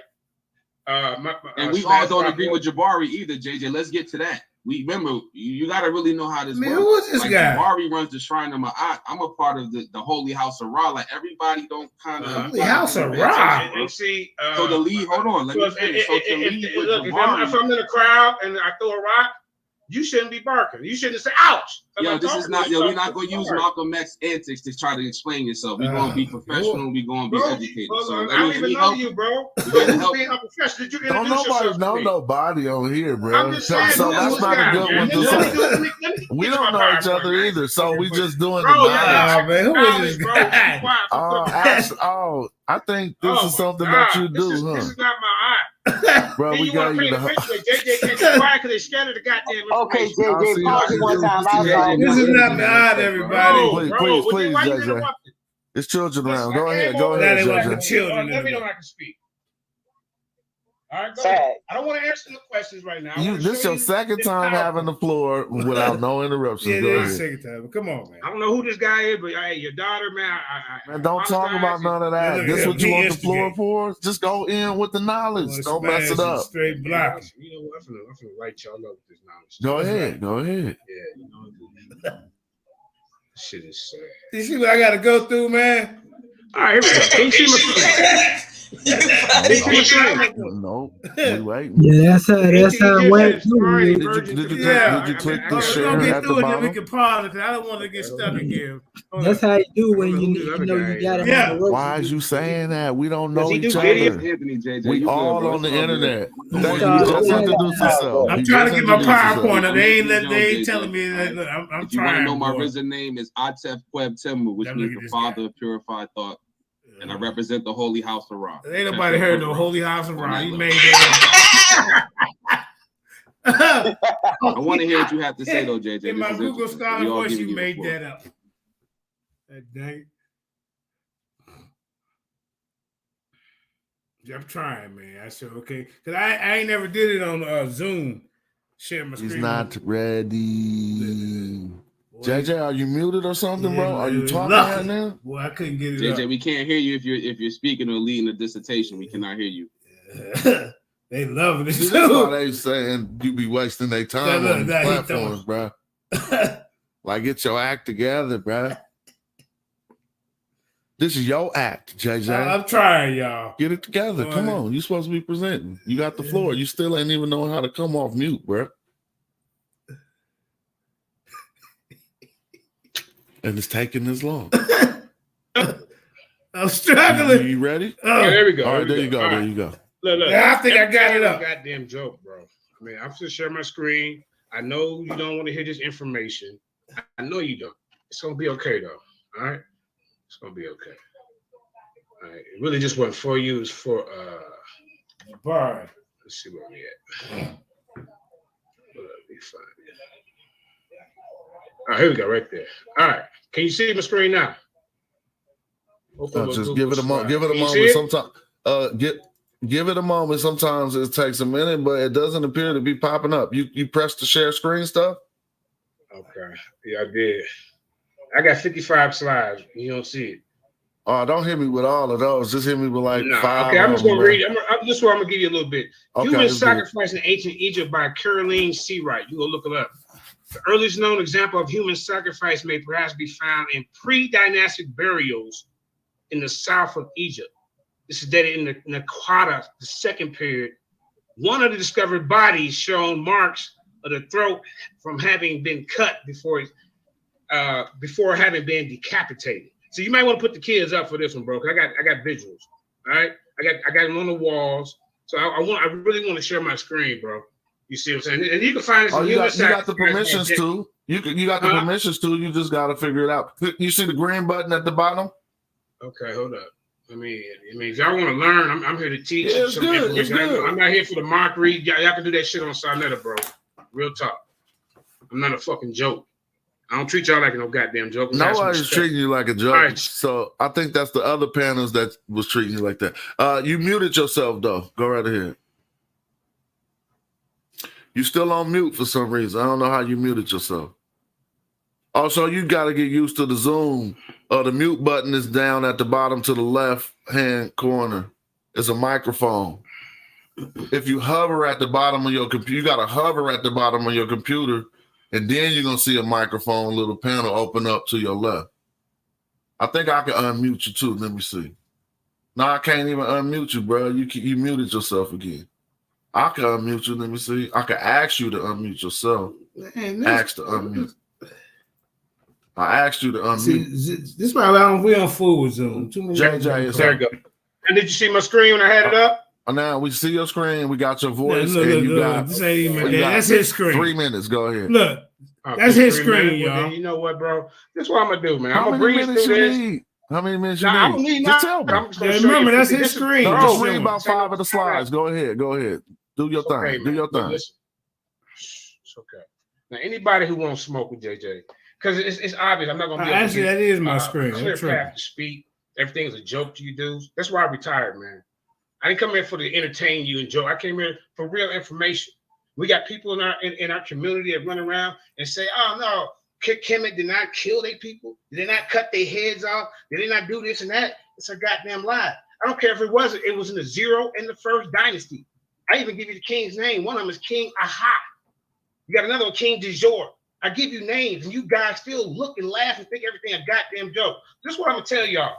Because like I said, I didn't come here for your entertainment. Anybody that want truth or want to challenge me to a discussion about this, come see me at the Lions Den. Because other than that, y'all scared for me to fucking talk. Y'all scared. I'm just gonna keep it 7,000. I didn't come here for that. But I got the information ready for you. Anybody that want to get in the ring with me. That's on that. I got the Book of the Dead to debunk Jabari. Any of you guys that's teaching this pseudo goddamn nonsense, I'm here to shut it down. That's all I gotta say, man. Like I say, if you want to see this information, Smash, you come over and build with me at the Lions Den where you ain't got all your distractions in the way, bro. Like I said, I got the information. It's over 55 slides. This is what we put together at the Lions Den. You see what I'm saying? This is what we put together. You see, this is the real shit. You see, I got Commission. I got Commission on the team. I got Yara on the team. This is what we do. I got Yashib in Israel. This is what we do, bro. So all that little clown shit you see on Sinetta, that shit over and done with me. I'm not going over there no more. But I will see you in the YouTube streets over here or anywhere else. And then I really dare y'all to get with me on a neutral platform. Because all that Sinetta blocking shit, that's done for me. This is why you won't get the full dust of what JJ knows, because you got motherfucking wingmans in the back trying to block shit. But as you can see, bro, I'm loaded up. I'm thinking my PowerPoint showing. I don't debate. It ain't showing nothing. Have a hell of a goddamn conversation. With that being said, I'm gonna leave so y'all can go laugh by your goddamn self. Hey JJ, I accept your challenge, bro. I accept your laugh by yourself. Yeah, let us laugh by ourselves, but you're gonna hear what we think. So let me get this clear. Anywho. Let me get this clear. The brother, I told you it was going to be deaf by PowerPoint before he started. I asked the man to stop cussing because my daughter, like, I cheat, you know what I'm saying? Like, bro, you can't even get words out without being vulgar. And we, like, come on, bro. Like, you have to wait here, man. So sometimes the hostile escape don't work, JJ. Because nobody was being hostile to you, but you was trying to turn up so that you could get up out of here, but without presenting this 55 slides bro, that you did not have. Slide was showing. Because you said let you open up this PowerPoint, start acting like you didn't know how to share the screen. Then you didn't know how to open or mute. Then when we turned off our mics and gave you the floor to present, you start complaining about how you get interrupted and you don't want to present. Never put up one slide and just talked about your discontent with other channels. Like, you know what I'm saying? So that wasn't even nothing, bro. Hey, y'all was That's why before we even clicked you in, what did the people get in the last 10 minutes? You just did a whack commercial, bro. That was a commercial for your show, and it was not even hot. Right. At least let the people know you got knowledge so they'll come to your channel. They're going to get more of that right there. Come on, fam. Anyway. I don't know. Somebody else hit the link. JJ just ridiculed himself. Ain't nobody over here ridiculing nobody. And I see my man Joe had tapped in earlier and didn't even get to speak. So hey, you right to this Babylon? Good. But it's all cool. We just build. So what? Yeah, I'll go after this. What was he talking about, bro? Like I'm over here, like I'm. I mean, all I heard was EA Wallace Budge. I'm gonna shut you down, and y'all don't want it. And come see me in the light. But we'll talk after he get done, cause they still did wrong. Let's back up here. Bro. You got like schizophrenia with your information, like with the knowledge. Like what you doing, bro? Like where you starting at? Who is this Anthony Jones character? Broski? I don't know. He the cheerleader. That's cool. I don't know. JJ, we're gonna have to be able to rewind when we get through with this though. In other news. Hey, oh yeah, you know, I know I meant to tell you on another note, when you get a chance and it gets warm, man, I want you to come out and go fishing. I always used to hit you up on Facebook. Oh, that was you invited me to New Jersey? That's right. So you know, come on. The invite's always open, man. I got a 25-foot Grady over here waiting for you. I would love to get out there and you're more than welcome, brother. Whenever you can, I'm letting you know that invite will always be open as long. You know what I'm saying? I'm gonna talk to my wife about doing some traveling. He got to talk to his wife about everything. Maybe we can pop up on a few of those dates that they got. I'll try to see if I can, because I want to go. She ain't gonna let you go fishing, Smash. So maybe I can do the East Coast before they go to Paris. She gonna tell you go fishing right in the fishing trip in there, bro. You feel me? So y'all be catching. What y'all be catching? Y'all catch the real stripers. Yeah, we get them, Joe. My brother last year, I'll send you a pic. Yeah, both of them look like they eat catfish. Oh yeah. Yeah, you got to hook up like it's a tuna, bro. You think you know what I mean? You done hooked on to the great glory.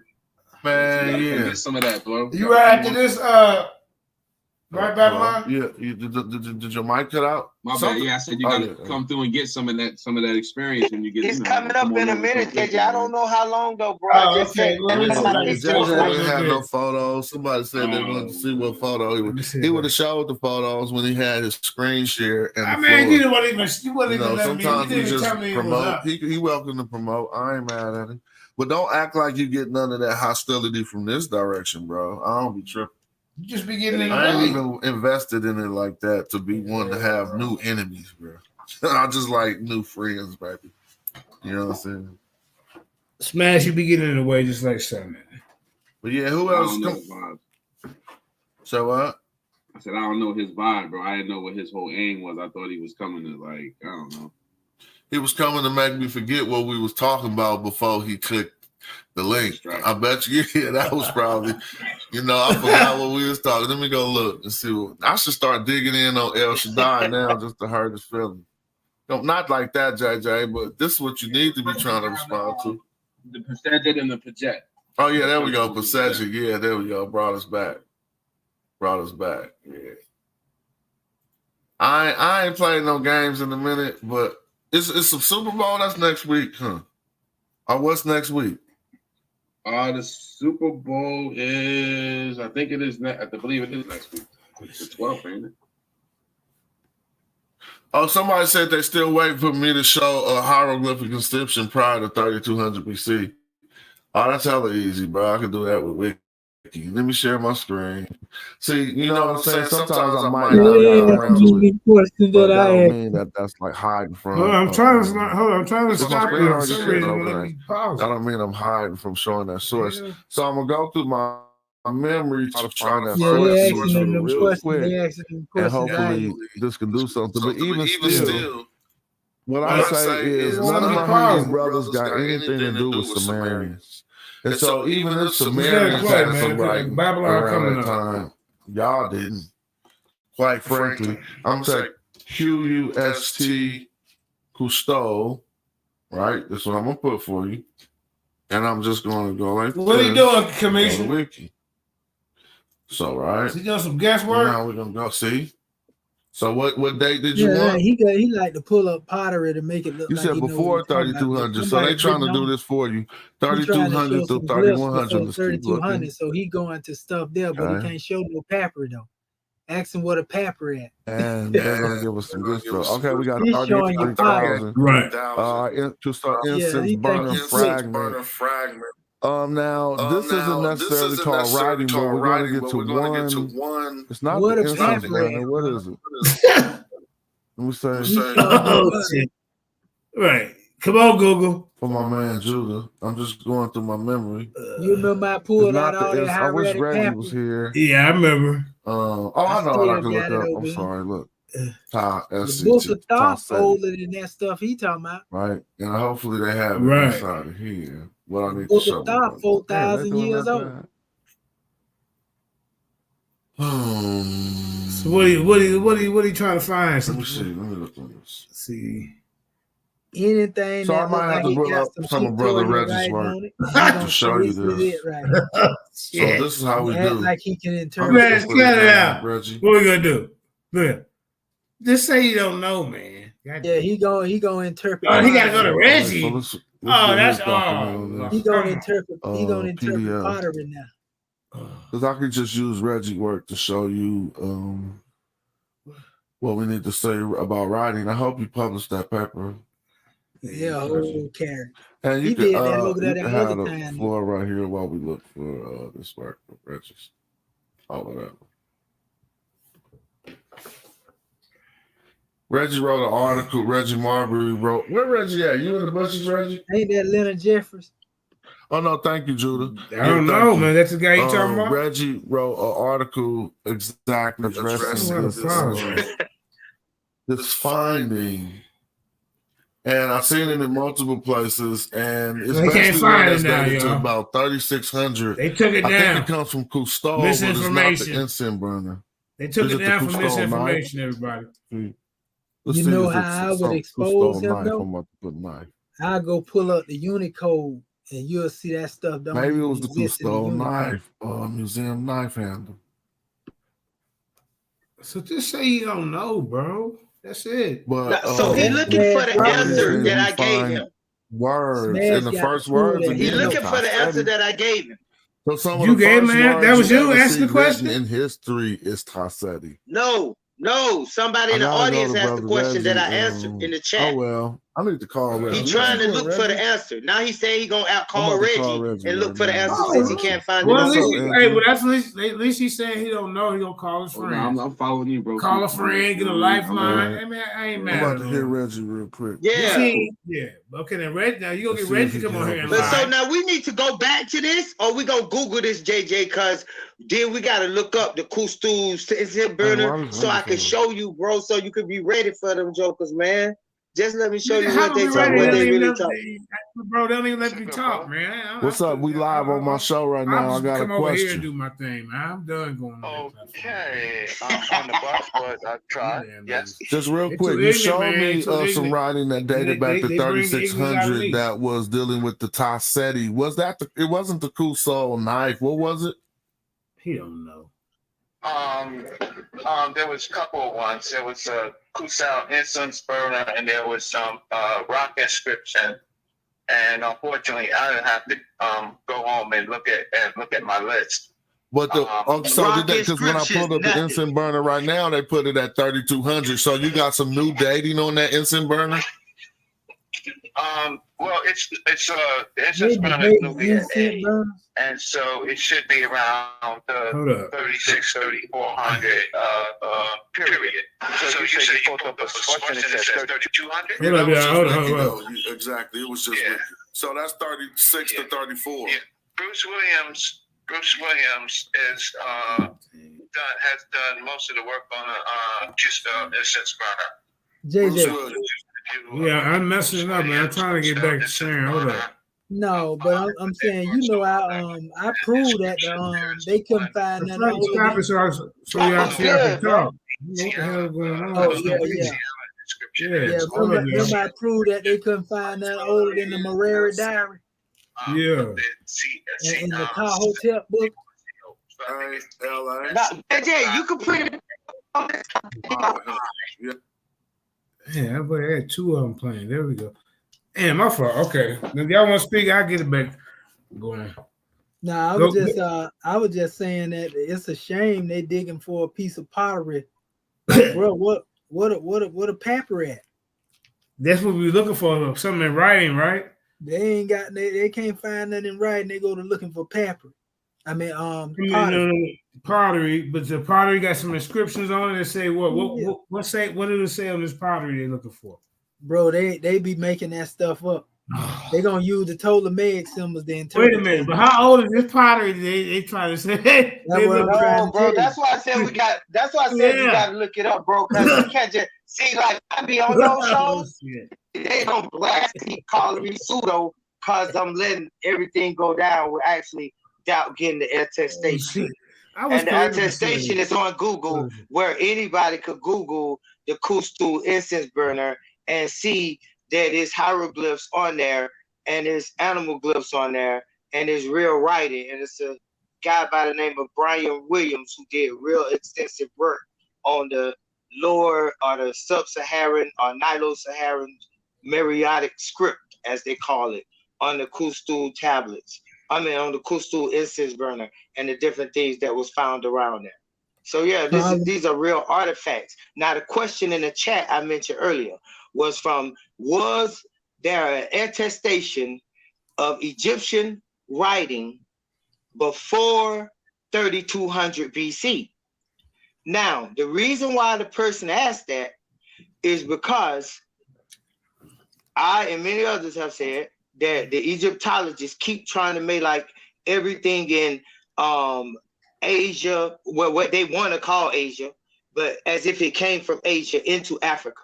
So it's older than even Africa.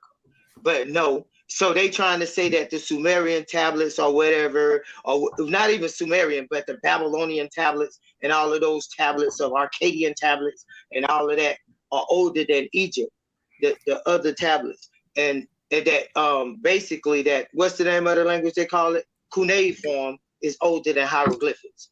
Because the oldest cuneiform was recorded at Cuneiform don't go back no more than 3,200 years, 1,000 years. Yeah, so that's why they asked that.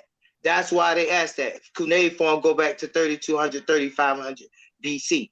And so when Reggie came on, he did say that the Kustu go back to 3,600, which was 100 years before. But that's just all that historical jargon. I want people to understand that in order to develop writing, it took years before that. So even when you see it, they just looking at the oldest found attestation of writing.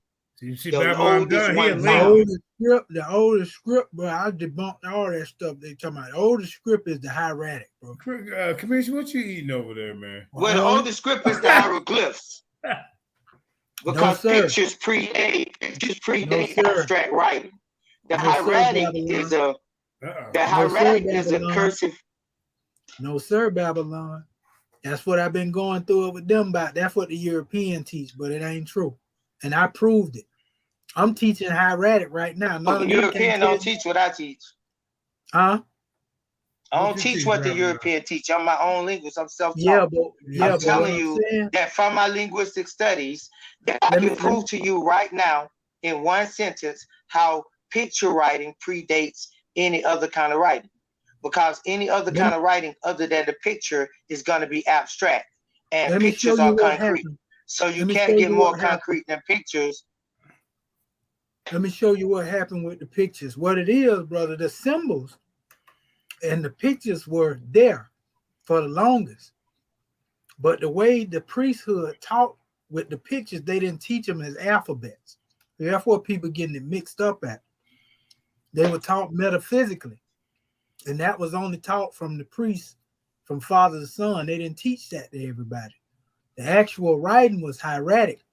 Now they have what you call cursive hieroglyphs. And a lot of people get that mixed up with hieratic, bro, but it ain't proper. And I got the actual documents. I got hieratic documents from 4,000 years old. The teaching of Tahoe. You got to pull them up, bro. The teaching of Tahoe. I will. I got whole lessons I done taught them. I'm teaching hieratic right now. You know how to read hieratic? No, I don't believe that you could read or write. But you just go ahead and say what you got to say, because I want to be able to talk. I don't want to ask questions like that.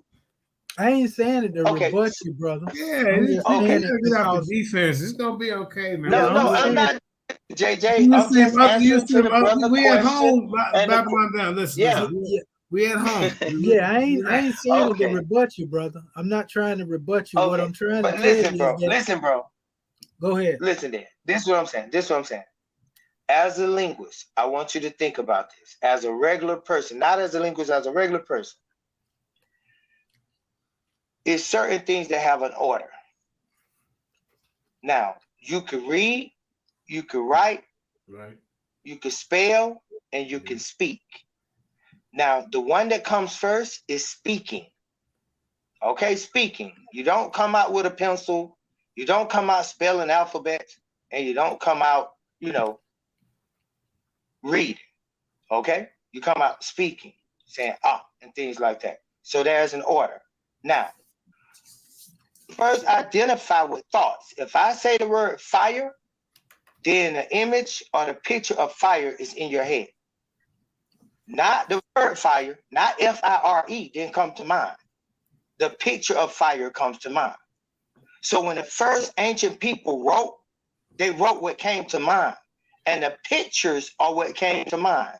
And later the pictures, and bro, I can't. Yeah, you chopping up, man. See? Your line chopping up real bad. These are the four states. Okay, well, my thing there off you my go. mic. You sound clear now. You sound clear. Now you chopping up again. I say some fishy going on. Okay. Yeah, but see, that's the thing. Most High say, hey, the Most High didn't want to hear that nonsense. Go ahead. That's the thing. Go back to the truth. Most of our people, they don't understand, bro. I keep trying to tell them that's the argument I'm having with Smash them. They think that the pictorial script, that they talking about came up the way the ancestors taught that metaphysically. Everybody understand that. It's only recently with this Ptolemaic stuff they came up. But if I put some hieratic paper in front of Smash and Reggie, you see what happened. All that stuff go to rest. I don't read hieratic. And the crazy part about it, if I show them a hieratic letter, they don't know how to read it. You see what I'm saying? Reggie and Smash. You're right. Because ain't nobody in the Kemetic community ever taught hieratic. I'm teaching hieratic right now. Everybody that's on my classes, they can actually transliterate. Right now, we getting ready to go into the determinatives that they tried to use. See, what happened is, I keep telling our people, Mustafa Gadala said it best. They buried the true alphabet up under the symbols. That's why they call them cryptographic Ptolemaic hieroglyphics. And Ptolemy's hieroglyphics, the system that they use and that they call in the alphabet that Champollion created, it came from Greek monuments. So it would only be good for that time period. Maybe understand what the Greeks are talking about. Not the ancient African brothers and sisters. See? Right. It's common sense. Right. But we can explain it to you, but we can't understand it for you, man. You got to what it is, the European put it in a systematic order. And then they think it looked good, but they don't understand that it started in 333 BC. The ancestors. But see, we are way off from where. Not I was trying to take the thing, but we was talking about what Smash them level. Now I'm not trying to disagree. I'm talking about Smash, brother. Whoa. Babylon done. See, today my show. So yesterday you went to order how you wanted it to go, and we respect that. I'm talking about Smash. Okay, so we just because you coming on and you expecting it to go, it don't work like this. You got to go with the flow, bro. Yeah, hey Don, I'm talking about Smash them. I respect that, JJ. But what I was talking about, JJ, is when I asked you to play the video, I know that brothers have their interpretation. He mentioned metaphysics. That's beyond the scope of what these brothers willing to go to. And so on the level of talking on their show, they are on the level of just talking about it as hieroglyphs, hieratic, demotic to Coptic. But they don't know. Man. They don't know hieratic though, Babylon. I got videos where I expose Smash, Rockwell, and Reggie. I understand that, Commission. I understand that, brother. I understand you expose them. That ain't what I'm saying. I'm saying something totally separate. Outside of you doing all that, I ain't said nothing about that. I don't even know about that. All I said is that on their platform, they just talking about hieroglyphs, hieratic, demotic, and Coptic. And I'm telling you, they don't know what they're talking about. And that's what we telling you. Okay, that's cool. It's cool that they don't know, but I'm telling you what their paradigm is. Listen, I already know what they doing, bro. You ain't. I know what it is, bro. Listen, bro. Kareem, you gonna have to remove this guy if he can't be quiet. You had your show yesterday. I respected that. I left. Okay, now, we know what the hell they. But we've been studying. We've been dealing with these dudes way longer. I'm the one that challenging Brother Babylon. Right. I'm the one that got them hot. They panties in a bunch. Man, so I like I'm they arch nemesis, brother. I ain't, they know who I am, and I wasn't even really challenging them. They challenged me. Hey, man, you see what I'm saying? They don't even know. Look, they going off E.A. Wallace Buds. We laughing at them about it. So the stuff they're saying about copulate between buttocks until they can learn how to change and translate, literate it and all that, then they're gonna have to deal with what the Hebrews are saying. Hey man, Babylon. I showed them, and Judah seen this. I showed them Babylon, Don, brother. I showed them in the book, in the preface of E. Wallace Bud's work. He said that he was merely guessing, bro. He said the Coptic Christians was the one that translated his works. So if E. Wallace Bud tell you he was guessing and he did what he did based upon erratic genius, then that tell you that his work can't be relied upon. You see what I'm saying? But he's not the one who did it solely on his own. It was Coptic Christians that he hired to translate it. Then he brought it back to the West and got him a little thesaurus and then took the words. It's just like if I know somebody that speaks Spanish, right? And I get them to translate Spanish words into English. And now I take those English words and I go get an English thesaurus. And now I build a dictionary based off the one word they gave me. That's basically what E. Wallace Budge did. You see what I'm saying? So he really didn't translate nothing. And he stole papyri too. That's another thing. Walked out there with it under his arm in newspaper. If they'd have caught him, they'd have cut his hands off. You see what I'm saying? So how you gonna steal something anyway? And then it's more ancient than you, and then claim that you done come and translated something based off what Champollion said. If Champollion work is based off of what they call Ptolemaic hieroglyphs, that's based off the Rosetta Stone now, that was created during the time of Ptolemy. It didn't exist during ancient Egypt. How we know this? Because it got Ptolemy name on it. I put the big screen on here. Commissioner, look at this, what I got out here right here. Mm-hmm. Now these symbols is probably most of these Ptolemy symbols, ain't it? Yeah, a lot is mixed in. They mix the old with the new. They mix the old with the new. Yeah, and so the system come from Ptolemy though. It come from not in that book though, JJ. Okay, so what is this in this book here? That book is older than Ptolemy. No, sir. Any hieroglyphics they got in the books, brother. Yeah. You know what I'm gonna do? I'm gonna pull this up for you, and I'm gonna give you the sources of what I'm talking about, so you'll know exactly what. No, I'm saying that's admiration of Ra. That way you'll have them. The Egyptians they believe in heaven, y'all. Hold up. Look. It says this is what E. Wallace Budge said that they're saying. Look. It says admiration of Ra when rises he in horizon eastern of heaven. You see? Don't let them fool you. I got a whole bunch of evidence that these people believe in heaven and hell. They got a lake of fire, all that, man. Yeah, they talk about all of that. Get it back on the hose. They even got a word for Satan. They got a word for Satan as well, or what they call the accuser. You know how they call Satan the accuser? It's a word in the Egyptian dictionary that refer to him as the accuser. But see, these are Ptolemy. Most of these are Ptolemy hieroglyphs, I guess. Yeah, them Ptolemaic signs. See? Anything that's written, what they did, my brother, Babylon, it's called reverse engineering. That's supposed to be hieratic. That is not hieratic. This is not hieratic right here.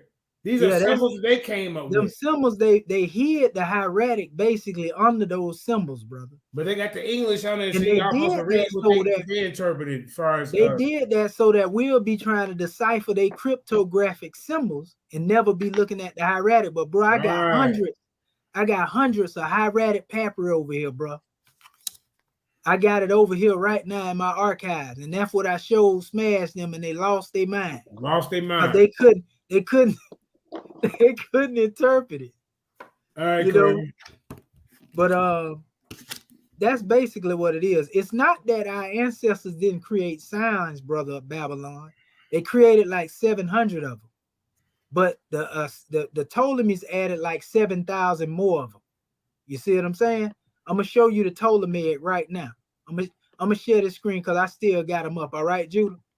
The Tiberian, Morning Star Shabbat. You said that before in another chat. I didn't get to respond to your ask you about the Tiberian Book of the Dead. Okay, you see this right here, my brother, Babylon. Now put the camera on. You see that, Babylon? Well, best I can. Yeah, I could. Okay, you can read it if you want to, though. I ain't gonna read the whole thing. I'm gonna just read the one portion that's right here. Well, it says, do what you do. Just explain it. I'm listening. Okay. So listen. Hold up, Babylon. Look, if you Lions Den, brother, we at home. We it's okay. You gotta relax. This is just the Ptolemies. This is what the Ptolemies done, bro. I can see it from here. Yes, sir. So listen to what I'm gonna blow it up. I can't see that good though, JJ. I'm not as young as you. Okay. I got a magnifying glass up. I just blowed it up. Did you see it better calm now? Down, JJ. Don't make my eyesight be an object. All right, brother. I'm gonna get you new pair of glasses. I blowed it up, brother. You see it now that I blowed it up? I got on my glasses, JJ. Yeah, put them suckers on, man. I just blowed it up. I hope he ain't doing like Pacquas, or what's his name? Prince Pacquas, whatever the hell that dude's name. He still got his prison glasses. Okay, you see me right there, don't you, JJ? Okay, I blowed it up. Yeah, okay, JJ. I got on my glasses, JJ. Yeah. Okay, I blowed it up. I see you, old school. Okay. I see. Now check this out right here, Babylon. Listen, it says Ptolemaic writing, right? Right. Its nature and the method of approach to its decipherment, right? Now watch what it says. It says Ptolemaic writing. By Ptolemaic writing, we are accustomed to refer to the system of hieroglyphic writing employed in the temples of the Greco-Roman period. Very important that we understand that. So when you say Ptolemaic writing, during the time of Ptolemy, when they came in 333 BC, brother, they added 7,000 more symbols to the 700 symbols that had already existed in the whole Old Kingdom. Right? Now check me out. 1,000 pardons, man. Go ahead, bro. Can you show the part where you showed me that in right? I'm finna show him. Okay, I'm finna show it to him right now. All right. But I just want to make sure that he gets I didn't know if the screen was stuck. I didn't know because I remember seeing the part. Yeah. I'm finna show the actual ones where they have the old symbols and they add the other ones to it. Yeah. But I'm trying to get him to see that there were 7,000 more symbols that were added. And so the original symbols in the shuffle of that, they get lost. Well, see what you got up there is not saying that though. That's what we're trying to. Yeah. Oh, okay. This is it right here. Yeah. See, you know what I showed him right there, they ain't ready for this type of information. What I showed him was the definitions of what Ptolemaic hieroglyphs are. And they also call them cryptographic hieroglyphs. That's right. Cryptographic. Which mean they use to hide things. See? You know, so it says preliminary draft of the Ptolemaic. We've been knowing about this. We've been talking about this almost a year and a half, 2 years ago. Yes, sir. And so now when you come down here, they're going to show you first, look, they got the Egyptian hieroglyphs. They got 80 characters of it. They got 803 characters of the Ptolemaic hieroglyphs. So now these are, you know, like we was telling, these are Egyptian, right? That they already had. But when you go here beyond the Egyptian hieroglyphs, and this ain't even all the Egyptian, it's 700 of them original. This is where your Ptolemaic hieroglyphs come in. Now look at that. These didn't exist during the time of the Old Kingdom. Right, that's 1340. I mean, come on, man. This 800 symbols. Now, even the 30 symbols would get lost in these symbols if you were to mix them up together. What is going on? So you can't use these symbols that were created later to try to say that you understand something more ancient, because they was created during the time of the Ptolemies. That's why on the Rosetta Stone, my brother, Ptolemy's name is on that stone. That lets you know that is not old as the Old Kingdom. It came during Ptolemy's time. Hold on, Commission, real quick. See, this is why they fear us over here at the Lions Den. This is why they shut us down when it's time for us to speak. You see, over here, they can't do that. Go ahead, teach, Commission. Yeah, so basically what happened is, what they do, brother, the system that was created by Champollion, you know, they used the system that was based off the Rosetta Stone and what they call the Palais Obelisk. That's the obelisk that was also created by the Ptolemy. Now, I got a whole bunch of more information over here, and I can show you whole monuments they remixed, brother, where they knocked the nose off of them and then reconcreted them, remudded them, and then put a Ptolemaic image on them. Putting Ptolemy up there with Commission, tell about when Jabari went to Egypt. What kind of temple was he? Was he in front of an African temple, or was he in front of a Ptolemy temple when he was standing in front of a Ptolemy temple? And that's another thing. When people be looking at certain temples, like the Temple of Edfu, the Temple of Edfu is a Ptolemy temple. It didn't exist during the Old Kingdom. See, so everything that looked Kemetic ain't Kemetic. Right. It's Greco-Roman that came later, and some of the original monuments that were Kemetic, they actually knocked the nose off of them, and like I said, remudded them. They was originally Kemetic, but they went and put their image up there on them, bro. They took whole ceilings out, like the Dendera, what they call the plane spear or the Zodiac. That's a fake one that's over there in that temple now, because they moved the original one, I think, over there to Europe, if I ain't mistaken. So they took whole obelisks all the way over into different countries and everything. And then they rebuilt replicas. And so if you base your hieroglyphics in a decipherment off that, it's not being based off the original. And that's the best secret. You see what I'm getting at? You see what I'm saying, brother? Yeah. I'm still here. Absolutely. Yeah. I see exactly what you're saying. Yeah, and that's why now, and that's why people think that when I'm saying what I'm saying, they like, bro, you tripping. The ancestors know the ancestors create their signal, their symbols. But Ptolemy added his own thing. Now it's best go ahead. You can't use that to translate what the elders taught, because the elders only taught that from father to son. It was for priests. They didn't teach that to the people. You see what I'm saying? So what did the people? How did the people communicate? They communicated with what? They communicated in hieratic. See what I'm saying? Yeah. Go ahead and show that on the screen. Now I'm going to show you what hieratic look like, brother. Right. And I'm going to show you now how to navigate with hieratic. They can't teach you this. I'm the only one that has taught it. You know, as far as going into it, I'm going to show you the tools by which we do it. You know, I got lessons on all of it. Coptic, Arabic, and everything on my page. So let me open up this particular demonstration real quick. So you gonna show me some hieratic other than what I know already? I'm finna show you some hieratic. I'm gonna show you some hieratic. I bet you don't know. Hold up. I'm gonna show you some I bet you don't know. Hold up. Because if you know that, hold up, bro. Listen, this hold up. Go ahead, RJ. This is commission show. I meant to say that. I got to correct that. This was his show. Matter of fact, it's supposed to be his debate today. But you know what? The dude didn't show up. He ran back to his teepee over there. You know, Pocahontas and them. You know, denying their African selves. You know, they want to be the Fighting Illini and the Cherokees and all that. You know, they got a little self-hate going on over there as well, that community. And one day, you know, they'll get, you know, maybe they'll get straightened out. But Babylon, this is his brother's show, man. Okay. This is a victory party, man. You know. So I'm finna show it to you right now. I'm gonna share my screen. I'm finna show you. And then also, hold up. You may know what Babylon done, but the people in the audience may not. So there's something new for everybody. Maybe not for you. Yeah, a lot of them ain't really. Go get your cup of coffee or something until you come back to something that you know that you don't know. Yeah, a lot of them ain't seen. I just asked the question, JJ. I asked him, was he gonna show a form of hieratic that I don't know? What you? We don't know what you know, bro. He know what I'm talking about, though. He know I'm talking about the hieratic that everybody knows that we call hieratic, Demotic, and Coptic. He just got through talking about Coptic, so I'm assuming he know. It ain't that deep, JJ. What's up, bro? Just give me 1 second here. I'm finna open this up and share this screen with your family. All right, Babylon. I'm finna show you something real quick that a lot of them ain't gonna show you, my brother. Yeah. I mean, it ain't no harm, brother. I'm just saying over here, man. We do all that. You can do all, we don't have to argue over here, man. It's cool. We at home. We're not trying to one up each other neither. That's right. Yes, sir. Hold up, give me 1 second. I'm finna put this whole demonstration. I want to make sure you see this. Okay.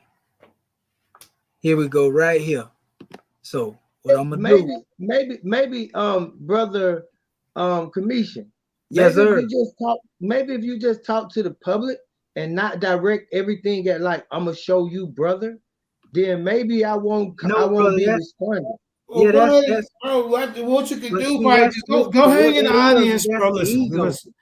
Go hang in the audience, bro. I was just making a suggestion. Nah, man, you fucking up the show for real. I'm about to throw you out of here, man. In the next minute, man, for real, man. Babylon, brother, it ain't bro. No you gonna have to move around in a minute, man. Trying to show you up, brother. Be quiet, man. I'm gonna wake the baby up.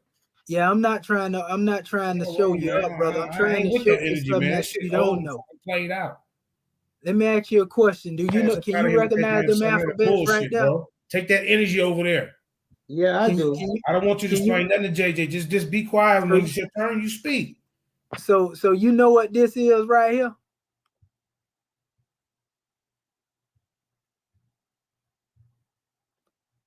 Brother Babylon, can you tell me what any of this right here is saying? Nah, bro, I can't tell you. Okay, this is what hieratic look like, my brother. This ain't cursive hieroglyphics. This is hieratic. I'm gonna show you what cursive hieroglyphs look like in a minute. That's that might come down Ptolemy symbols. See, they done remixed everything, bro. Exactly. This is what the papyri is written in, brother. The papyri is written in this. It's not written in them symbols. What they did is they took this. Now this is a cursive hieroglyphic symbol right here. You see? That's not that symbol though. You see? So now let me show you. I'm gonna show you furthermore some actual whole, because a lot of this stuff is actually in whole papyri, and I actually got a whole bunch of the papyri over here because we getting ready to transliterate it. You see? So yeah, I see it. And notice what it's saying here. It's telling you where it come from though. So if you're familiar with these places in ancient Kemet, Sharuna and all of that, they showing you where these things were founded at. Like Abu Sir, you know, this is what it was, different expressions of it. You know, these are the same things. So now let me show you this. I'm gonna go to the molar tool in a second. And like I said, Kamisha Ben shut that mess down with Smashing Over there and Reggie Autumn a long time ago. And he been teaching me. I've been listening. He been showing the people in the dance a lot of this stuff for a while, bro. This old. Some of this stuff is old. Babylon.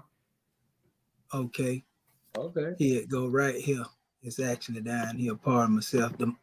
This tool is not a European tool here, brother. This tool is created by the brothers in China. That's why none of them don't know nothing about it, right? Now, what you see here is the determinatives that you normally see that they talking about, right? So the Europeans put them beside these particular hieratic letters and they'll tell you, this is this, right? That's what they'll tell you. But when you really look at the symbol of the alphabet, it ain't nothing like this right here. That's what they trying to say it is. I'm talking about you guys, you know, that recreated this stuff. Now, I'll give you a prime example. When it looked just like it in a stickman version, that's when you're dealing with what they call cursive hieroglyphs. But when you get way over here and you look at a symbol like this, let me blow it up a little bit. You see that right there? That don't look nothing like this individual here, because this is an alphabet. This is a picture. You see? This came first. A lot of people don't know this. And the scholars in Chicago University done put the information out here. And I'm finna show you some of that papyri right now. I'm gonna show you the difference between pictorial glyphs, and I'm finna show you the difference between that and actual hieratic language, bro. These my archives right here. Commission ain't gonna tell you nothing wrong. And I know how to read the Ptolemaic system way, the way that they be doing that. I know how to do that foolery, but it ain't right. You see what I'm saying? And if it wasn't for me studying, bro, I'd have been out here trying to teach it too, like they doing it. But I was just so blessed to come across, the real deal. And I ain't sell myself short by running out there teaching that stuff. But they teaching it and they can't come back because they making money off of it. And they feel like if they get out there and start teaching now and trying to go back, people gonna look at them, especially after I've been exposing them. It definitely ain't gonna let nobody know that I've been telling them right, even though they know I'm right. I got video where Smash went back on something I demonstrated, and I told you the night before that he was gonna do it. He went back to and he over there. Oh man, I was wrong. And he over there got these cats thinking that he know what the hell he talking about. That's what's funny to me. Yeah, I told you. I told you. Making up stuff as he go, bro. Yeah, here we go right here. Watch this. I got a whole bunch of it. I cropped a lot of it out, but I got the whole text of it. I just want to show you the stuff that's right here, accessible right now. Hold up, it's coming up in a second, right here. And there's a plenty of it too. Watch this. Give us a second. There we go. Right there. Somebody in the audience, Basil Ramel, said Abraham was Armenian, not a Cushite. No, I haven't. You heard that before? Yeah. All right. We here. Okay, so now this is Demotic, as you already know, right? Now it tells you, this is scholarly sources that I have too, by the way. They actually telling you it was 4 or 5 different books of the dead. This is what the Book of the Dead looked like in hieratic, bro. You see what I'm saying? But they ain't teaching you that because they don't know that. You see what I'm saying? See it here, the unfinished Book of the Dead had illustrations completed, but it did not contain a hieratic note shown to the right hand of the column, produced according to its guide and right. Now watch this, because this ain't all I got. Watch this. Now what you see is pictorial depictions here, but you see them surrounded by hieroglyphics. Hieroglyphics, and you got hieratic on the side of it. See the hieratic here? That's the Book of the Dead. That's the original. You see how it's tore all up? They don't know how to read that, my brother. You see? And so when I put it in front of them, they can't read it. And that's what right. You see? Here it go right here. I want to give him a clear view of it so he can see it real good. See, that's hieratic, brother. See? You see? That's hieratic. That ain't them little Flintstone looking figurines that the Ptolemies is using, and that's what every time I look at that Smash is teaching, they use he don't have this up there. Right. They use pictorials to decorate. Right. To decorate around the hieratic writing. It didn't have no significant meaning to it. It was decoration, and this is the actual text of the Book of the Dead, right here. See it right here? That's it. You know what I mean? And it's, bro, I got my computer bogged down. I got the whole papyri, bro. I got the papyri where they comparing it to the symbols. And you can see where they actually created the symbol. This is a good one right here. Like I can look in here and spot out letters. Alphabet. Like yeah, you showing me alphabet letters, man. Yeah. See what I'm saying? Who on here with us? The other brother, I can't see. That's P right there. That's I'm down. So so you can see the letters in here. That's the letter M. That's actually what they would call a determinative. That's the letter right there, Y, or what some people say I. You know what I mean? So I can see this stuff because I've been studying it for a minute. And that's how they communicated, bro. The people with the symbols, that's like people who was initiated. Exactly. It was meant only for the priesthood. Like you said, metaphysical. It was metaphysical. That's right.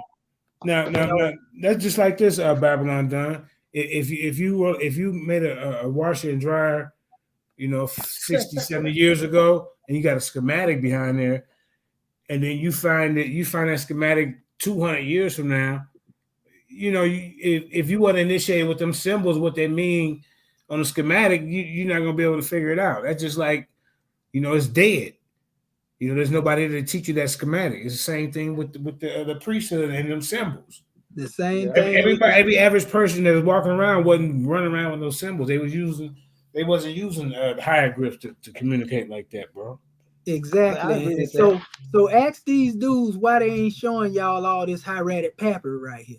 Right. A lot of people ain't never seen this in their life. Ancient papyri over here in the lion's den, man. Well, I don't know why y'all messing with these good people over here, man. Ask them why they ain't now this is cursive hieroglyphs. Hey, champ, put that up, man. Don't show them too much, man. Well, I want him to see. They might try to screenshot it. Next thing you know, you're gonna see old boy trying to be acting like he teaching it. Like he teaching it. Yeah.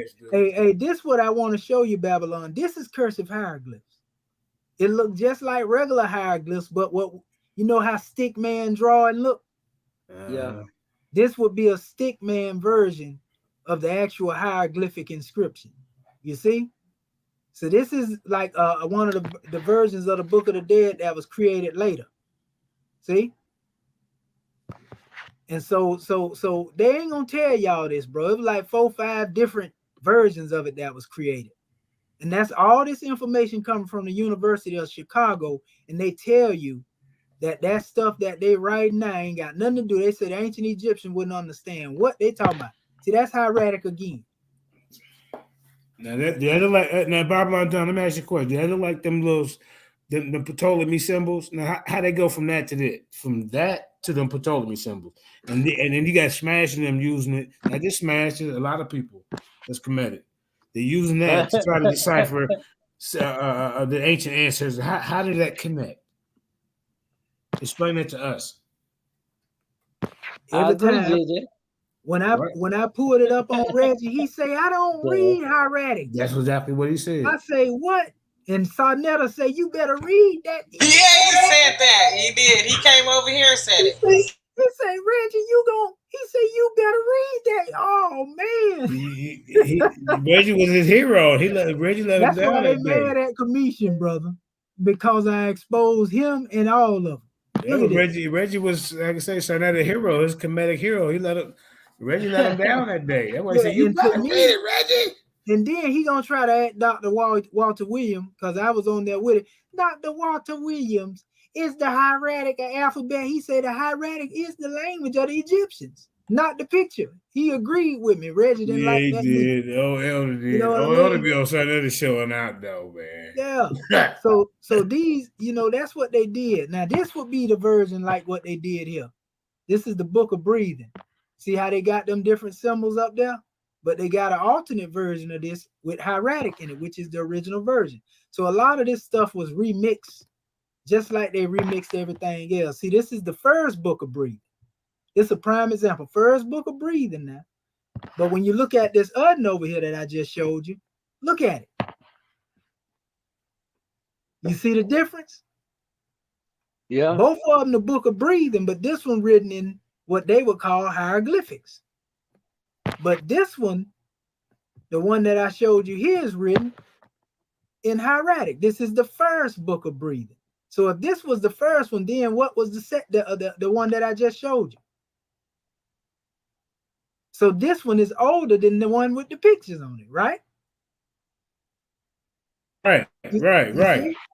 You see? And not only this, but the oldest text, that's why I was telling you earlier, like the Book of Tahotep, my brother, is one, they call it the oldest book in the world, but the Diary of Mariri is the actually oldest text that's over there in Kemet, because it's like 4,500 years old, 4,500 BC, pardon self. You know what I mean? And so that's the oldest, and that's the actual writings. The Diary of Mariri is the writing of him where they are dealing with building the pyramids. It's his logs. Like if you go to work and you write down blueprints and plans, that's the actual writing of the building of the pyramids. You see? And that predate all that other stuff they talk about. And what they'll try to do, they'll try to say, well, hieratic and the pictorial glyph existed beside each other. No, it didn't. You see? The pictorial came later. And I'm going to tell you something else. Demotic is what gave birth to Arabic, my brother. You see, the Arabic script came from the Demotic script. Blow it up a little bit. Some of these, if we can. Yeah. There you go. It's a couple of them on here. I'm just showing him how much of it I got. Right. See, this is Demotic script. Yeah. And see, that Demotic script, bro, is what Arabic come from. You can look at it and tell. I'm gonna show you real quick. I'm gonna show you in the in my old pull up. Hey, you ain't got that clip of Reggie saying, "I don't read." Yeah, I got it over here. I got it over here. You know, I play got that it real quick, man. I was just thinking about when he was trying to read Hebrew backwards. And I checked him on that too. Told him he didn't know what he was talking about. Idiot. Okay, let me show. I'm just showing this real quick. I'm gonna pull that clip up. I want to show him. You know, see, another thing too, brother, is what we call the abjad. See, the abjad is where you prove. See, this is just the same slide I whooped them up with and had all of them trying to gangbang. You see right here, 4,500 years. Just like I said, that's the diary of Maria I was just talking about, right? Yeah, blow up this is the actual diary right here, right? If you can, yeah. You see, this is the actual diary, right? Yeah. But I want to show him this though. Now he even got hieratic on his shinty cloth that's wrapped around. Okay. That's supposed to be Mareri right there himself. But this is the Book of Tahotep. Where them pictures at? I don't see it, and that's the oldest book. See, this is supposed to be the oldest book in the world now. That kills him. The Book of Tahotep is 4,000 years old. The Papyrus of Presi is its original name. You see what I'm saying? Now I'm gonna show you something else. This is the oldest calendar. I whooped both of them when I pulled all this out. It's 3,200-year-old hieratic papyrus, and this is actually dealing with a constellation that's up there that they had found recently, but it had already been demonstrated in this document here. Yeah, like the Dogon, you know. You see? Yeah. So in Kemet, they was already demonstrating that calendar, bro. That's what I tell them. Now I'm finna show you how they created what they did, bro. This is what they did. They took these symbols and put them on the side of the hieratic. That's hieratic. That's the picture. So they buried basically the hieratic up under these pictures, the Ptolemaic glyphs. So now you will be trying to decipher these instead of trying to read. Learn them. Because some of them don't match up with the picture, but some of them don't match up with it kind of close. Come on, bro. Yeah, some of it they put in there and say, "Oh, but you know, good well." That fourth one don't look. That fourth one, that number 4. If you go to the fourth one, that don't look nothing like. That's what I'm telling you. It's a couple of them that. Yeah. What they was doing is based on the fact that these are symbols. You can only go so far with symbols that ain't gonna look like each other, especially if they originate at a certain time period.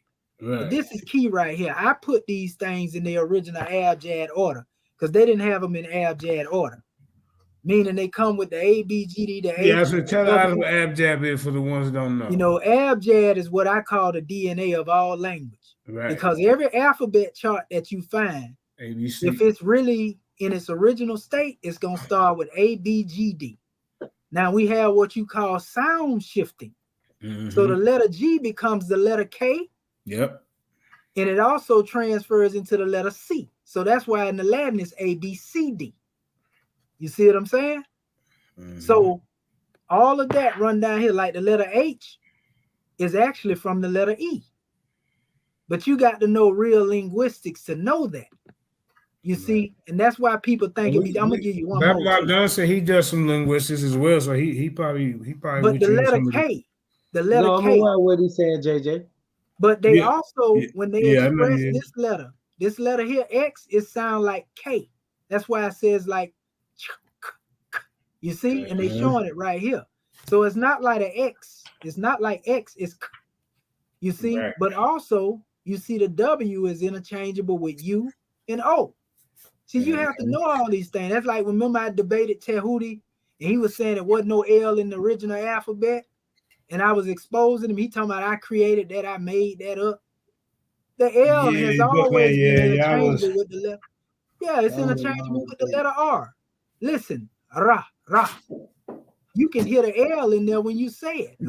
Ra, when you roll it. Even if you say ra, you can still see the R coming out of the L. You see, so the L and the R is interchangeable. Even though certain Egyptologists will say, well, I'm going to go with the L and the R. And some will just say, well, I'm going with the R. But even in going with the R, you see they still put the complement of the L right there. You see?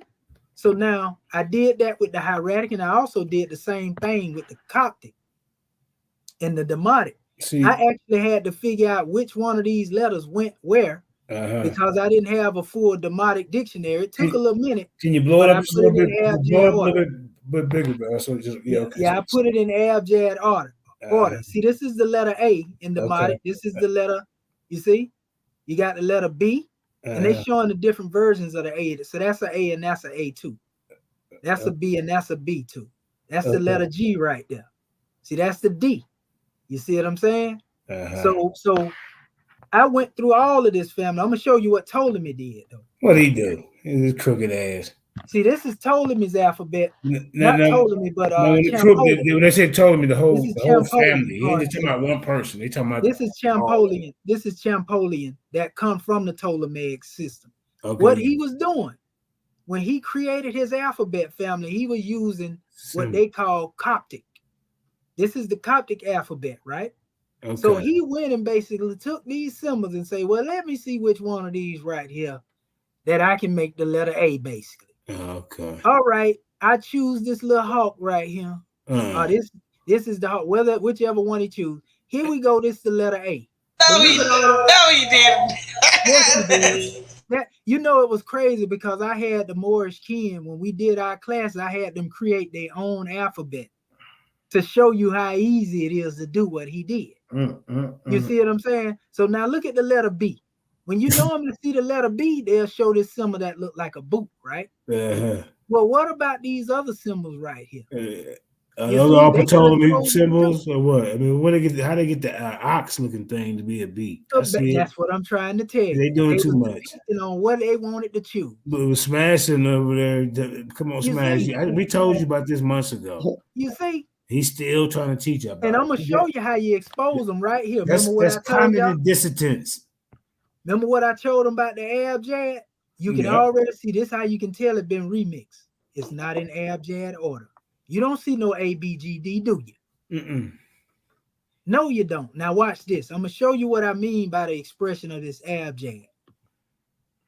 If you notice here, in this blow it up a little bit, family. Blow it up. Yeah. This Paleo Hebrew right here, right? See, now look at the Hebrew showing out. See, the Paleo Hebrew is A, B, G, D, right? You see, we right on course. You see, now, the rules.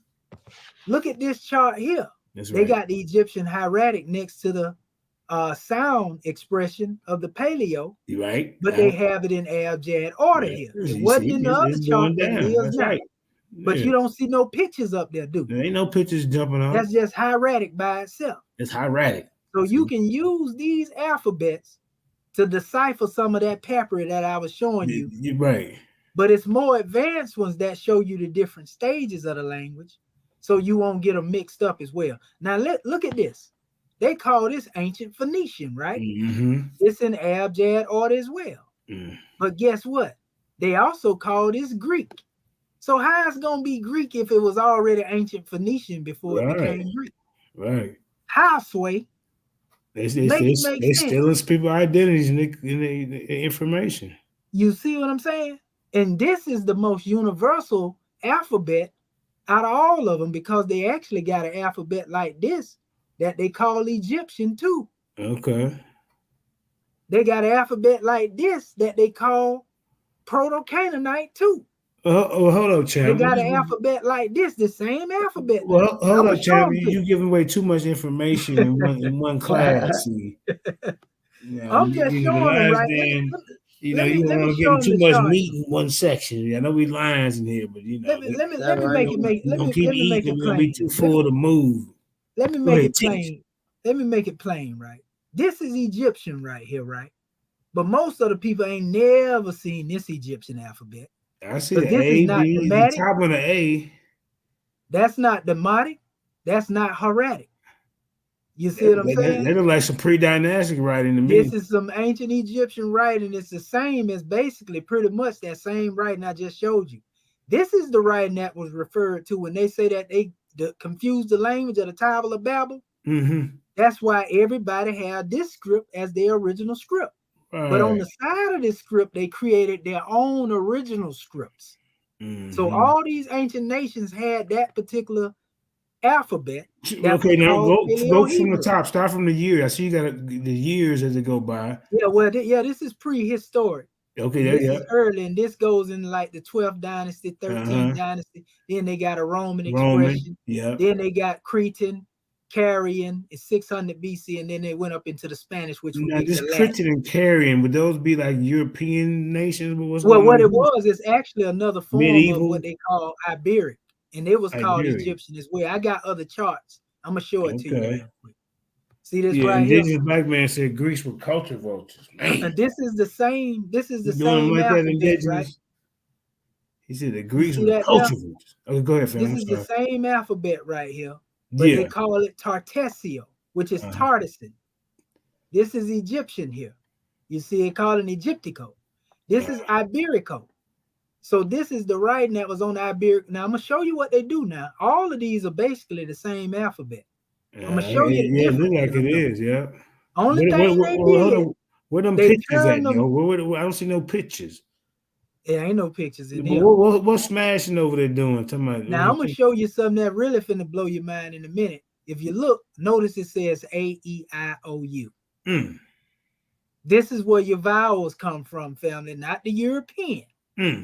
This system is also the same system that's close to Meroitic. Meroitic? Because they system have these same vowels in the same that's setup. the Nubians that use the Meroitic, right? That's right. And they also have what they call Old Nubian. That's right. Now look at these alphabets over here. Even though they may vary, they the same alphabet. Some of them just chose to turn it the opposite direction. Right. You can look at the A's. Down. That's all it is. You see it? Yeah. But they are the same alphabets, bro, all the way across the board. And they different nations with them now. That one you say Iberia, that look like so you can see that like some Hebrew stuff. Yes, sir.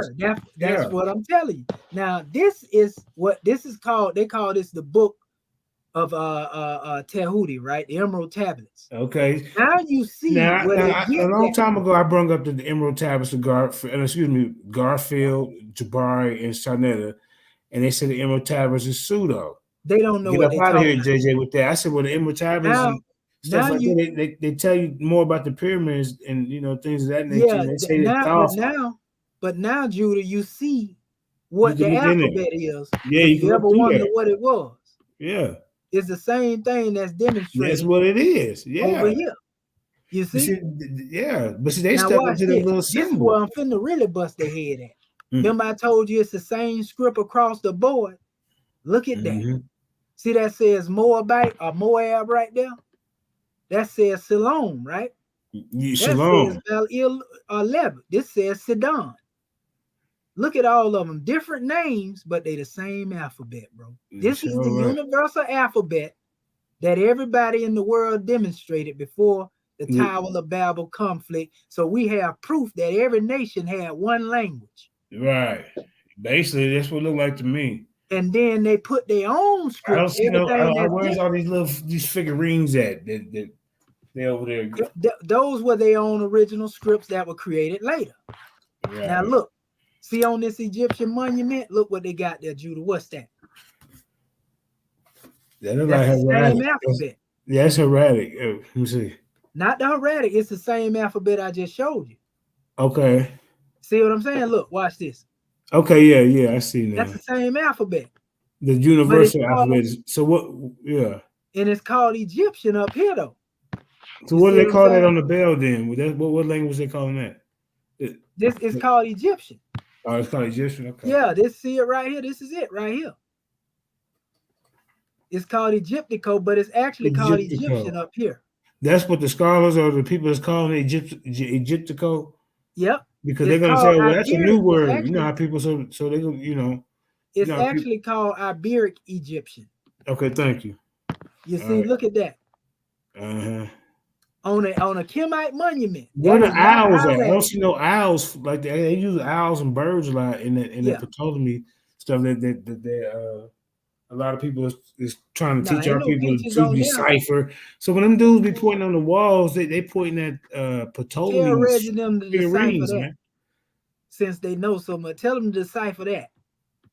Now watch this. Let me show you something, brother. When I said earlier, they call Greek. Them the black They like Greeks. to call Greek. That's really Coptic. Okay, yeah. See that right there? Who writing that? Do them look like Europeans to you, brother Babylon? She ain't ready for this type of info. This is high level information over you here. You see them locks coming down that brother bike right there? I mean, how many times we got? I would never say some people that dark look like Europeans, brother. But I'm saying look at me, brother. No, they just in blackface, man. They making fun of some folks, man. That's all what's going on. I'm not saying you. But I'm saying they don't know, and so they giving more credit to the European too much than they do to our people. I got a whole breakdown on who the real. And they showing them writing the stuff on the walls right there. Look. Yeah, that's right. That's Coptic. That's Coptic is what it is. Now let me show you something here. See what they say? They say Coptic alphabet, right? Look at that at the top. Okay. Now look at what it is: Alpha, Beta, Gamma, Delta, A, Zeta, Eta. But they tell you that's Greek, don't they? That's the Coptic. See, that's Coptic, bro. And then go back to the picture of the people. Them Coptics is right now. Now what the fuck is? Slow one more time, man. It's called memory muscle right here on the side. You're gonna give you memory muscle. Go back to that picture one more time. Yes, sir. Brothers. Now I'm gonna tell you something about that Coptic. Once you recognize it, you can actually see what it's saying. You can actually see it because it looked close to the left. Yeah, I see it right the one on the far right is OXY. Now I don't know what it's saying. I don't know what kind of word is coming out. But that looked like a P is a letter R in all actuality. But what I will show you is right here. I'm gonna give you a prime example. You can see Zeta right here. Yeah. You see, you can see and that's Coptic, right? It's Coptic. That's Coptic. You see. And that come before the European looking Greeks, right? Yes, sir. And see what I'm talking about. This is what we're talking about, the Lionsgate Academy of Education Info. I bring the top scholars over here for y'all. Let's get a prime example though, Judah. This is how you kill them right here. They say that all the language came hieroglyphic first, hieratic. We just debunked that. You know, but then they say the Demotic came after that. Then they said is that the Unwest philosophy? Then then they say Coptic came, then they say Arabic came. So where did Greek come at if Greek came before Coptic then? Right. That ain't make sense. Huh? I'll sway. I'll wait. You see? Now look, here we go again. This was your boy. This Champollion stuff over here again. Okay. This was him working with the demonic. Now you got a bunch of birds. I mean, see, they doing. You see what I'm talking about? He was trying to compare the demonic over here. He ain't got all them symbols he had in the other one too. I show you. Notice it, right?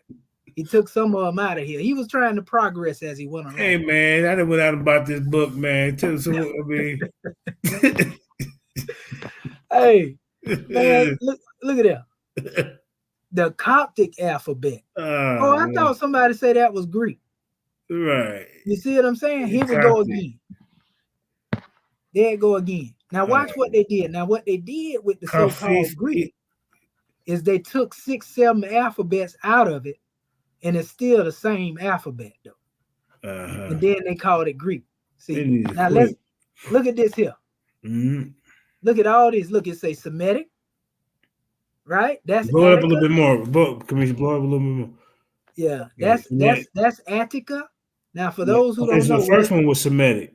That's Semitic, right? But it's still the same. They just turned the A to the side. The Israelite language comes from the Hebrew, you know. Semitic. See, we on the wall, y'all. Don't let them tell you that. Go ahead and teach Semitic. You know what they'll say, JJ? They'll say that 8 turned to the side is an ox head. Yeah, that's what they will say. But see, this is a letter B right here, and it's upside down as a number 9. But this is really the same as these B. It's just lowercase. Right. You see, this is called the Attica. Yeah, upside down B. Yep, I see it. See where it says Attica? The Attica or the Attics are the ancient Greeks, as they like to call them. But they really where you at with your cursor, because I can't see it. Okay. Yeah. Right up here. But like same thing we showed you with the other charts. These are all different languages. Go ahead and go through the languages if you got time, real quick, just to let the people know. Can you read the languages on your chart? Well, yeah. Well, you have. Just tell them where they're from. You know the different. This one is Eubia, right? This one is Boeotia. This is Thessaly. This is Pois. This one is Larcades. And all of these are different places, but they all have the same alphabet. Ancient lands, it sounds like to me. Yeah, it's different lands. And it goes all the way over, but these are it's still the same alphabet. It's still the same. Where's the man sitting on the chair with his, like the Greek? See, those are Greek symbols. What we're trying to tell you. I'm gonna tell you later letter, Greeks, the Ptolemies. I'm gonna tell you a letter though, Judah, that always stay the same throughout all of them. I say it's the A, alpha. The letter M. Oh, M. Yeah, that letter M come all the way up into the English language, bro. Right. Hey, all the way back to the Hieratic, they look the same. That letter M don't never change throughout all the languages. Go ahead, brother. Hey, Kamisha, your PowerPoint is tight though, brother. I can't wait to learn how to do that shit right there, though. Well, we're gonna be doing a pay-per-view event. We're gonna have top scholars come in, man. It took a lot of time to do this. These guys take time to, that top notch, bro. I'm telling you right now, for real. Yeah. Dead ass, ain't playing that. Yeah. Now, remember you was asking me about the carrion earlier, Judah. Remember I was telling you it was still Egyptian. That's that same chart, but just a different one. Okay. See, same alphabet though. And so like when you go through there and you see all that right there, this is Old Nubian as well. Guess what? That's the same as Coptic. You see? Old Nubian. And it's a lot of biblical scriptures that they've been telling y'all that's Greek. No, it's Old Nubian, family. So that's why they like to call stuff pseudo. You see? Yeah.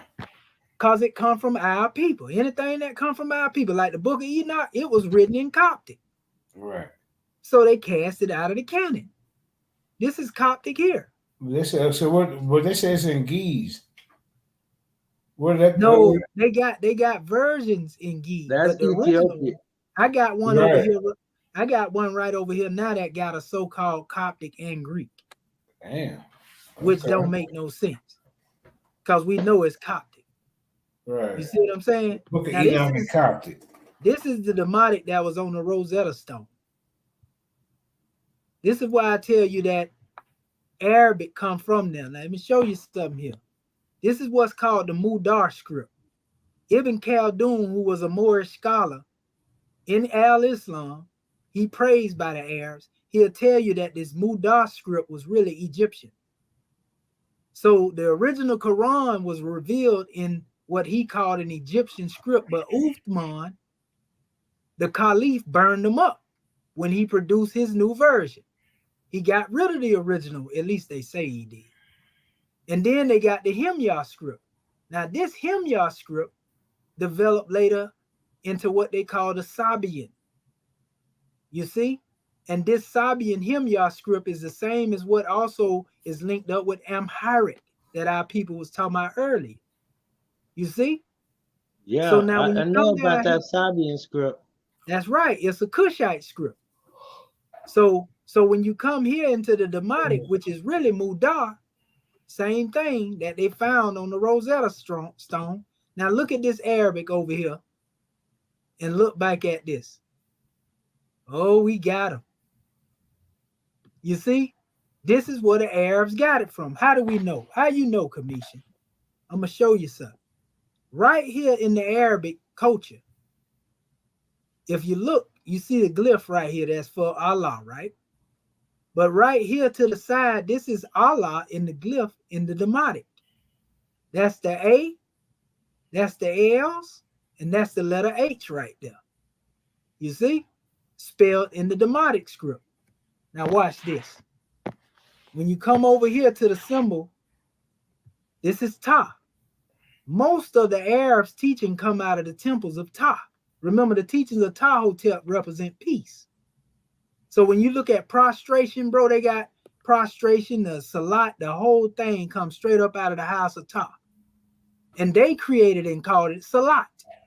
So look at this right here down here on this relic from Ta. That's the Allah glyph right there, bro.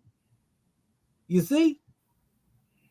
So now what you find out here, if you ever seen somebody trying to slander Al-Islam, They say, this is Allah right here, moon god. But what they fail to realize, this is actually Yah and La.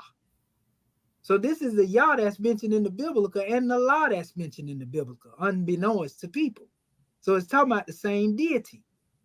So it says, Aya, Ia, Yah, La, Allah. I'm showing you how they evolved. You see, because this is a Hebrew expression. That's an Egyptian expression. That's another Hebrew expression. I got it in my King James Bible over here. Allah, spelled A-H-L-A-H, meaning the Most High God. So that's Allah in Arabic. Why? Because they come from the lineage of Abraham. It shouldn't surprise you. Ishmael came through the line, and Israel, Israel came through a line. That's why when they greet in the Arabic, they say Assalamu alaikum. But in the Hebrew, it's Shalom Aleichem. That's what Yeshua said when he seen his people in the New Testament. He said, peace be unto you. He was saying Shalom Aleichem. But in the Arabic, it's Assalamu alaikum.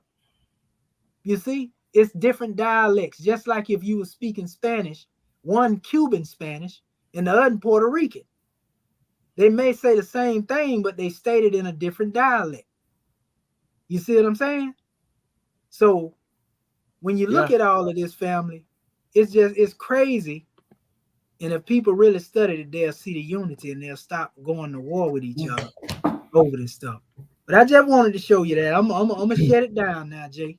No, you good, man. I was enjoying that though, brother. Yeah, you keep going. I'm gonna give me something else to eat, man. I'm hungry.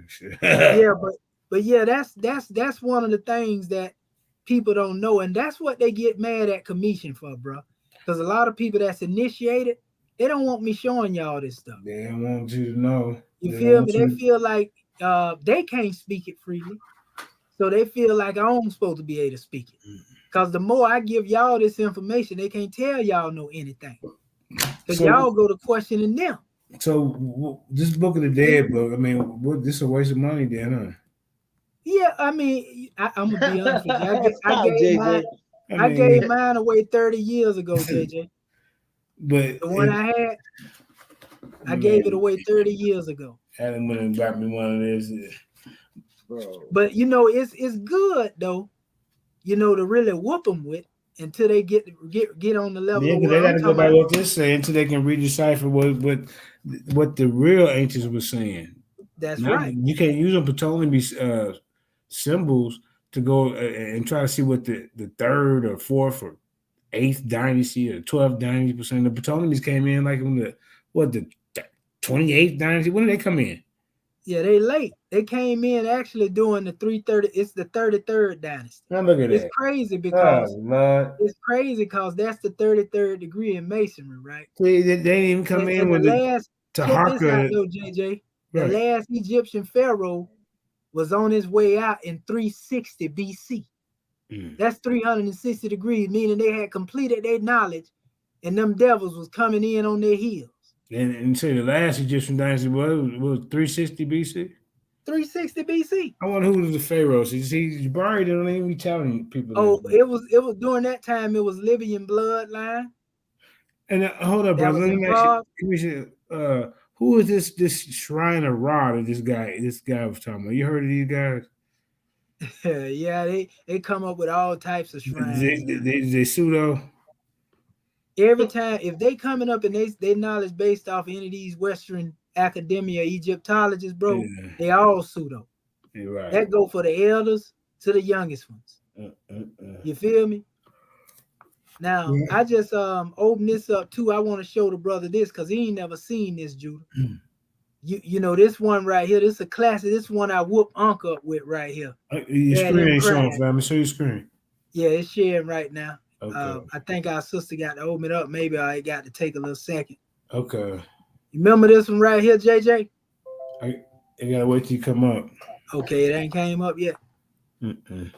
Okay, let me see. Maybe I go down and it'll come up. Karima might be away from the phone. Okay, yeah. We've been on for 4 hours. Right. Another part. There go. It's a delay. Okay, there it is. Okay. There you go. You see it right there. Remember I showed them this? Okay, blow it up. Oh yeah, okay. See, this is E. Wallace Bud stuff. You got to remember the Coptic Christians, the one that transliterated this stuff. A little bit, family. Yeah, okay. Let me get this out the way right here. Yeah, that part, yeah. Yeah, and blow it on up, give all this here. Now, I'm going to show you something. Remember, I was just talking about the I and the Yah and all that right there? Uh-huh. Now, this is Paleo-Hebrew. Notice in this Paleo-Hebrew here, I'm going to show you something that people don't know. This is an arm, as they would call it, right? Mm-hmm. This represents, a person with their hands up. Some people say giving praise. Yeah. So this would be Yod, Hey, Waw, Hey. You see what I'm saying? Yeah. Now, unbeknownst to many, bro, Baikwus is who he. And that's actually an Egyptian name for God. Okay, so the backwards and forwards still the same expression of the one. Sir. Yes, sir. Yeah. Now watch this though. Look at what they say here. Who we backwards. So that's what the Egyptians say for the God, huh? See that where it says Jah the Great? Well, yeah. Sir, go around about with your cursor. I can't see. Yeah, that's it right there. Remember, I was just saying that. I was saying that Ayah and La and Jah. So when one is speaking out against, the law, as they call it, the Ayah that I showed y'all earlier, they speaking out against the Most High and don't even know it. See over here, when you come to the Ah here again, this is why they say, oh, I represent the moon god. No, this is Ah, the moon. This is Ayah, which is God here. And then the other one is, okay, then go back over to your right again. What's the other one? See, this is Ah. And that's the moon. 2 different words, brother. Right. See the Hebrew expression here? At the bottom. And it's actually, they have it as Yado. So that's Yod right there. You see? So then they have over here Ayah. You know how they ask and they say, well, Moses asked him, he said, God, who shall I say that has sent me? He said, Ayah, Asha'ah, right? I am that I am. Look what it says. Ayah, it means a God. Right. You see? Now watch when you go into the Hebrew. Right here. It's right there. See it right down there at the bottom, Ayah? There it is. That's Yah right there. You see?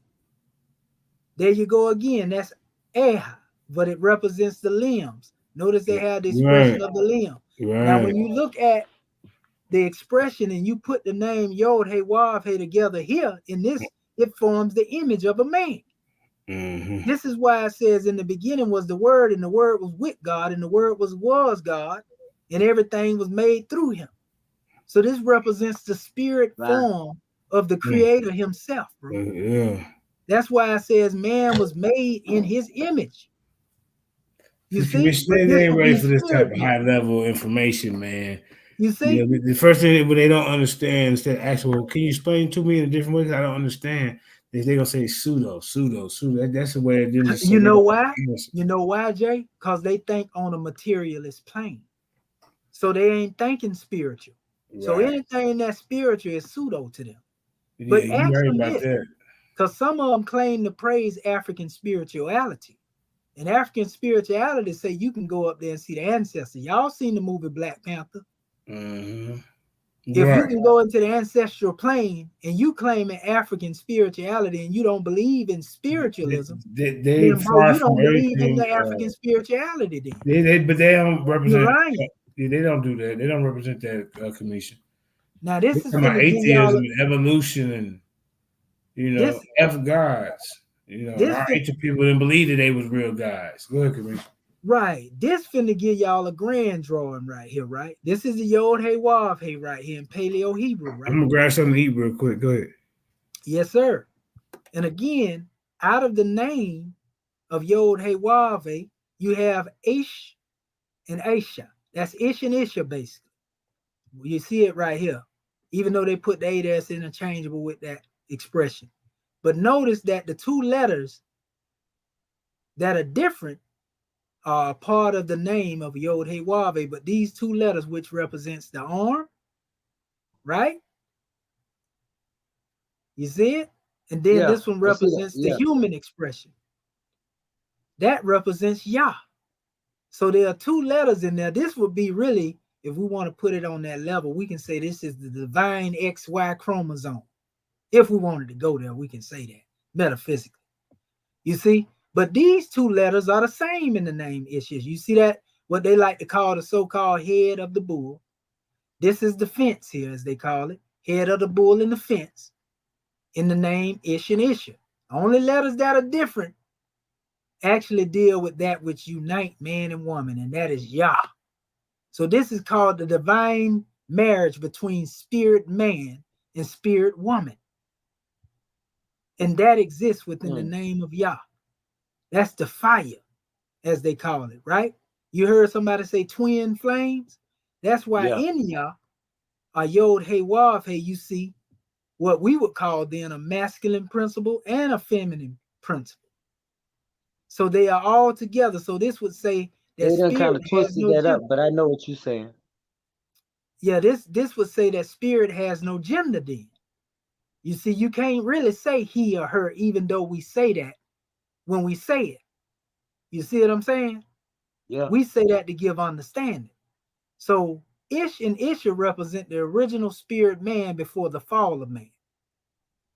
This is known as Adam Cod man. They say, oh, that come from the Kabbalah. No. Go to the book of Proverbs, chapter 8, and go into the measures in there, and you're going to see that the word Cod man is in the Hebrew language.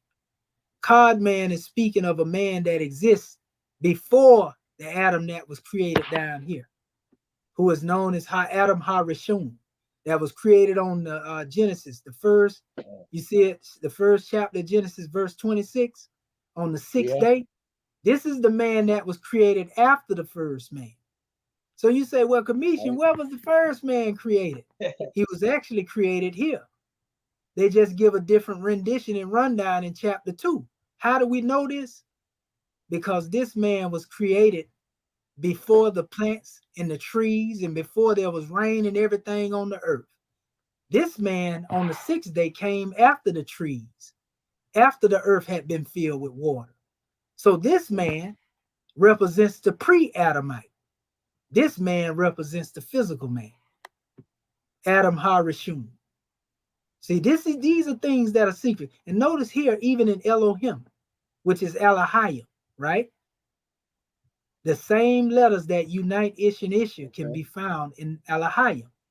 So what we find is when God said he came forth and he breathed forth, it says God, his spirit moved upon the face of the waters. In the midst of the Elohim, spirit man and spirit woman was also present. You see? So that existed with the creator before it became a fleshly form, my brothers. So we are more spiritual than we are physical, but we have been taught to look at things on the physical level, and that's how we have become imprisoned to that. That's the forbidden fruit. That's the tree of knowledge that we was told to stay away from. You see? See, they don't want Commission to give you this, because if I give you this, then you're going to question them. You see? But I'm going to give it to you free. I ain't got nothing to hide. And it's the same thing. In every teaching, the teaching is the same, regardless of how they express it. That's just like same thing with the name Allah. That's a tetragrammaton in Arabic. Just like you got a tetragrammaton, you know, in the Hebrew, it's one in Arabic. It's a 4-letter word. You see? And so basically, family, no matter how you go, this is cold-blooded right here. Watch this. This is Ibn Arabi, a Sufi, right? This is what he said. He was talking, this is mystic Islam. Now, the Orthodox Arabs don't agree with this. They'll say, this is not Islam, even though they praise the Sufis, though. Ibn Arabi said, God made his name, Allah, a mirror for man, so that when he looks in it, he knows the true meaning of God was, and there was nothing, naught beside him, right? And in that moment, it is revealed to him that his hearing is God's hearing. His sight is God's sight. His speech is God's speech. His life is God's life. His knowledge is God's knowledge. His will is God's will. And his power is God's power. And that God possesses all these attributes fundamentally, And he then knows that the aforesaid qualities are borrowed and metaphorically applied to himself, whereas they really belong to God. See, that's the real meaning of arm, leg, arm, head. You think that this body belongs to you, but this body is a vessel through which the Creator expresses himself. You see, that take you out of the spookism. Here's a hadith right here that they have, and this is a hadith. So arm, leg, arm, head is 5. So that's like that's that in their doctrine, right? Metaphysically, yes, sir. right? That's it. That's their in their doctrine is that's feminine. Well, what it is, it's really not a feminine. It's not masculine or feminine. But what it is that, yeah, it expressed both polarities. You see, it expressed basically the limbs of the man and the woman. Arm, leg, arm, head. You see what I'm saying? But it's missing a limb on the man. Not necessarily unless you're dealing with the 6. Yeah, that's exactly yeah, you talking what about the about. Yeah, that's exactly what I'm dealing with. Yeah, I know what you're talking about. I agree with you. I agree with you. I was just yeah, I know you were being humorous. I picked up on it. But yeah, so right here, this is a hadith right here, right? And it says, Allah Most High says, he said, he who is hostile to a friend of mine, I will declare war against. He says, my slave approaches me with nothing more beloved to me than what I have made obligatory for him. My slave keeps coming and drawing near to me. And that ain't talking about a slave in the form of being enslaved or serving is what it's talking about. It says, and with voluntary works until I love him. And when I love him, I am his hearing in which he hears. I am his sight in which he sees. I am his hand with which he seizes, and his foot with which he walks. If he asks me, I will surely give it to him. If he seeks refuge in me, I will protect him, surely protect him. That's arm, leg, arm, head right there, bro. You feel me? Yeah. Come on, man. And so look, this is Hebrew. This is the Yod Hey Yahuwah, right? Well, in Arabic, the equivalent to Yahuwah is Hua. You might can you blow it up a little bit? Yes, sir. Okay, yeah, I get I can't really see it still, but I'm just doing that for the public. Just no, to see all is well. All is well. So in the Hebrew, it means Hua means I am he who exists. In that Hebrew, right? And this is box Hebrew, by the way. What people call Masoretic. So that's what you got on the screen right there. I exist. I'm looking. This is modern Hebrew. This is called box Hebrew. The original Paleo Hebrew, what I showed y'all earlier. So this says Ku Hu Allah Had. You see, that means that he, Allah, is one Allah. You see? Yeah. And so when you see Hua corresponds with the Hua here because there's actually Yahuwah that's mentioned by the Sufis in Arabic. So Yahuwah in Arabic is Yahuwah in Hebrew, same individual. So when people fighting over the Most High, they actually fighting over the same supreme being, bro, and don't even know it because they've been taught to be in division against each other. They ain't doing the research. They're just going off what somebody taught them because they was a good teacher to them, and they taught them to hate each other. You feel me? Yeah. But the language is deadly, bro. Let me show you how cold-blooded it really get, though. Look at that. See what happened when you flip the name in the box Hebrew upside down? It become the same as that of the name Allah, bro. See that right there? Look at that. Box Hebrew, turn it upside down, pull them letters together. Oh my God. Yeah. Oh my God. You feel me? Look at this. We can't make this stuff up, people. We cannot make this stuff up. It even go into the name in the Hindu area. The symbol that's in Hinduism, look what it forms when you put it in and arrange it in such a way. And now this is all of those different expressions in different areas. This is the symbol here, written in a different way, calligraphy. This is the Hebrew. This is Allah. Why do all these particular names that represent a higher power seem to be in the shape of a man?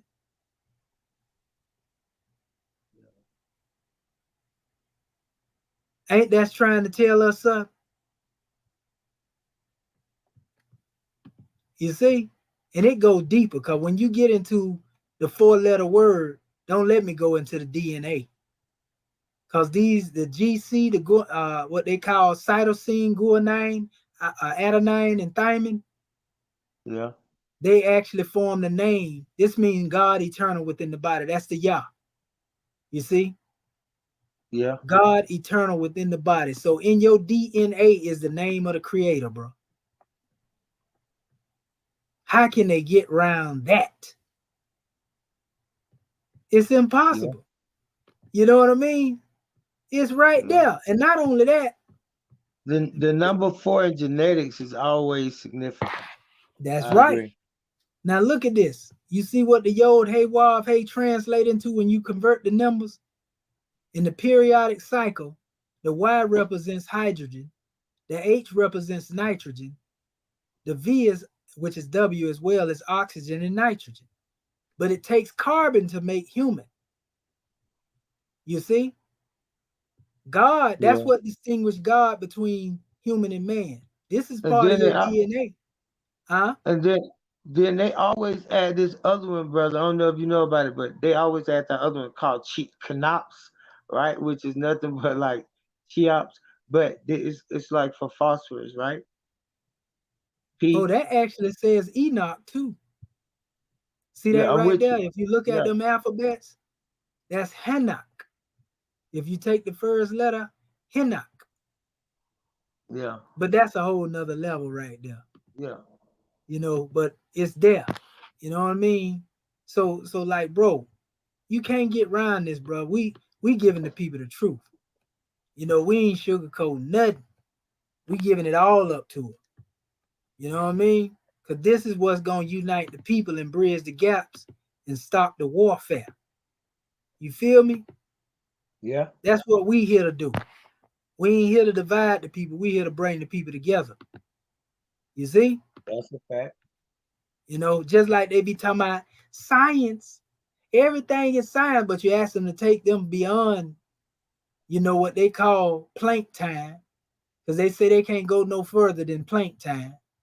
You know, 10 to 43 seconds after the Big Bang is what they call it. They can't go no further than that.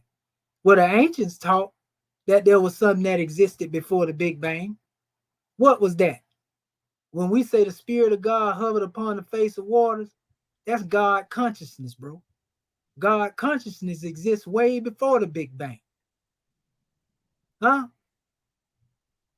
Now, they may call it the controlling unknown scientifically, or put another name on it, but even Einstein had sense enough to know that it was something divine behind creation. I like the way you said that. Yeah, he said that out his own mouth. You know, but look, they call these zeptoseconds, right? But they won't tell you that it really represents zeptepi, which is the first time. Time commenced when the first movement took place in creation, and that's when the Spirit of God moved upon the face of the waters. Yeah, that zeptosecond and zeptepi is a fact. Yes, sir. You see?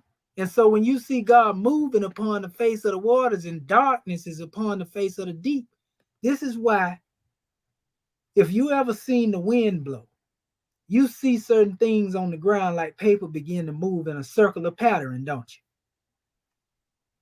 You know why you see those things moving in a circular pattern? Because there are grids around us that move in a halaxial motion. Just like the DNA has rungs that move in a halaxial fashion, there are grids around us, brother, in the ethers that move in the same way. That's why even when dirt blow, they spin. Yeah. You see? That's what creates cyclones in the sea. That's what creates sand dunes in the deserts. Because there's a circular pattern. And this circular pattern is the same within our body. you have two corridor veins that go around the spine. One is called the ida and the pingula. One passes blood and the other passes oxygen. You see? Yeah. And if one has a master over self, they can purify their blood and purify the passageway for the oxygen. This is how you pronounce it though? How you pronounce the two that stem from the brain? The what? Yeah, the ida and the pingala. Okay, yeah. Okay, go ahead. Yes, sir. This is often called the staff of Moses. This is often called the staff of Tahuti, which is why it is a symbol with the serpents intertwined in the staff. You see, this is all talking about raising up the serpent in the wilderness. You know, all that has to do with awakening and consciousness, my brother. You know, that's what they teaching low key. They ain't gonna tell you that. You know what I mean? Like, for example, here, this is a Buddhist text, right? And these represent three states of the world. The corporeal world is here, the physical. These are the subtle world and everything above soul world, right? Oh, y'all gonna go over here in science then and create something similar, right? Elements, you get up in the high, this would be, you know, more in the realm of what we call the universe, but they call this the grand unification epoch. Yeah. When everything begins to manifest. But they'll tell you that ain't no science in religion, though. Come on, man, don't play with us. The omnipresence of the God particle. Always been there. You know what I mean? Yeah, what they calling the God particle right there, brother? The Higgs boson is what they call it at one time. Okay, same old thing. Okay. Yes, I just wanted to know. No, you're all right. You know, the Higgs boson. You know, and once you go up in the thing, you understand how everything create.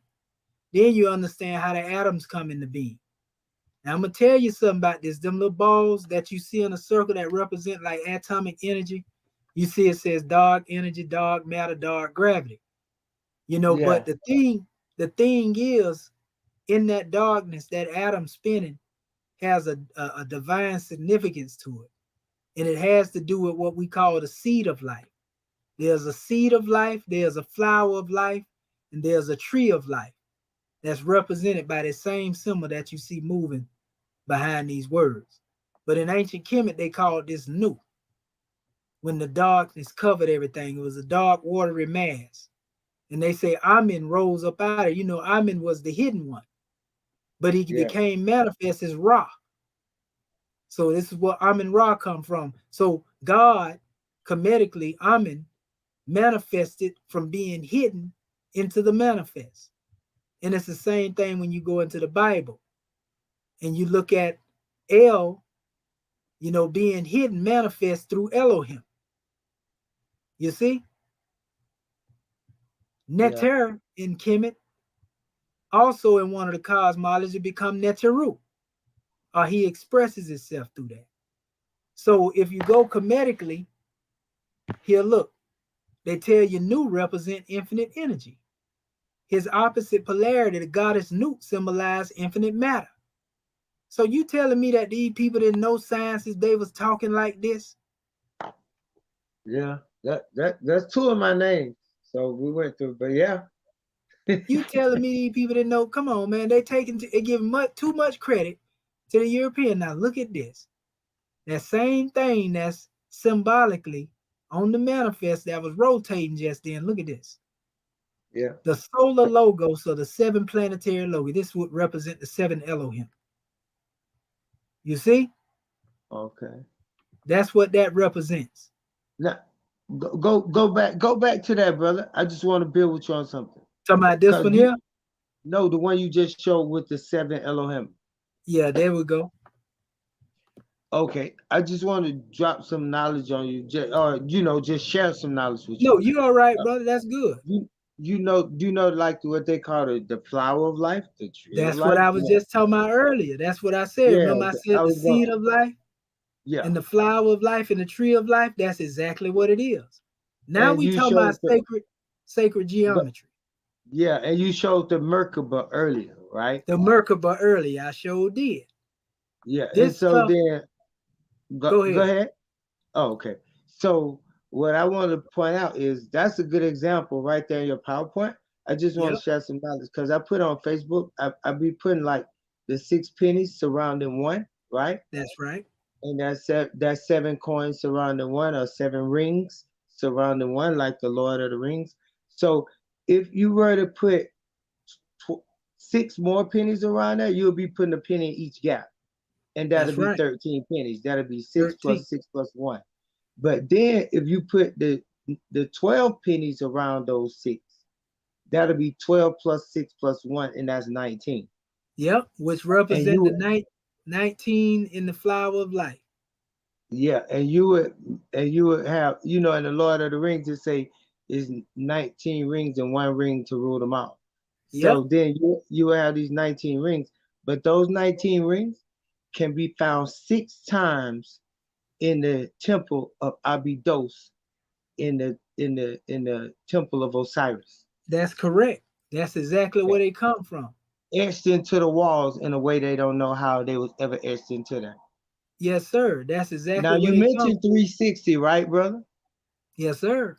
360. Last thing, I'm gonna shut up and then I'm gonna let you move on. But the 360. Now watch this. 19 times 19 equals 361, not 360.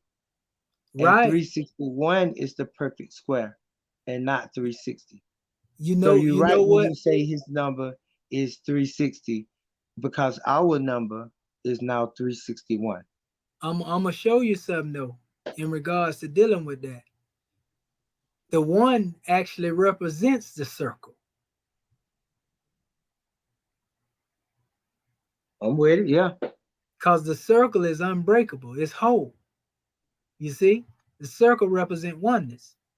So there's 1 within the circle. You see, just like you have the 7 within the circle. Amen to that, yeah. You see, and so like, I was trying to show these guys, the word Amen in relation to the word Mar. You see, but there's a deeper thing that goes into this, because it goes back to let there be light, and the word being used is Ma'ore, which is synonymous with that word, which means light. It also means luminary, luminous body. This is in the Hebrew now, but in the don't Egyptian, tell the Moors that, boy. They won't know, boy. They won't know what to do. Well, that's what I teach, though. But Smash, this is what caused me and Smash to clash. You see? Look right here. This is it without all the artwork around. See the M there? See? Yeah, I can see it actually. I can see it. It means luminary. M-A-O-R, so this is what it right? said. That's what I read. Yeah. Yeah, when it said let there be light, this was the first light before even the sunlight. Even though they used this word also for the lamps that were created, but when it said let there be light, it was talking about the light of the luminary. Yeah, like and the then the menorah. moon was, yes, sir. Yeah. Then the moon was added. This was the light that was separated from the darkness on the first day, brother. Okay, you feel me? And that's where that's it right there. Let there be light. Yeah. You see? Light beings. Alahayim. Separated from the darkness. See? That's the same thing there, Maori. So like, bro, the truth is out there if people want it. You know what I mean? I keep telling it's black light, but they don't believe me. Yeah. Light is there always in the darkness. Yeah. But darkness comprehended it not. That's what the book said now. Yeah. I got it said the light dwell within the darkness, but the darkness comprehended it not. That means God always been in the essence of your being, but you didn't know it because you were too busy looking outside of the self trying to find something to worship. I'm with that. I'm with that. Yeah. When all you had to do is go within. See that celestial body, star? So like, bro, I'm gonna go deep on it though. See, it says, and let them be for lights in the firmament of the heavens and so forth and so on. They use the word limerot. For symbols, yeah. You see the word limerot? You ever heard them talk about Lemuria? Yeah. I actually saw it today because I was studying the Olmec language. And yes, so, sir. yeah. So a lot of people don't know, family. A lot of this history overlaps, but it's been scattered. It's been scattered like Humpty Dumpty, bro. You know, they say Humpty Dumpty sat on the wall. He had a great fall, and all the king's horses with all the king men, they couldn't put him back together again. That's what's going on with the people that's divided when it comes to this religion. We trying to put them back together, but they don't want to be together. Okay, brother, right there. Stop right there. Oh yeah, you was at the Dendera. That's the Dendera. Okay. Yeah, the Dendera. Okay, now you know that the temple right there. You know that it was the Coptic Christians that destroyed that temple. Yep. Okay, yeah, okay. So at the behest, they actually took the Dendera out and moved one of them to a whole nother place. The original Dendera, so they got a Fox version of it up there now. Yeah, you know what I mean? Yeah, so right there. Then stop right. You going real fast. Okay, now stop. Yeah, you can stop right there, or we can go back to the Dendera, but that wasn't even good. That's better because I got that posted on my Facebook. That same picture. Yeah, that's right. That's great. Now watch it. So how you feel about? Just stay right there for a second. How you feel about the flat Earth subject? I just want to hear. I ain't got no argument. I just want to know. Oh man, I already know it's round. You know. Okay. Yeah. Christopher Columbus thought he was gonna sail off the Earth, but he ended up over here. Hey, but by way of that, you know, glyph, right? That hieroglyph, you know, which can be read, right? But I'm asking you, do you think that the ancient ones knew that the Earth was round? Just looking at that? Oh yeah, they got it right here. Yeah. Okay. Yeah. Yeah, they got it right here. You know, and it's crazy. You remember we were just talking about, we were talking about the Maori. Let's play, right? Let's just act like these is letters right here, right? Because they'll tell you this is the letter M and R right here, mir. Yeah. See? So that would be mir. And if you go back to the word Maori and take all the vowels out, you got M and R, right? Yeah. So these are pretty much Neteru, or light beings that are casting light. Munir. They're casting light. You see it? Yeah. Each one of them got a portion of the light. That's crazy, but it's the truth. They giving light to the universe. Maori. Yeah, that's hot though. So yeah, this wasn't even supposed to be in here. This was actually something I was making for a brother, and he ended up. I got to get that out of my little slide. But yeah, man, I mean, we can go on and on, just like with time and everything, man. Yeah, the Egyptians. I love the presentation. Yeah, they were doing their thing, man. So what you feel about? How you feel about Gobekli Tepe? You say who that? Gobekli Tepe. What they call it? Oh yeah, you talking about the one that's over there with the Mayans? No, the one that they have in over near Iran, Iraq, Turkey.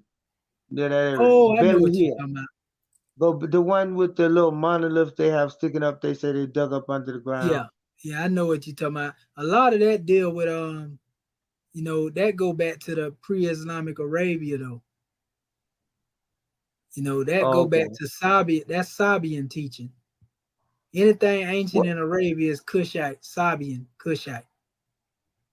Well, I can agree. I'll go for that because the Sabians ran that land out. I'm with you on that. Yeah. Yeah, they was there before these modern Arabs. They were called the Sabi'un Hunafa. That's who Muhammad was moving with. He learned. Go ahead. It's funny you mentioned the Sabians or the Sabians, and I love the way you pronounce it because you pronouncing it right. Sabian. Yes, sir. So watch this. Now, watch this though. Now, I posted a video. I wish I could pull it up, but maybe I can look it up and show it to you though. But it mentioned it showed the Sa-Ba gate, right? Stargate. Yes, sir. Yeah, it showed the Sa-Ba gate, Stargate, 7 also, because Sa-Ba means star, but Sa-Ba means 7. That's right. Yeah, the 7. 7th day, 7. The 7th star. Yes, sir. 7 star. Stargate. Yes, sir. So, but it's funny you mentioned the Sabians because I just posted on my Facebook about this Stargate. So go ahead, brother. I'm listening though. Hey, y'all, I'm getting ready to lay it on down, man. But yeah, most definitely. We already know. We can, we'll go. We're gonna pick up. Okay, JJ. Yeah, me too. Yeah, we're gonna let them get some rest. We said we were. Okay, we can finish the build. Y'all come back tomorrow and finish building. Well, we appreciate at least you bring some information out. Yeah, hey JJ, when you gonna let me do another show, bro? On the show, brother, the platform open for anybody. So as long as ain't nobody got nothing to sign up, I don't care. Okay. Well, yeah, we appreciate. I'll text you then. All right, man. Well, once again, man, this is the last call for Top Cat. Has anybody seen Top Cat? I don't know if he's hiding in the alleys or back streets or whatever, man. But last call for Top Cat. We're gonna call him Alley Cat from now. Alley Cat, yeah, that's what we're gonna call him now. He hiding in the alleys, y'all. Shaking in his puss and boots. Hide somewhere. Thank you, Sister Kareem and Brother JJ. All right, Babylon Don. Okay, JJ. Babylon Don, peace and love. Yeah, but yeah, man, the brother had. I've kind of figured he wasn't gonna show up, man. I wonder what's gonna be his excuse. You see the video? He sure enough ain't gonna show up. Well, right. Smash, I think you need to go back to the drawing board, bro. I told you a long time ago, man. They still in denial though, Commission. I know That's why I got this book. See, I can still use this book. And some things they might say, "Oh, wow, well, the Greeks wrote that," but that's what was y'all using Greek symbols. Exactly. Yeah. Anybody got any last words? If not, we're gonna get up out of here. Appreciate y'all. What we got coming up for tomorrow? Anything going on for tomorrow?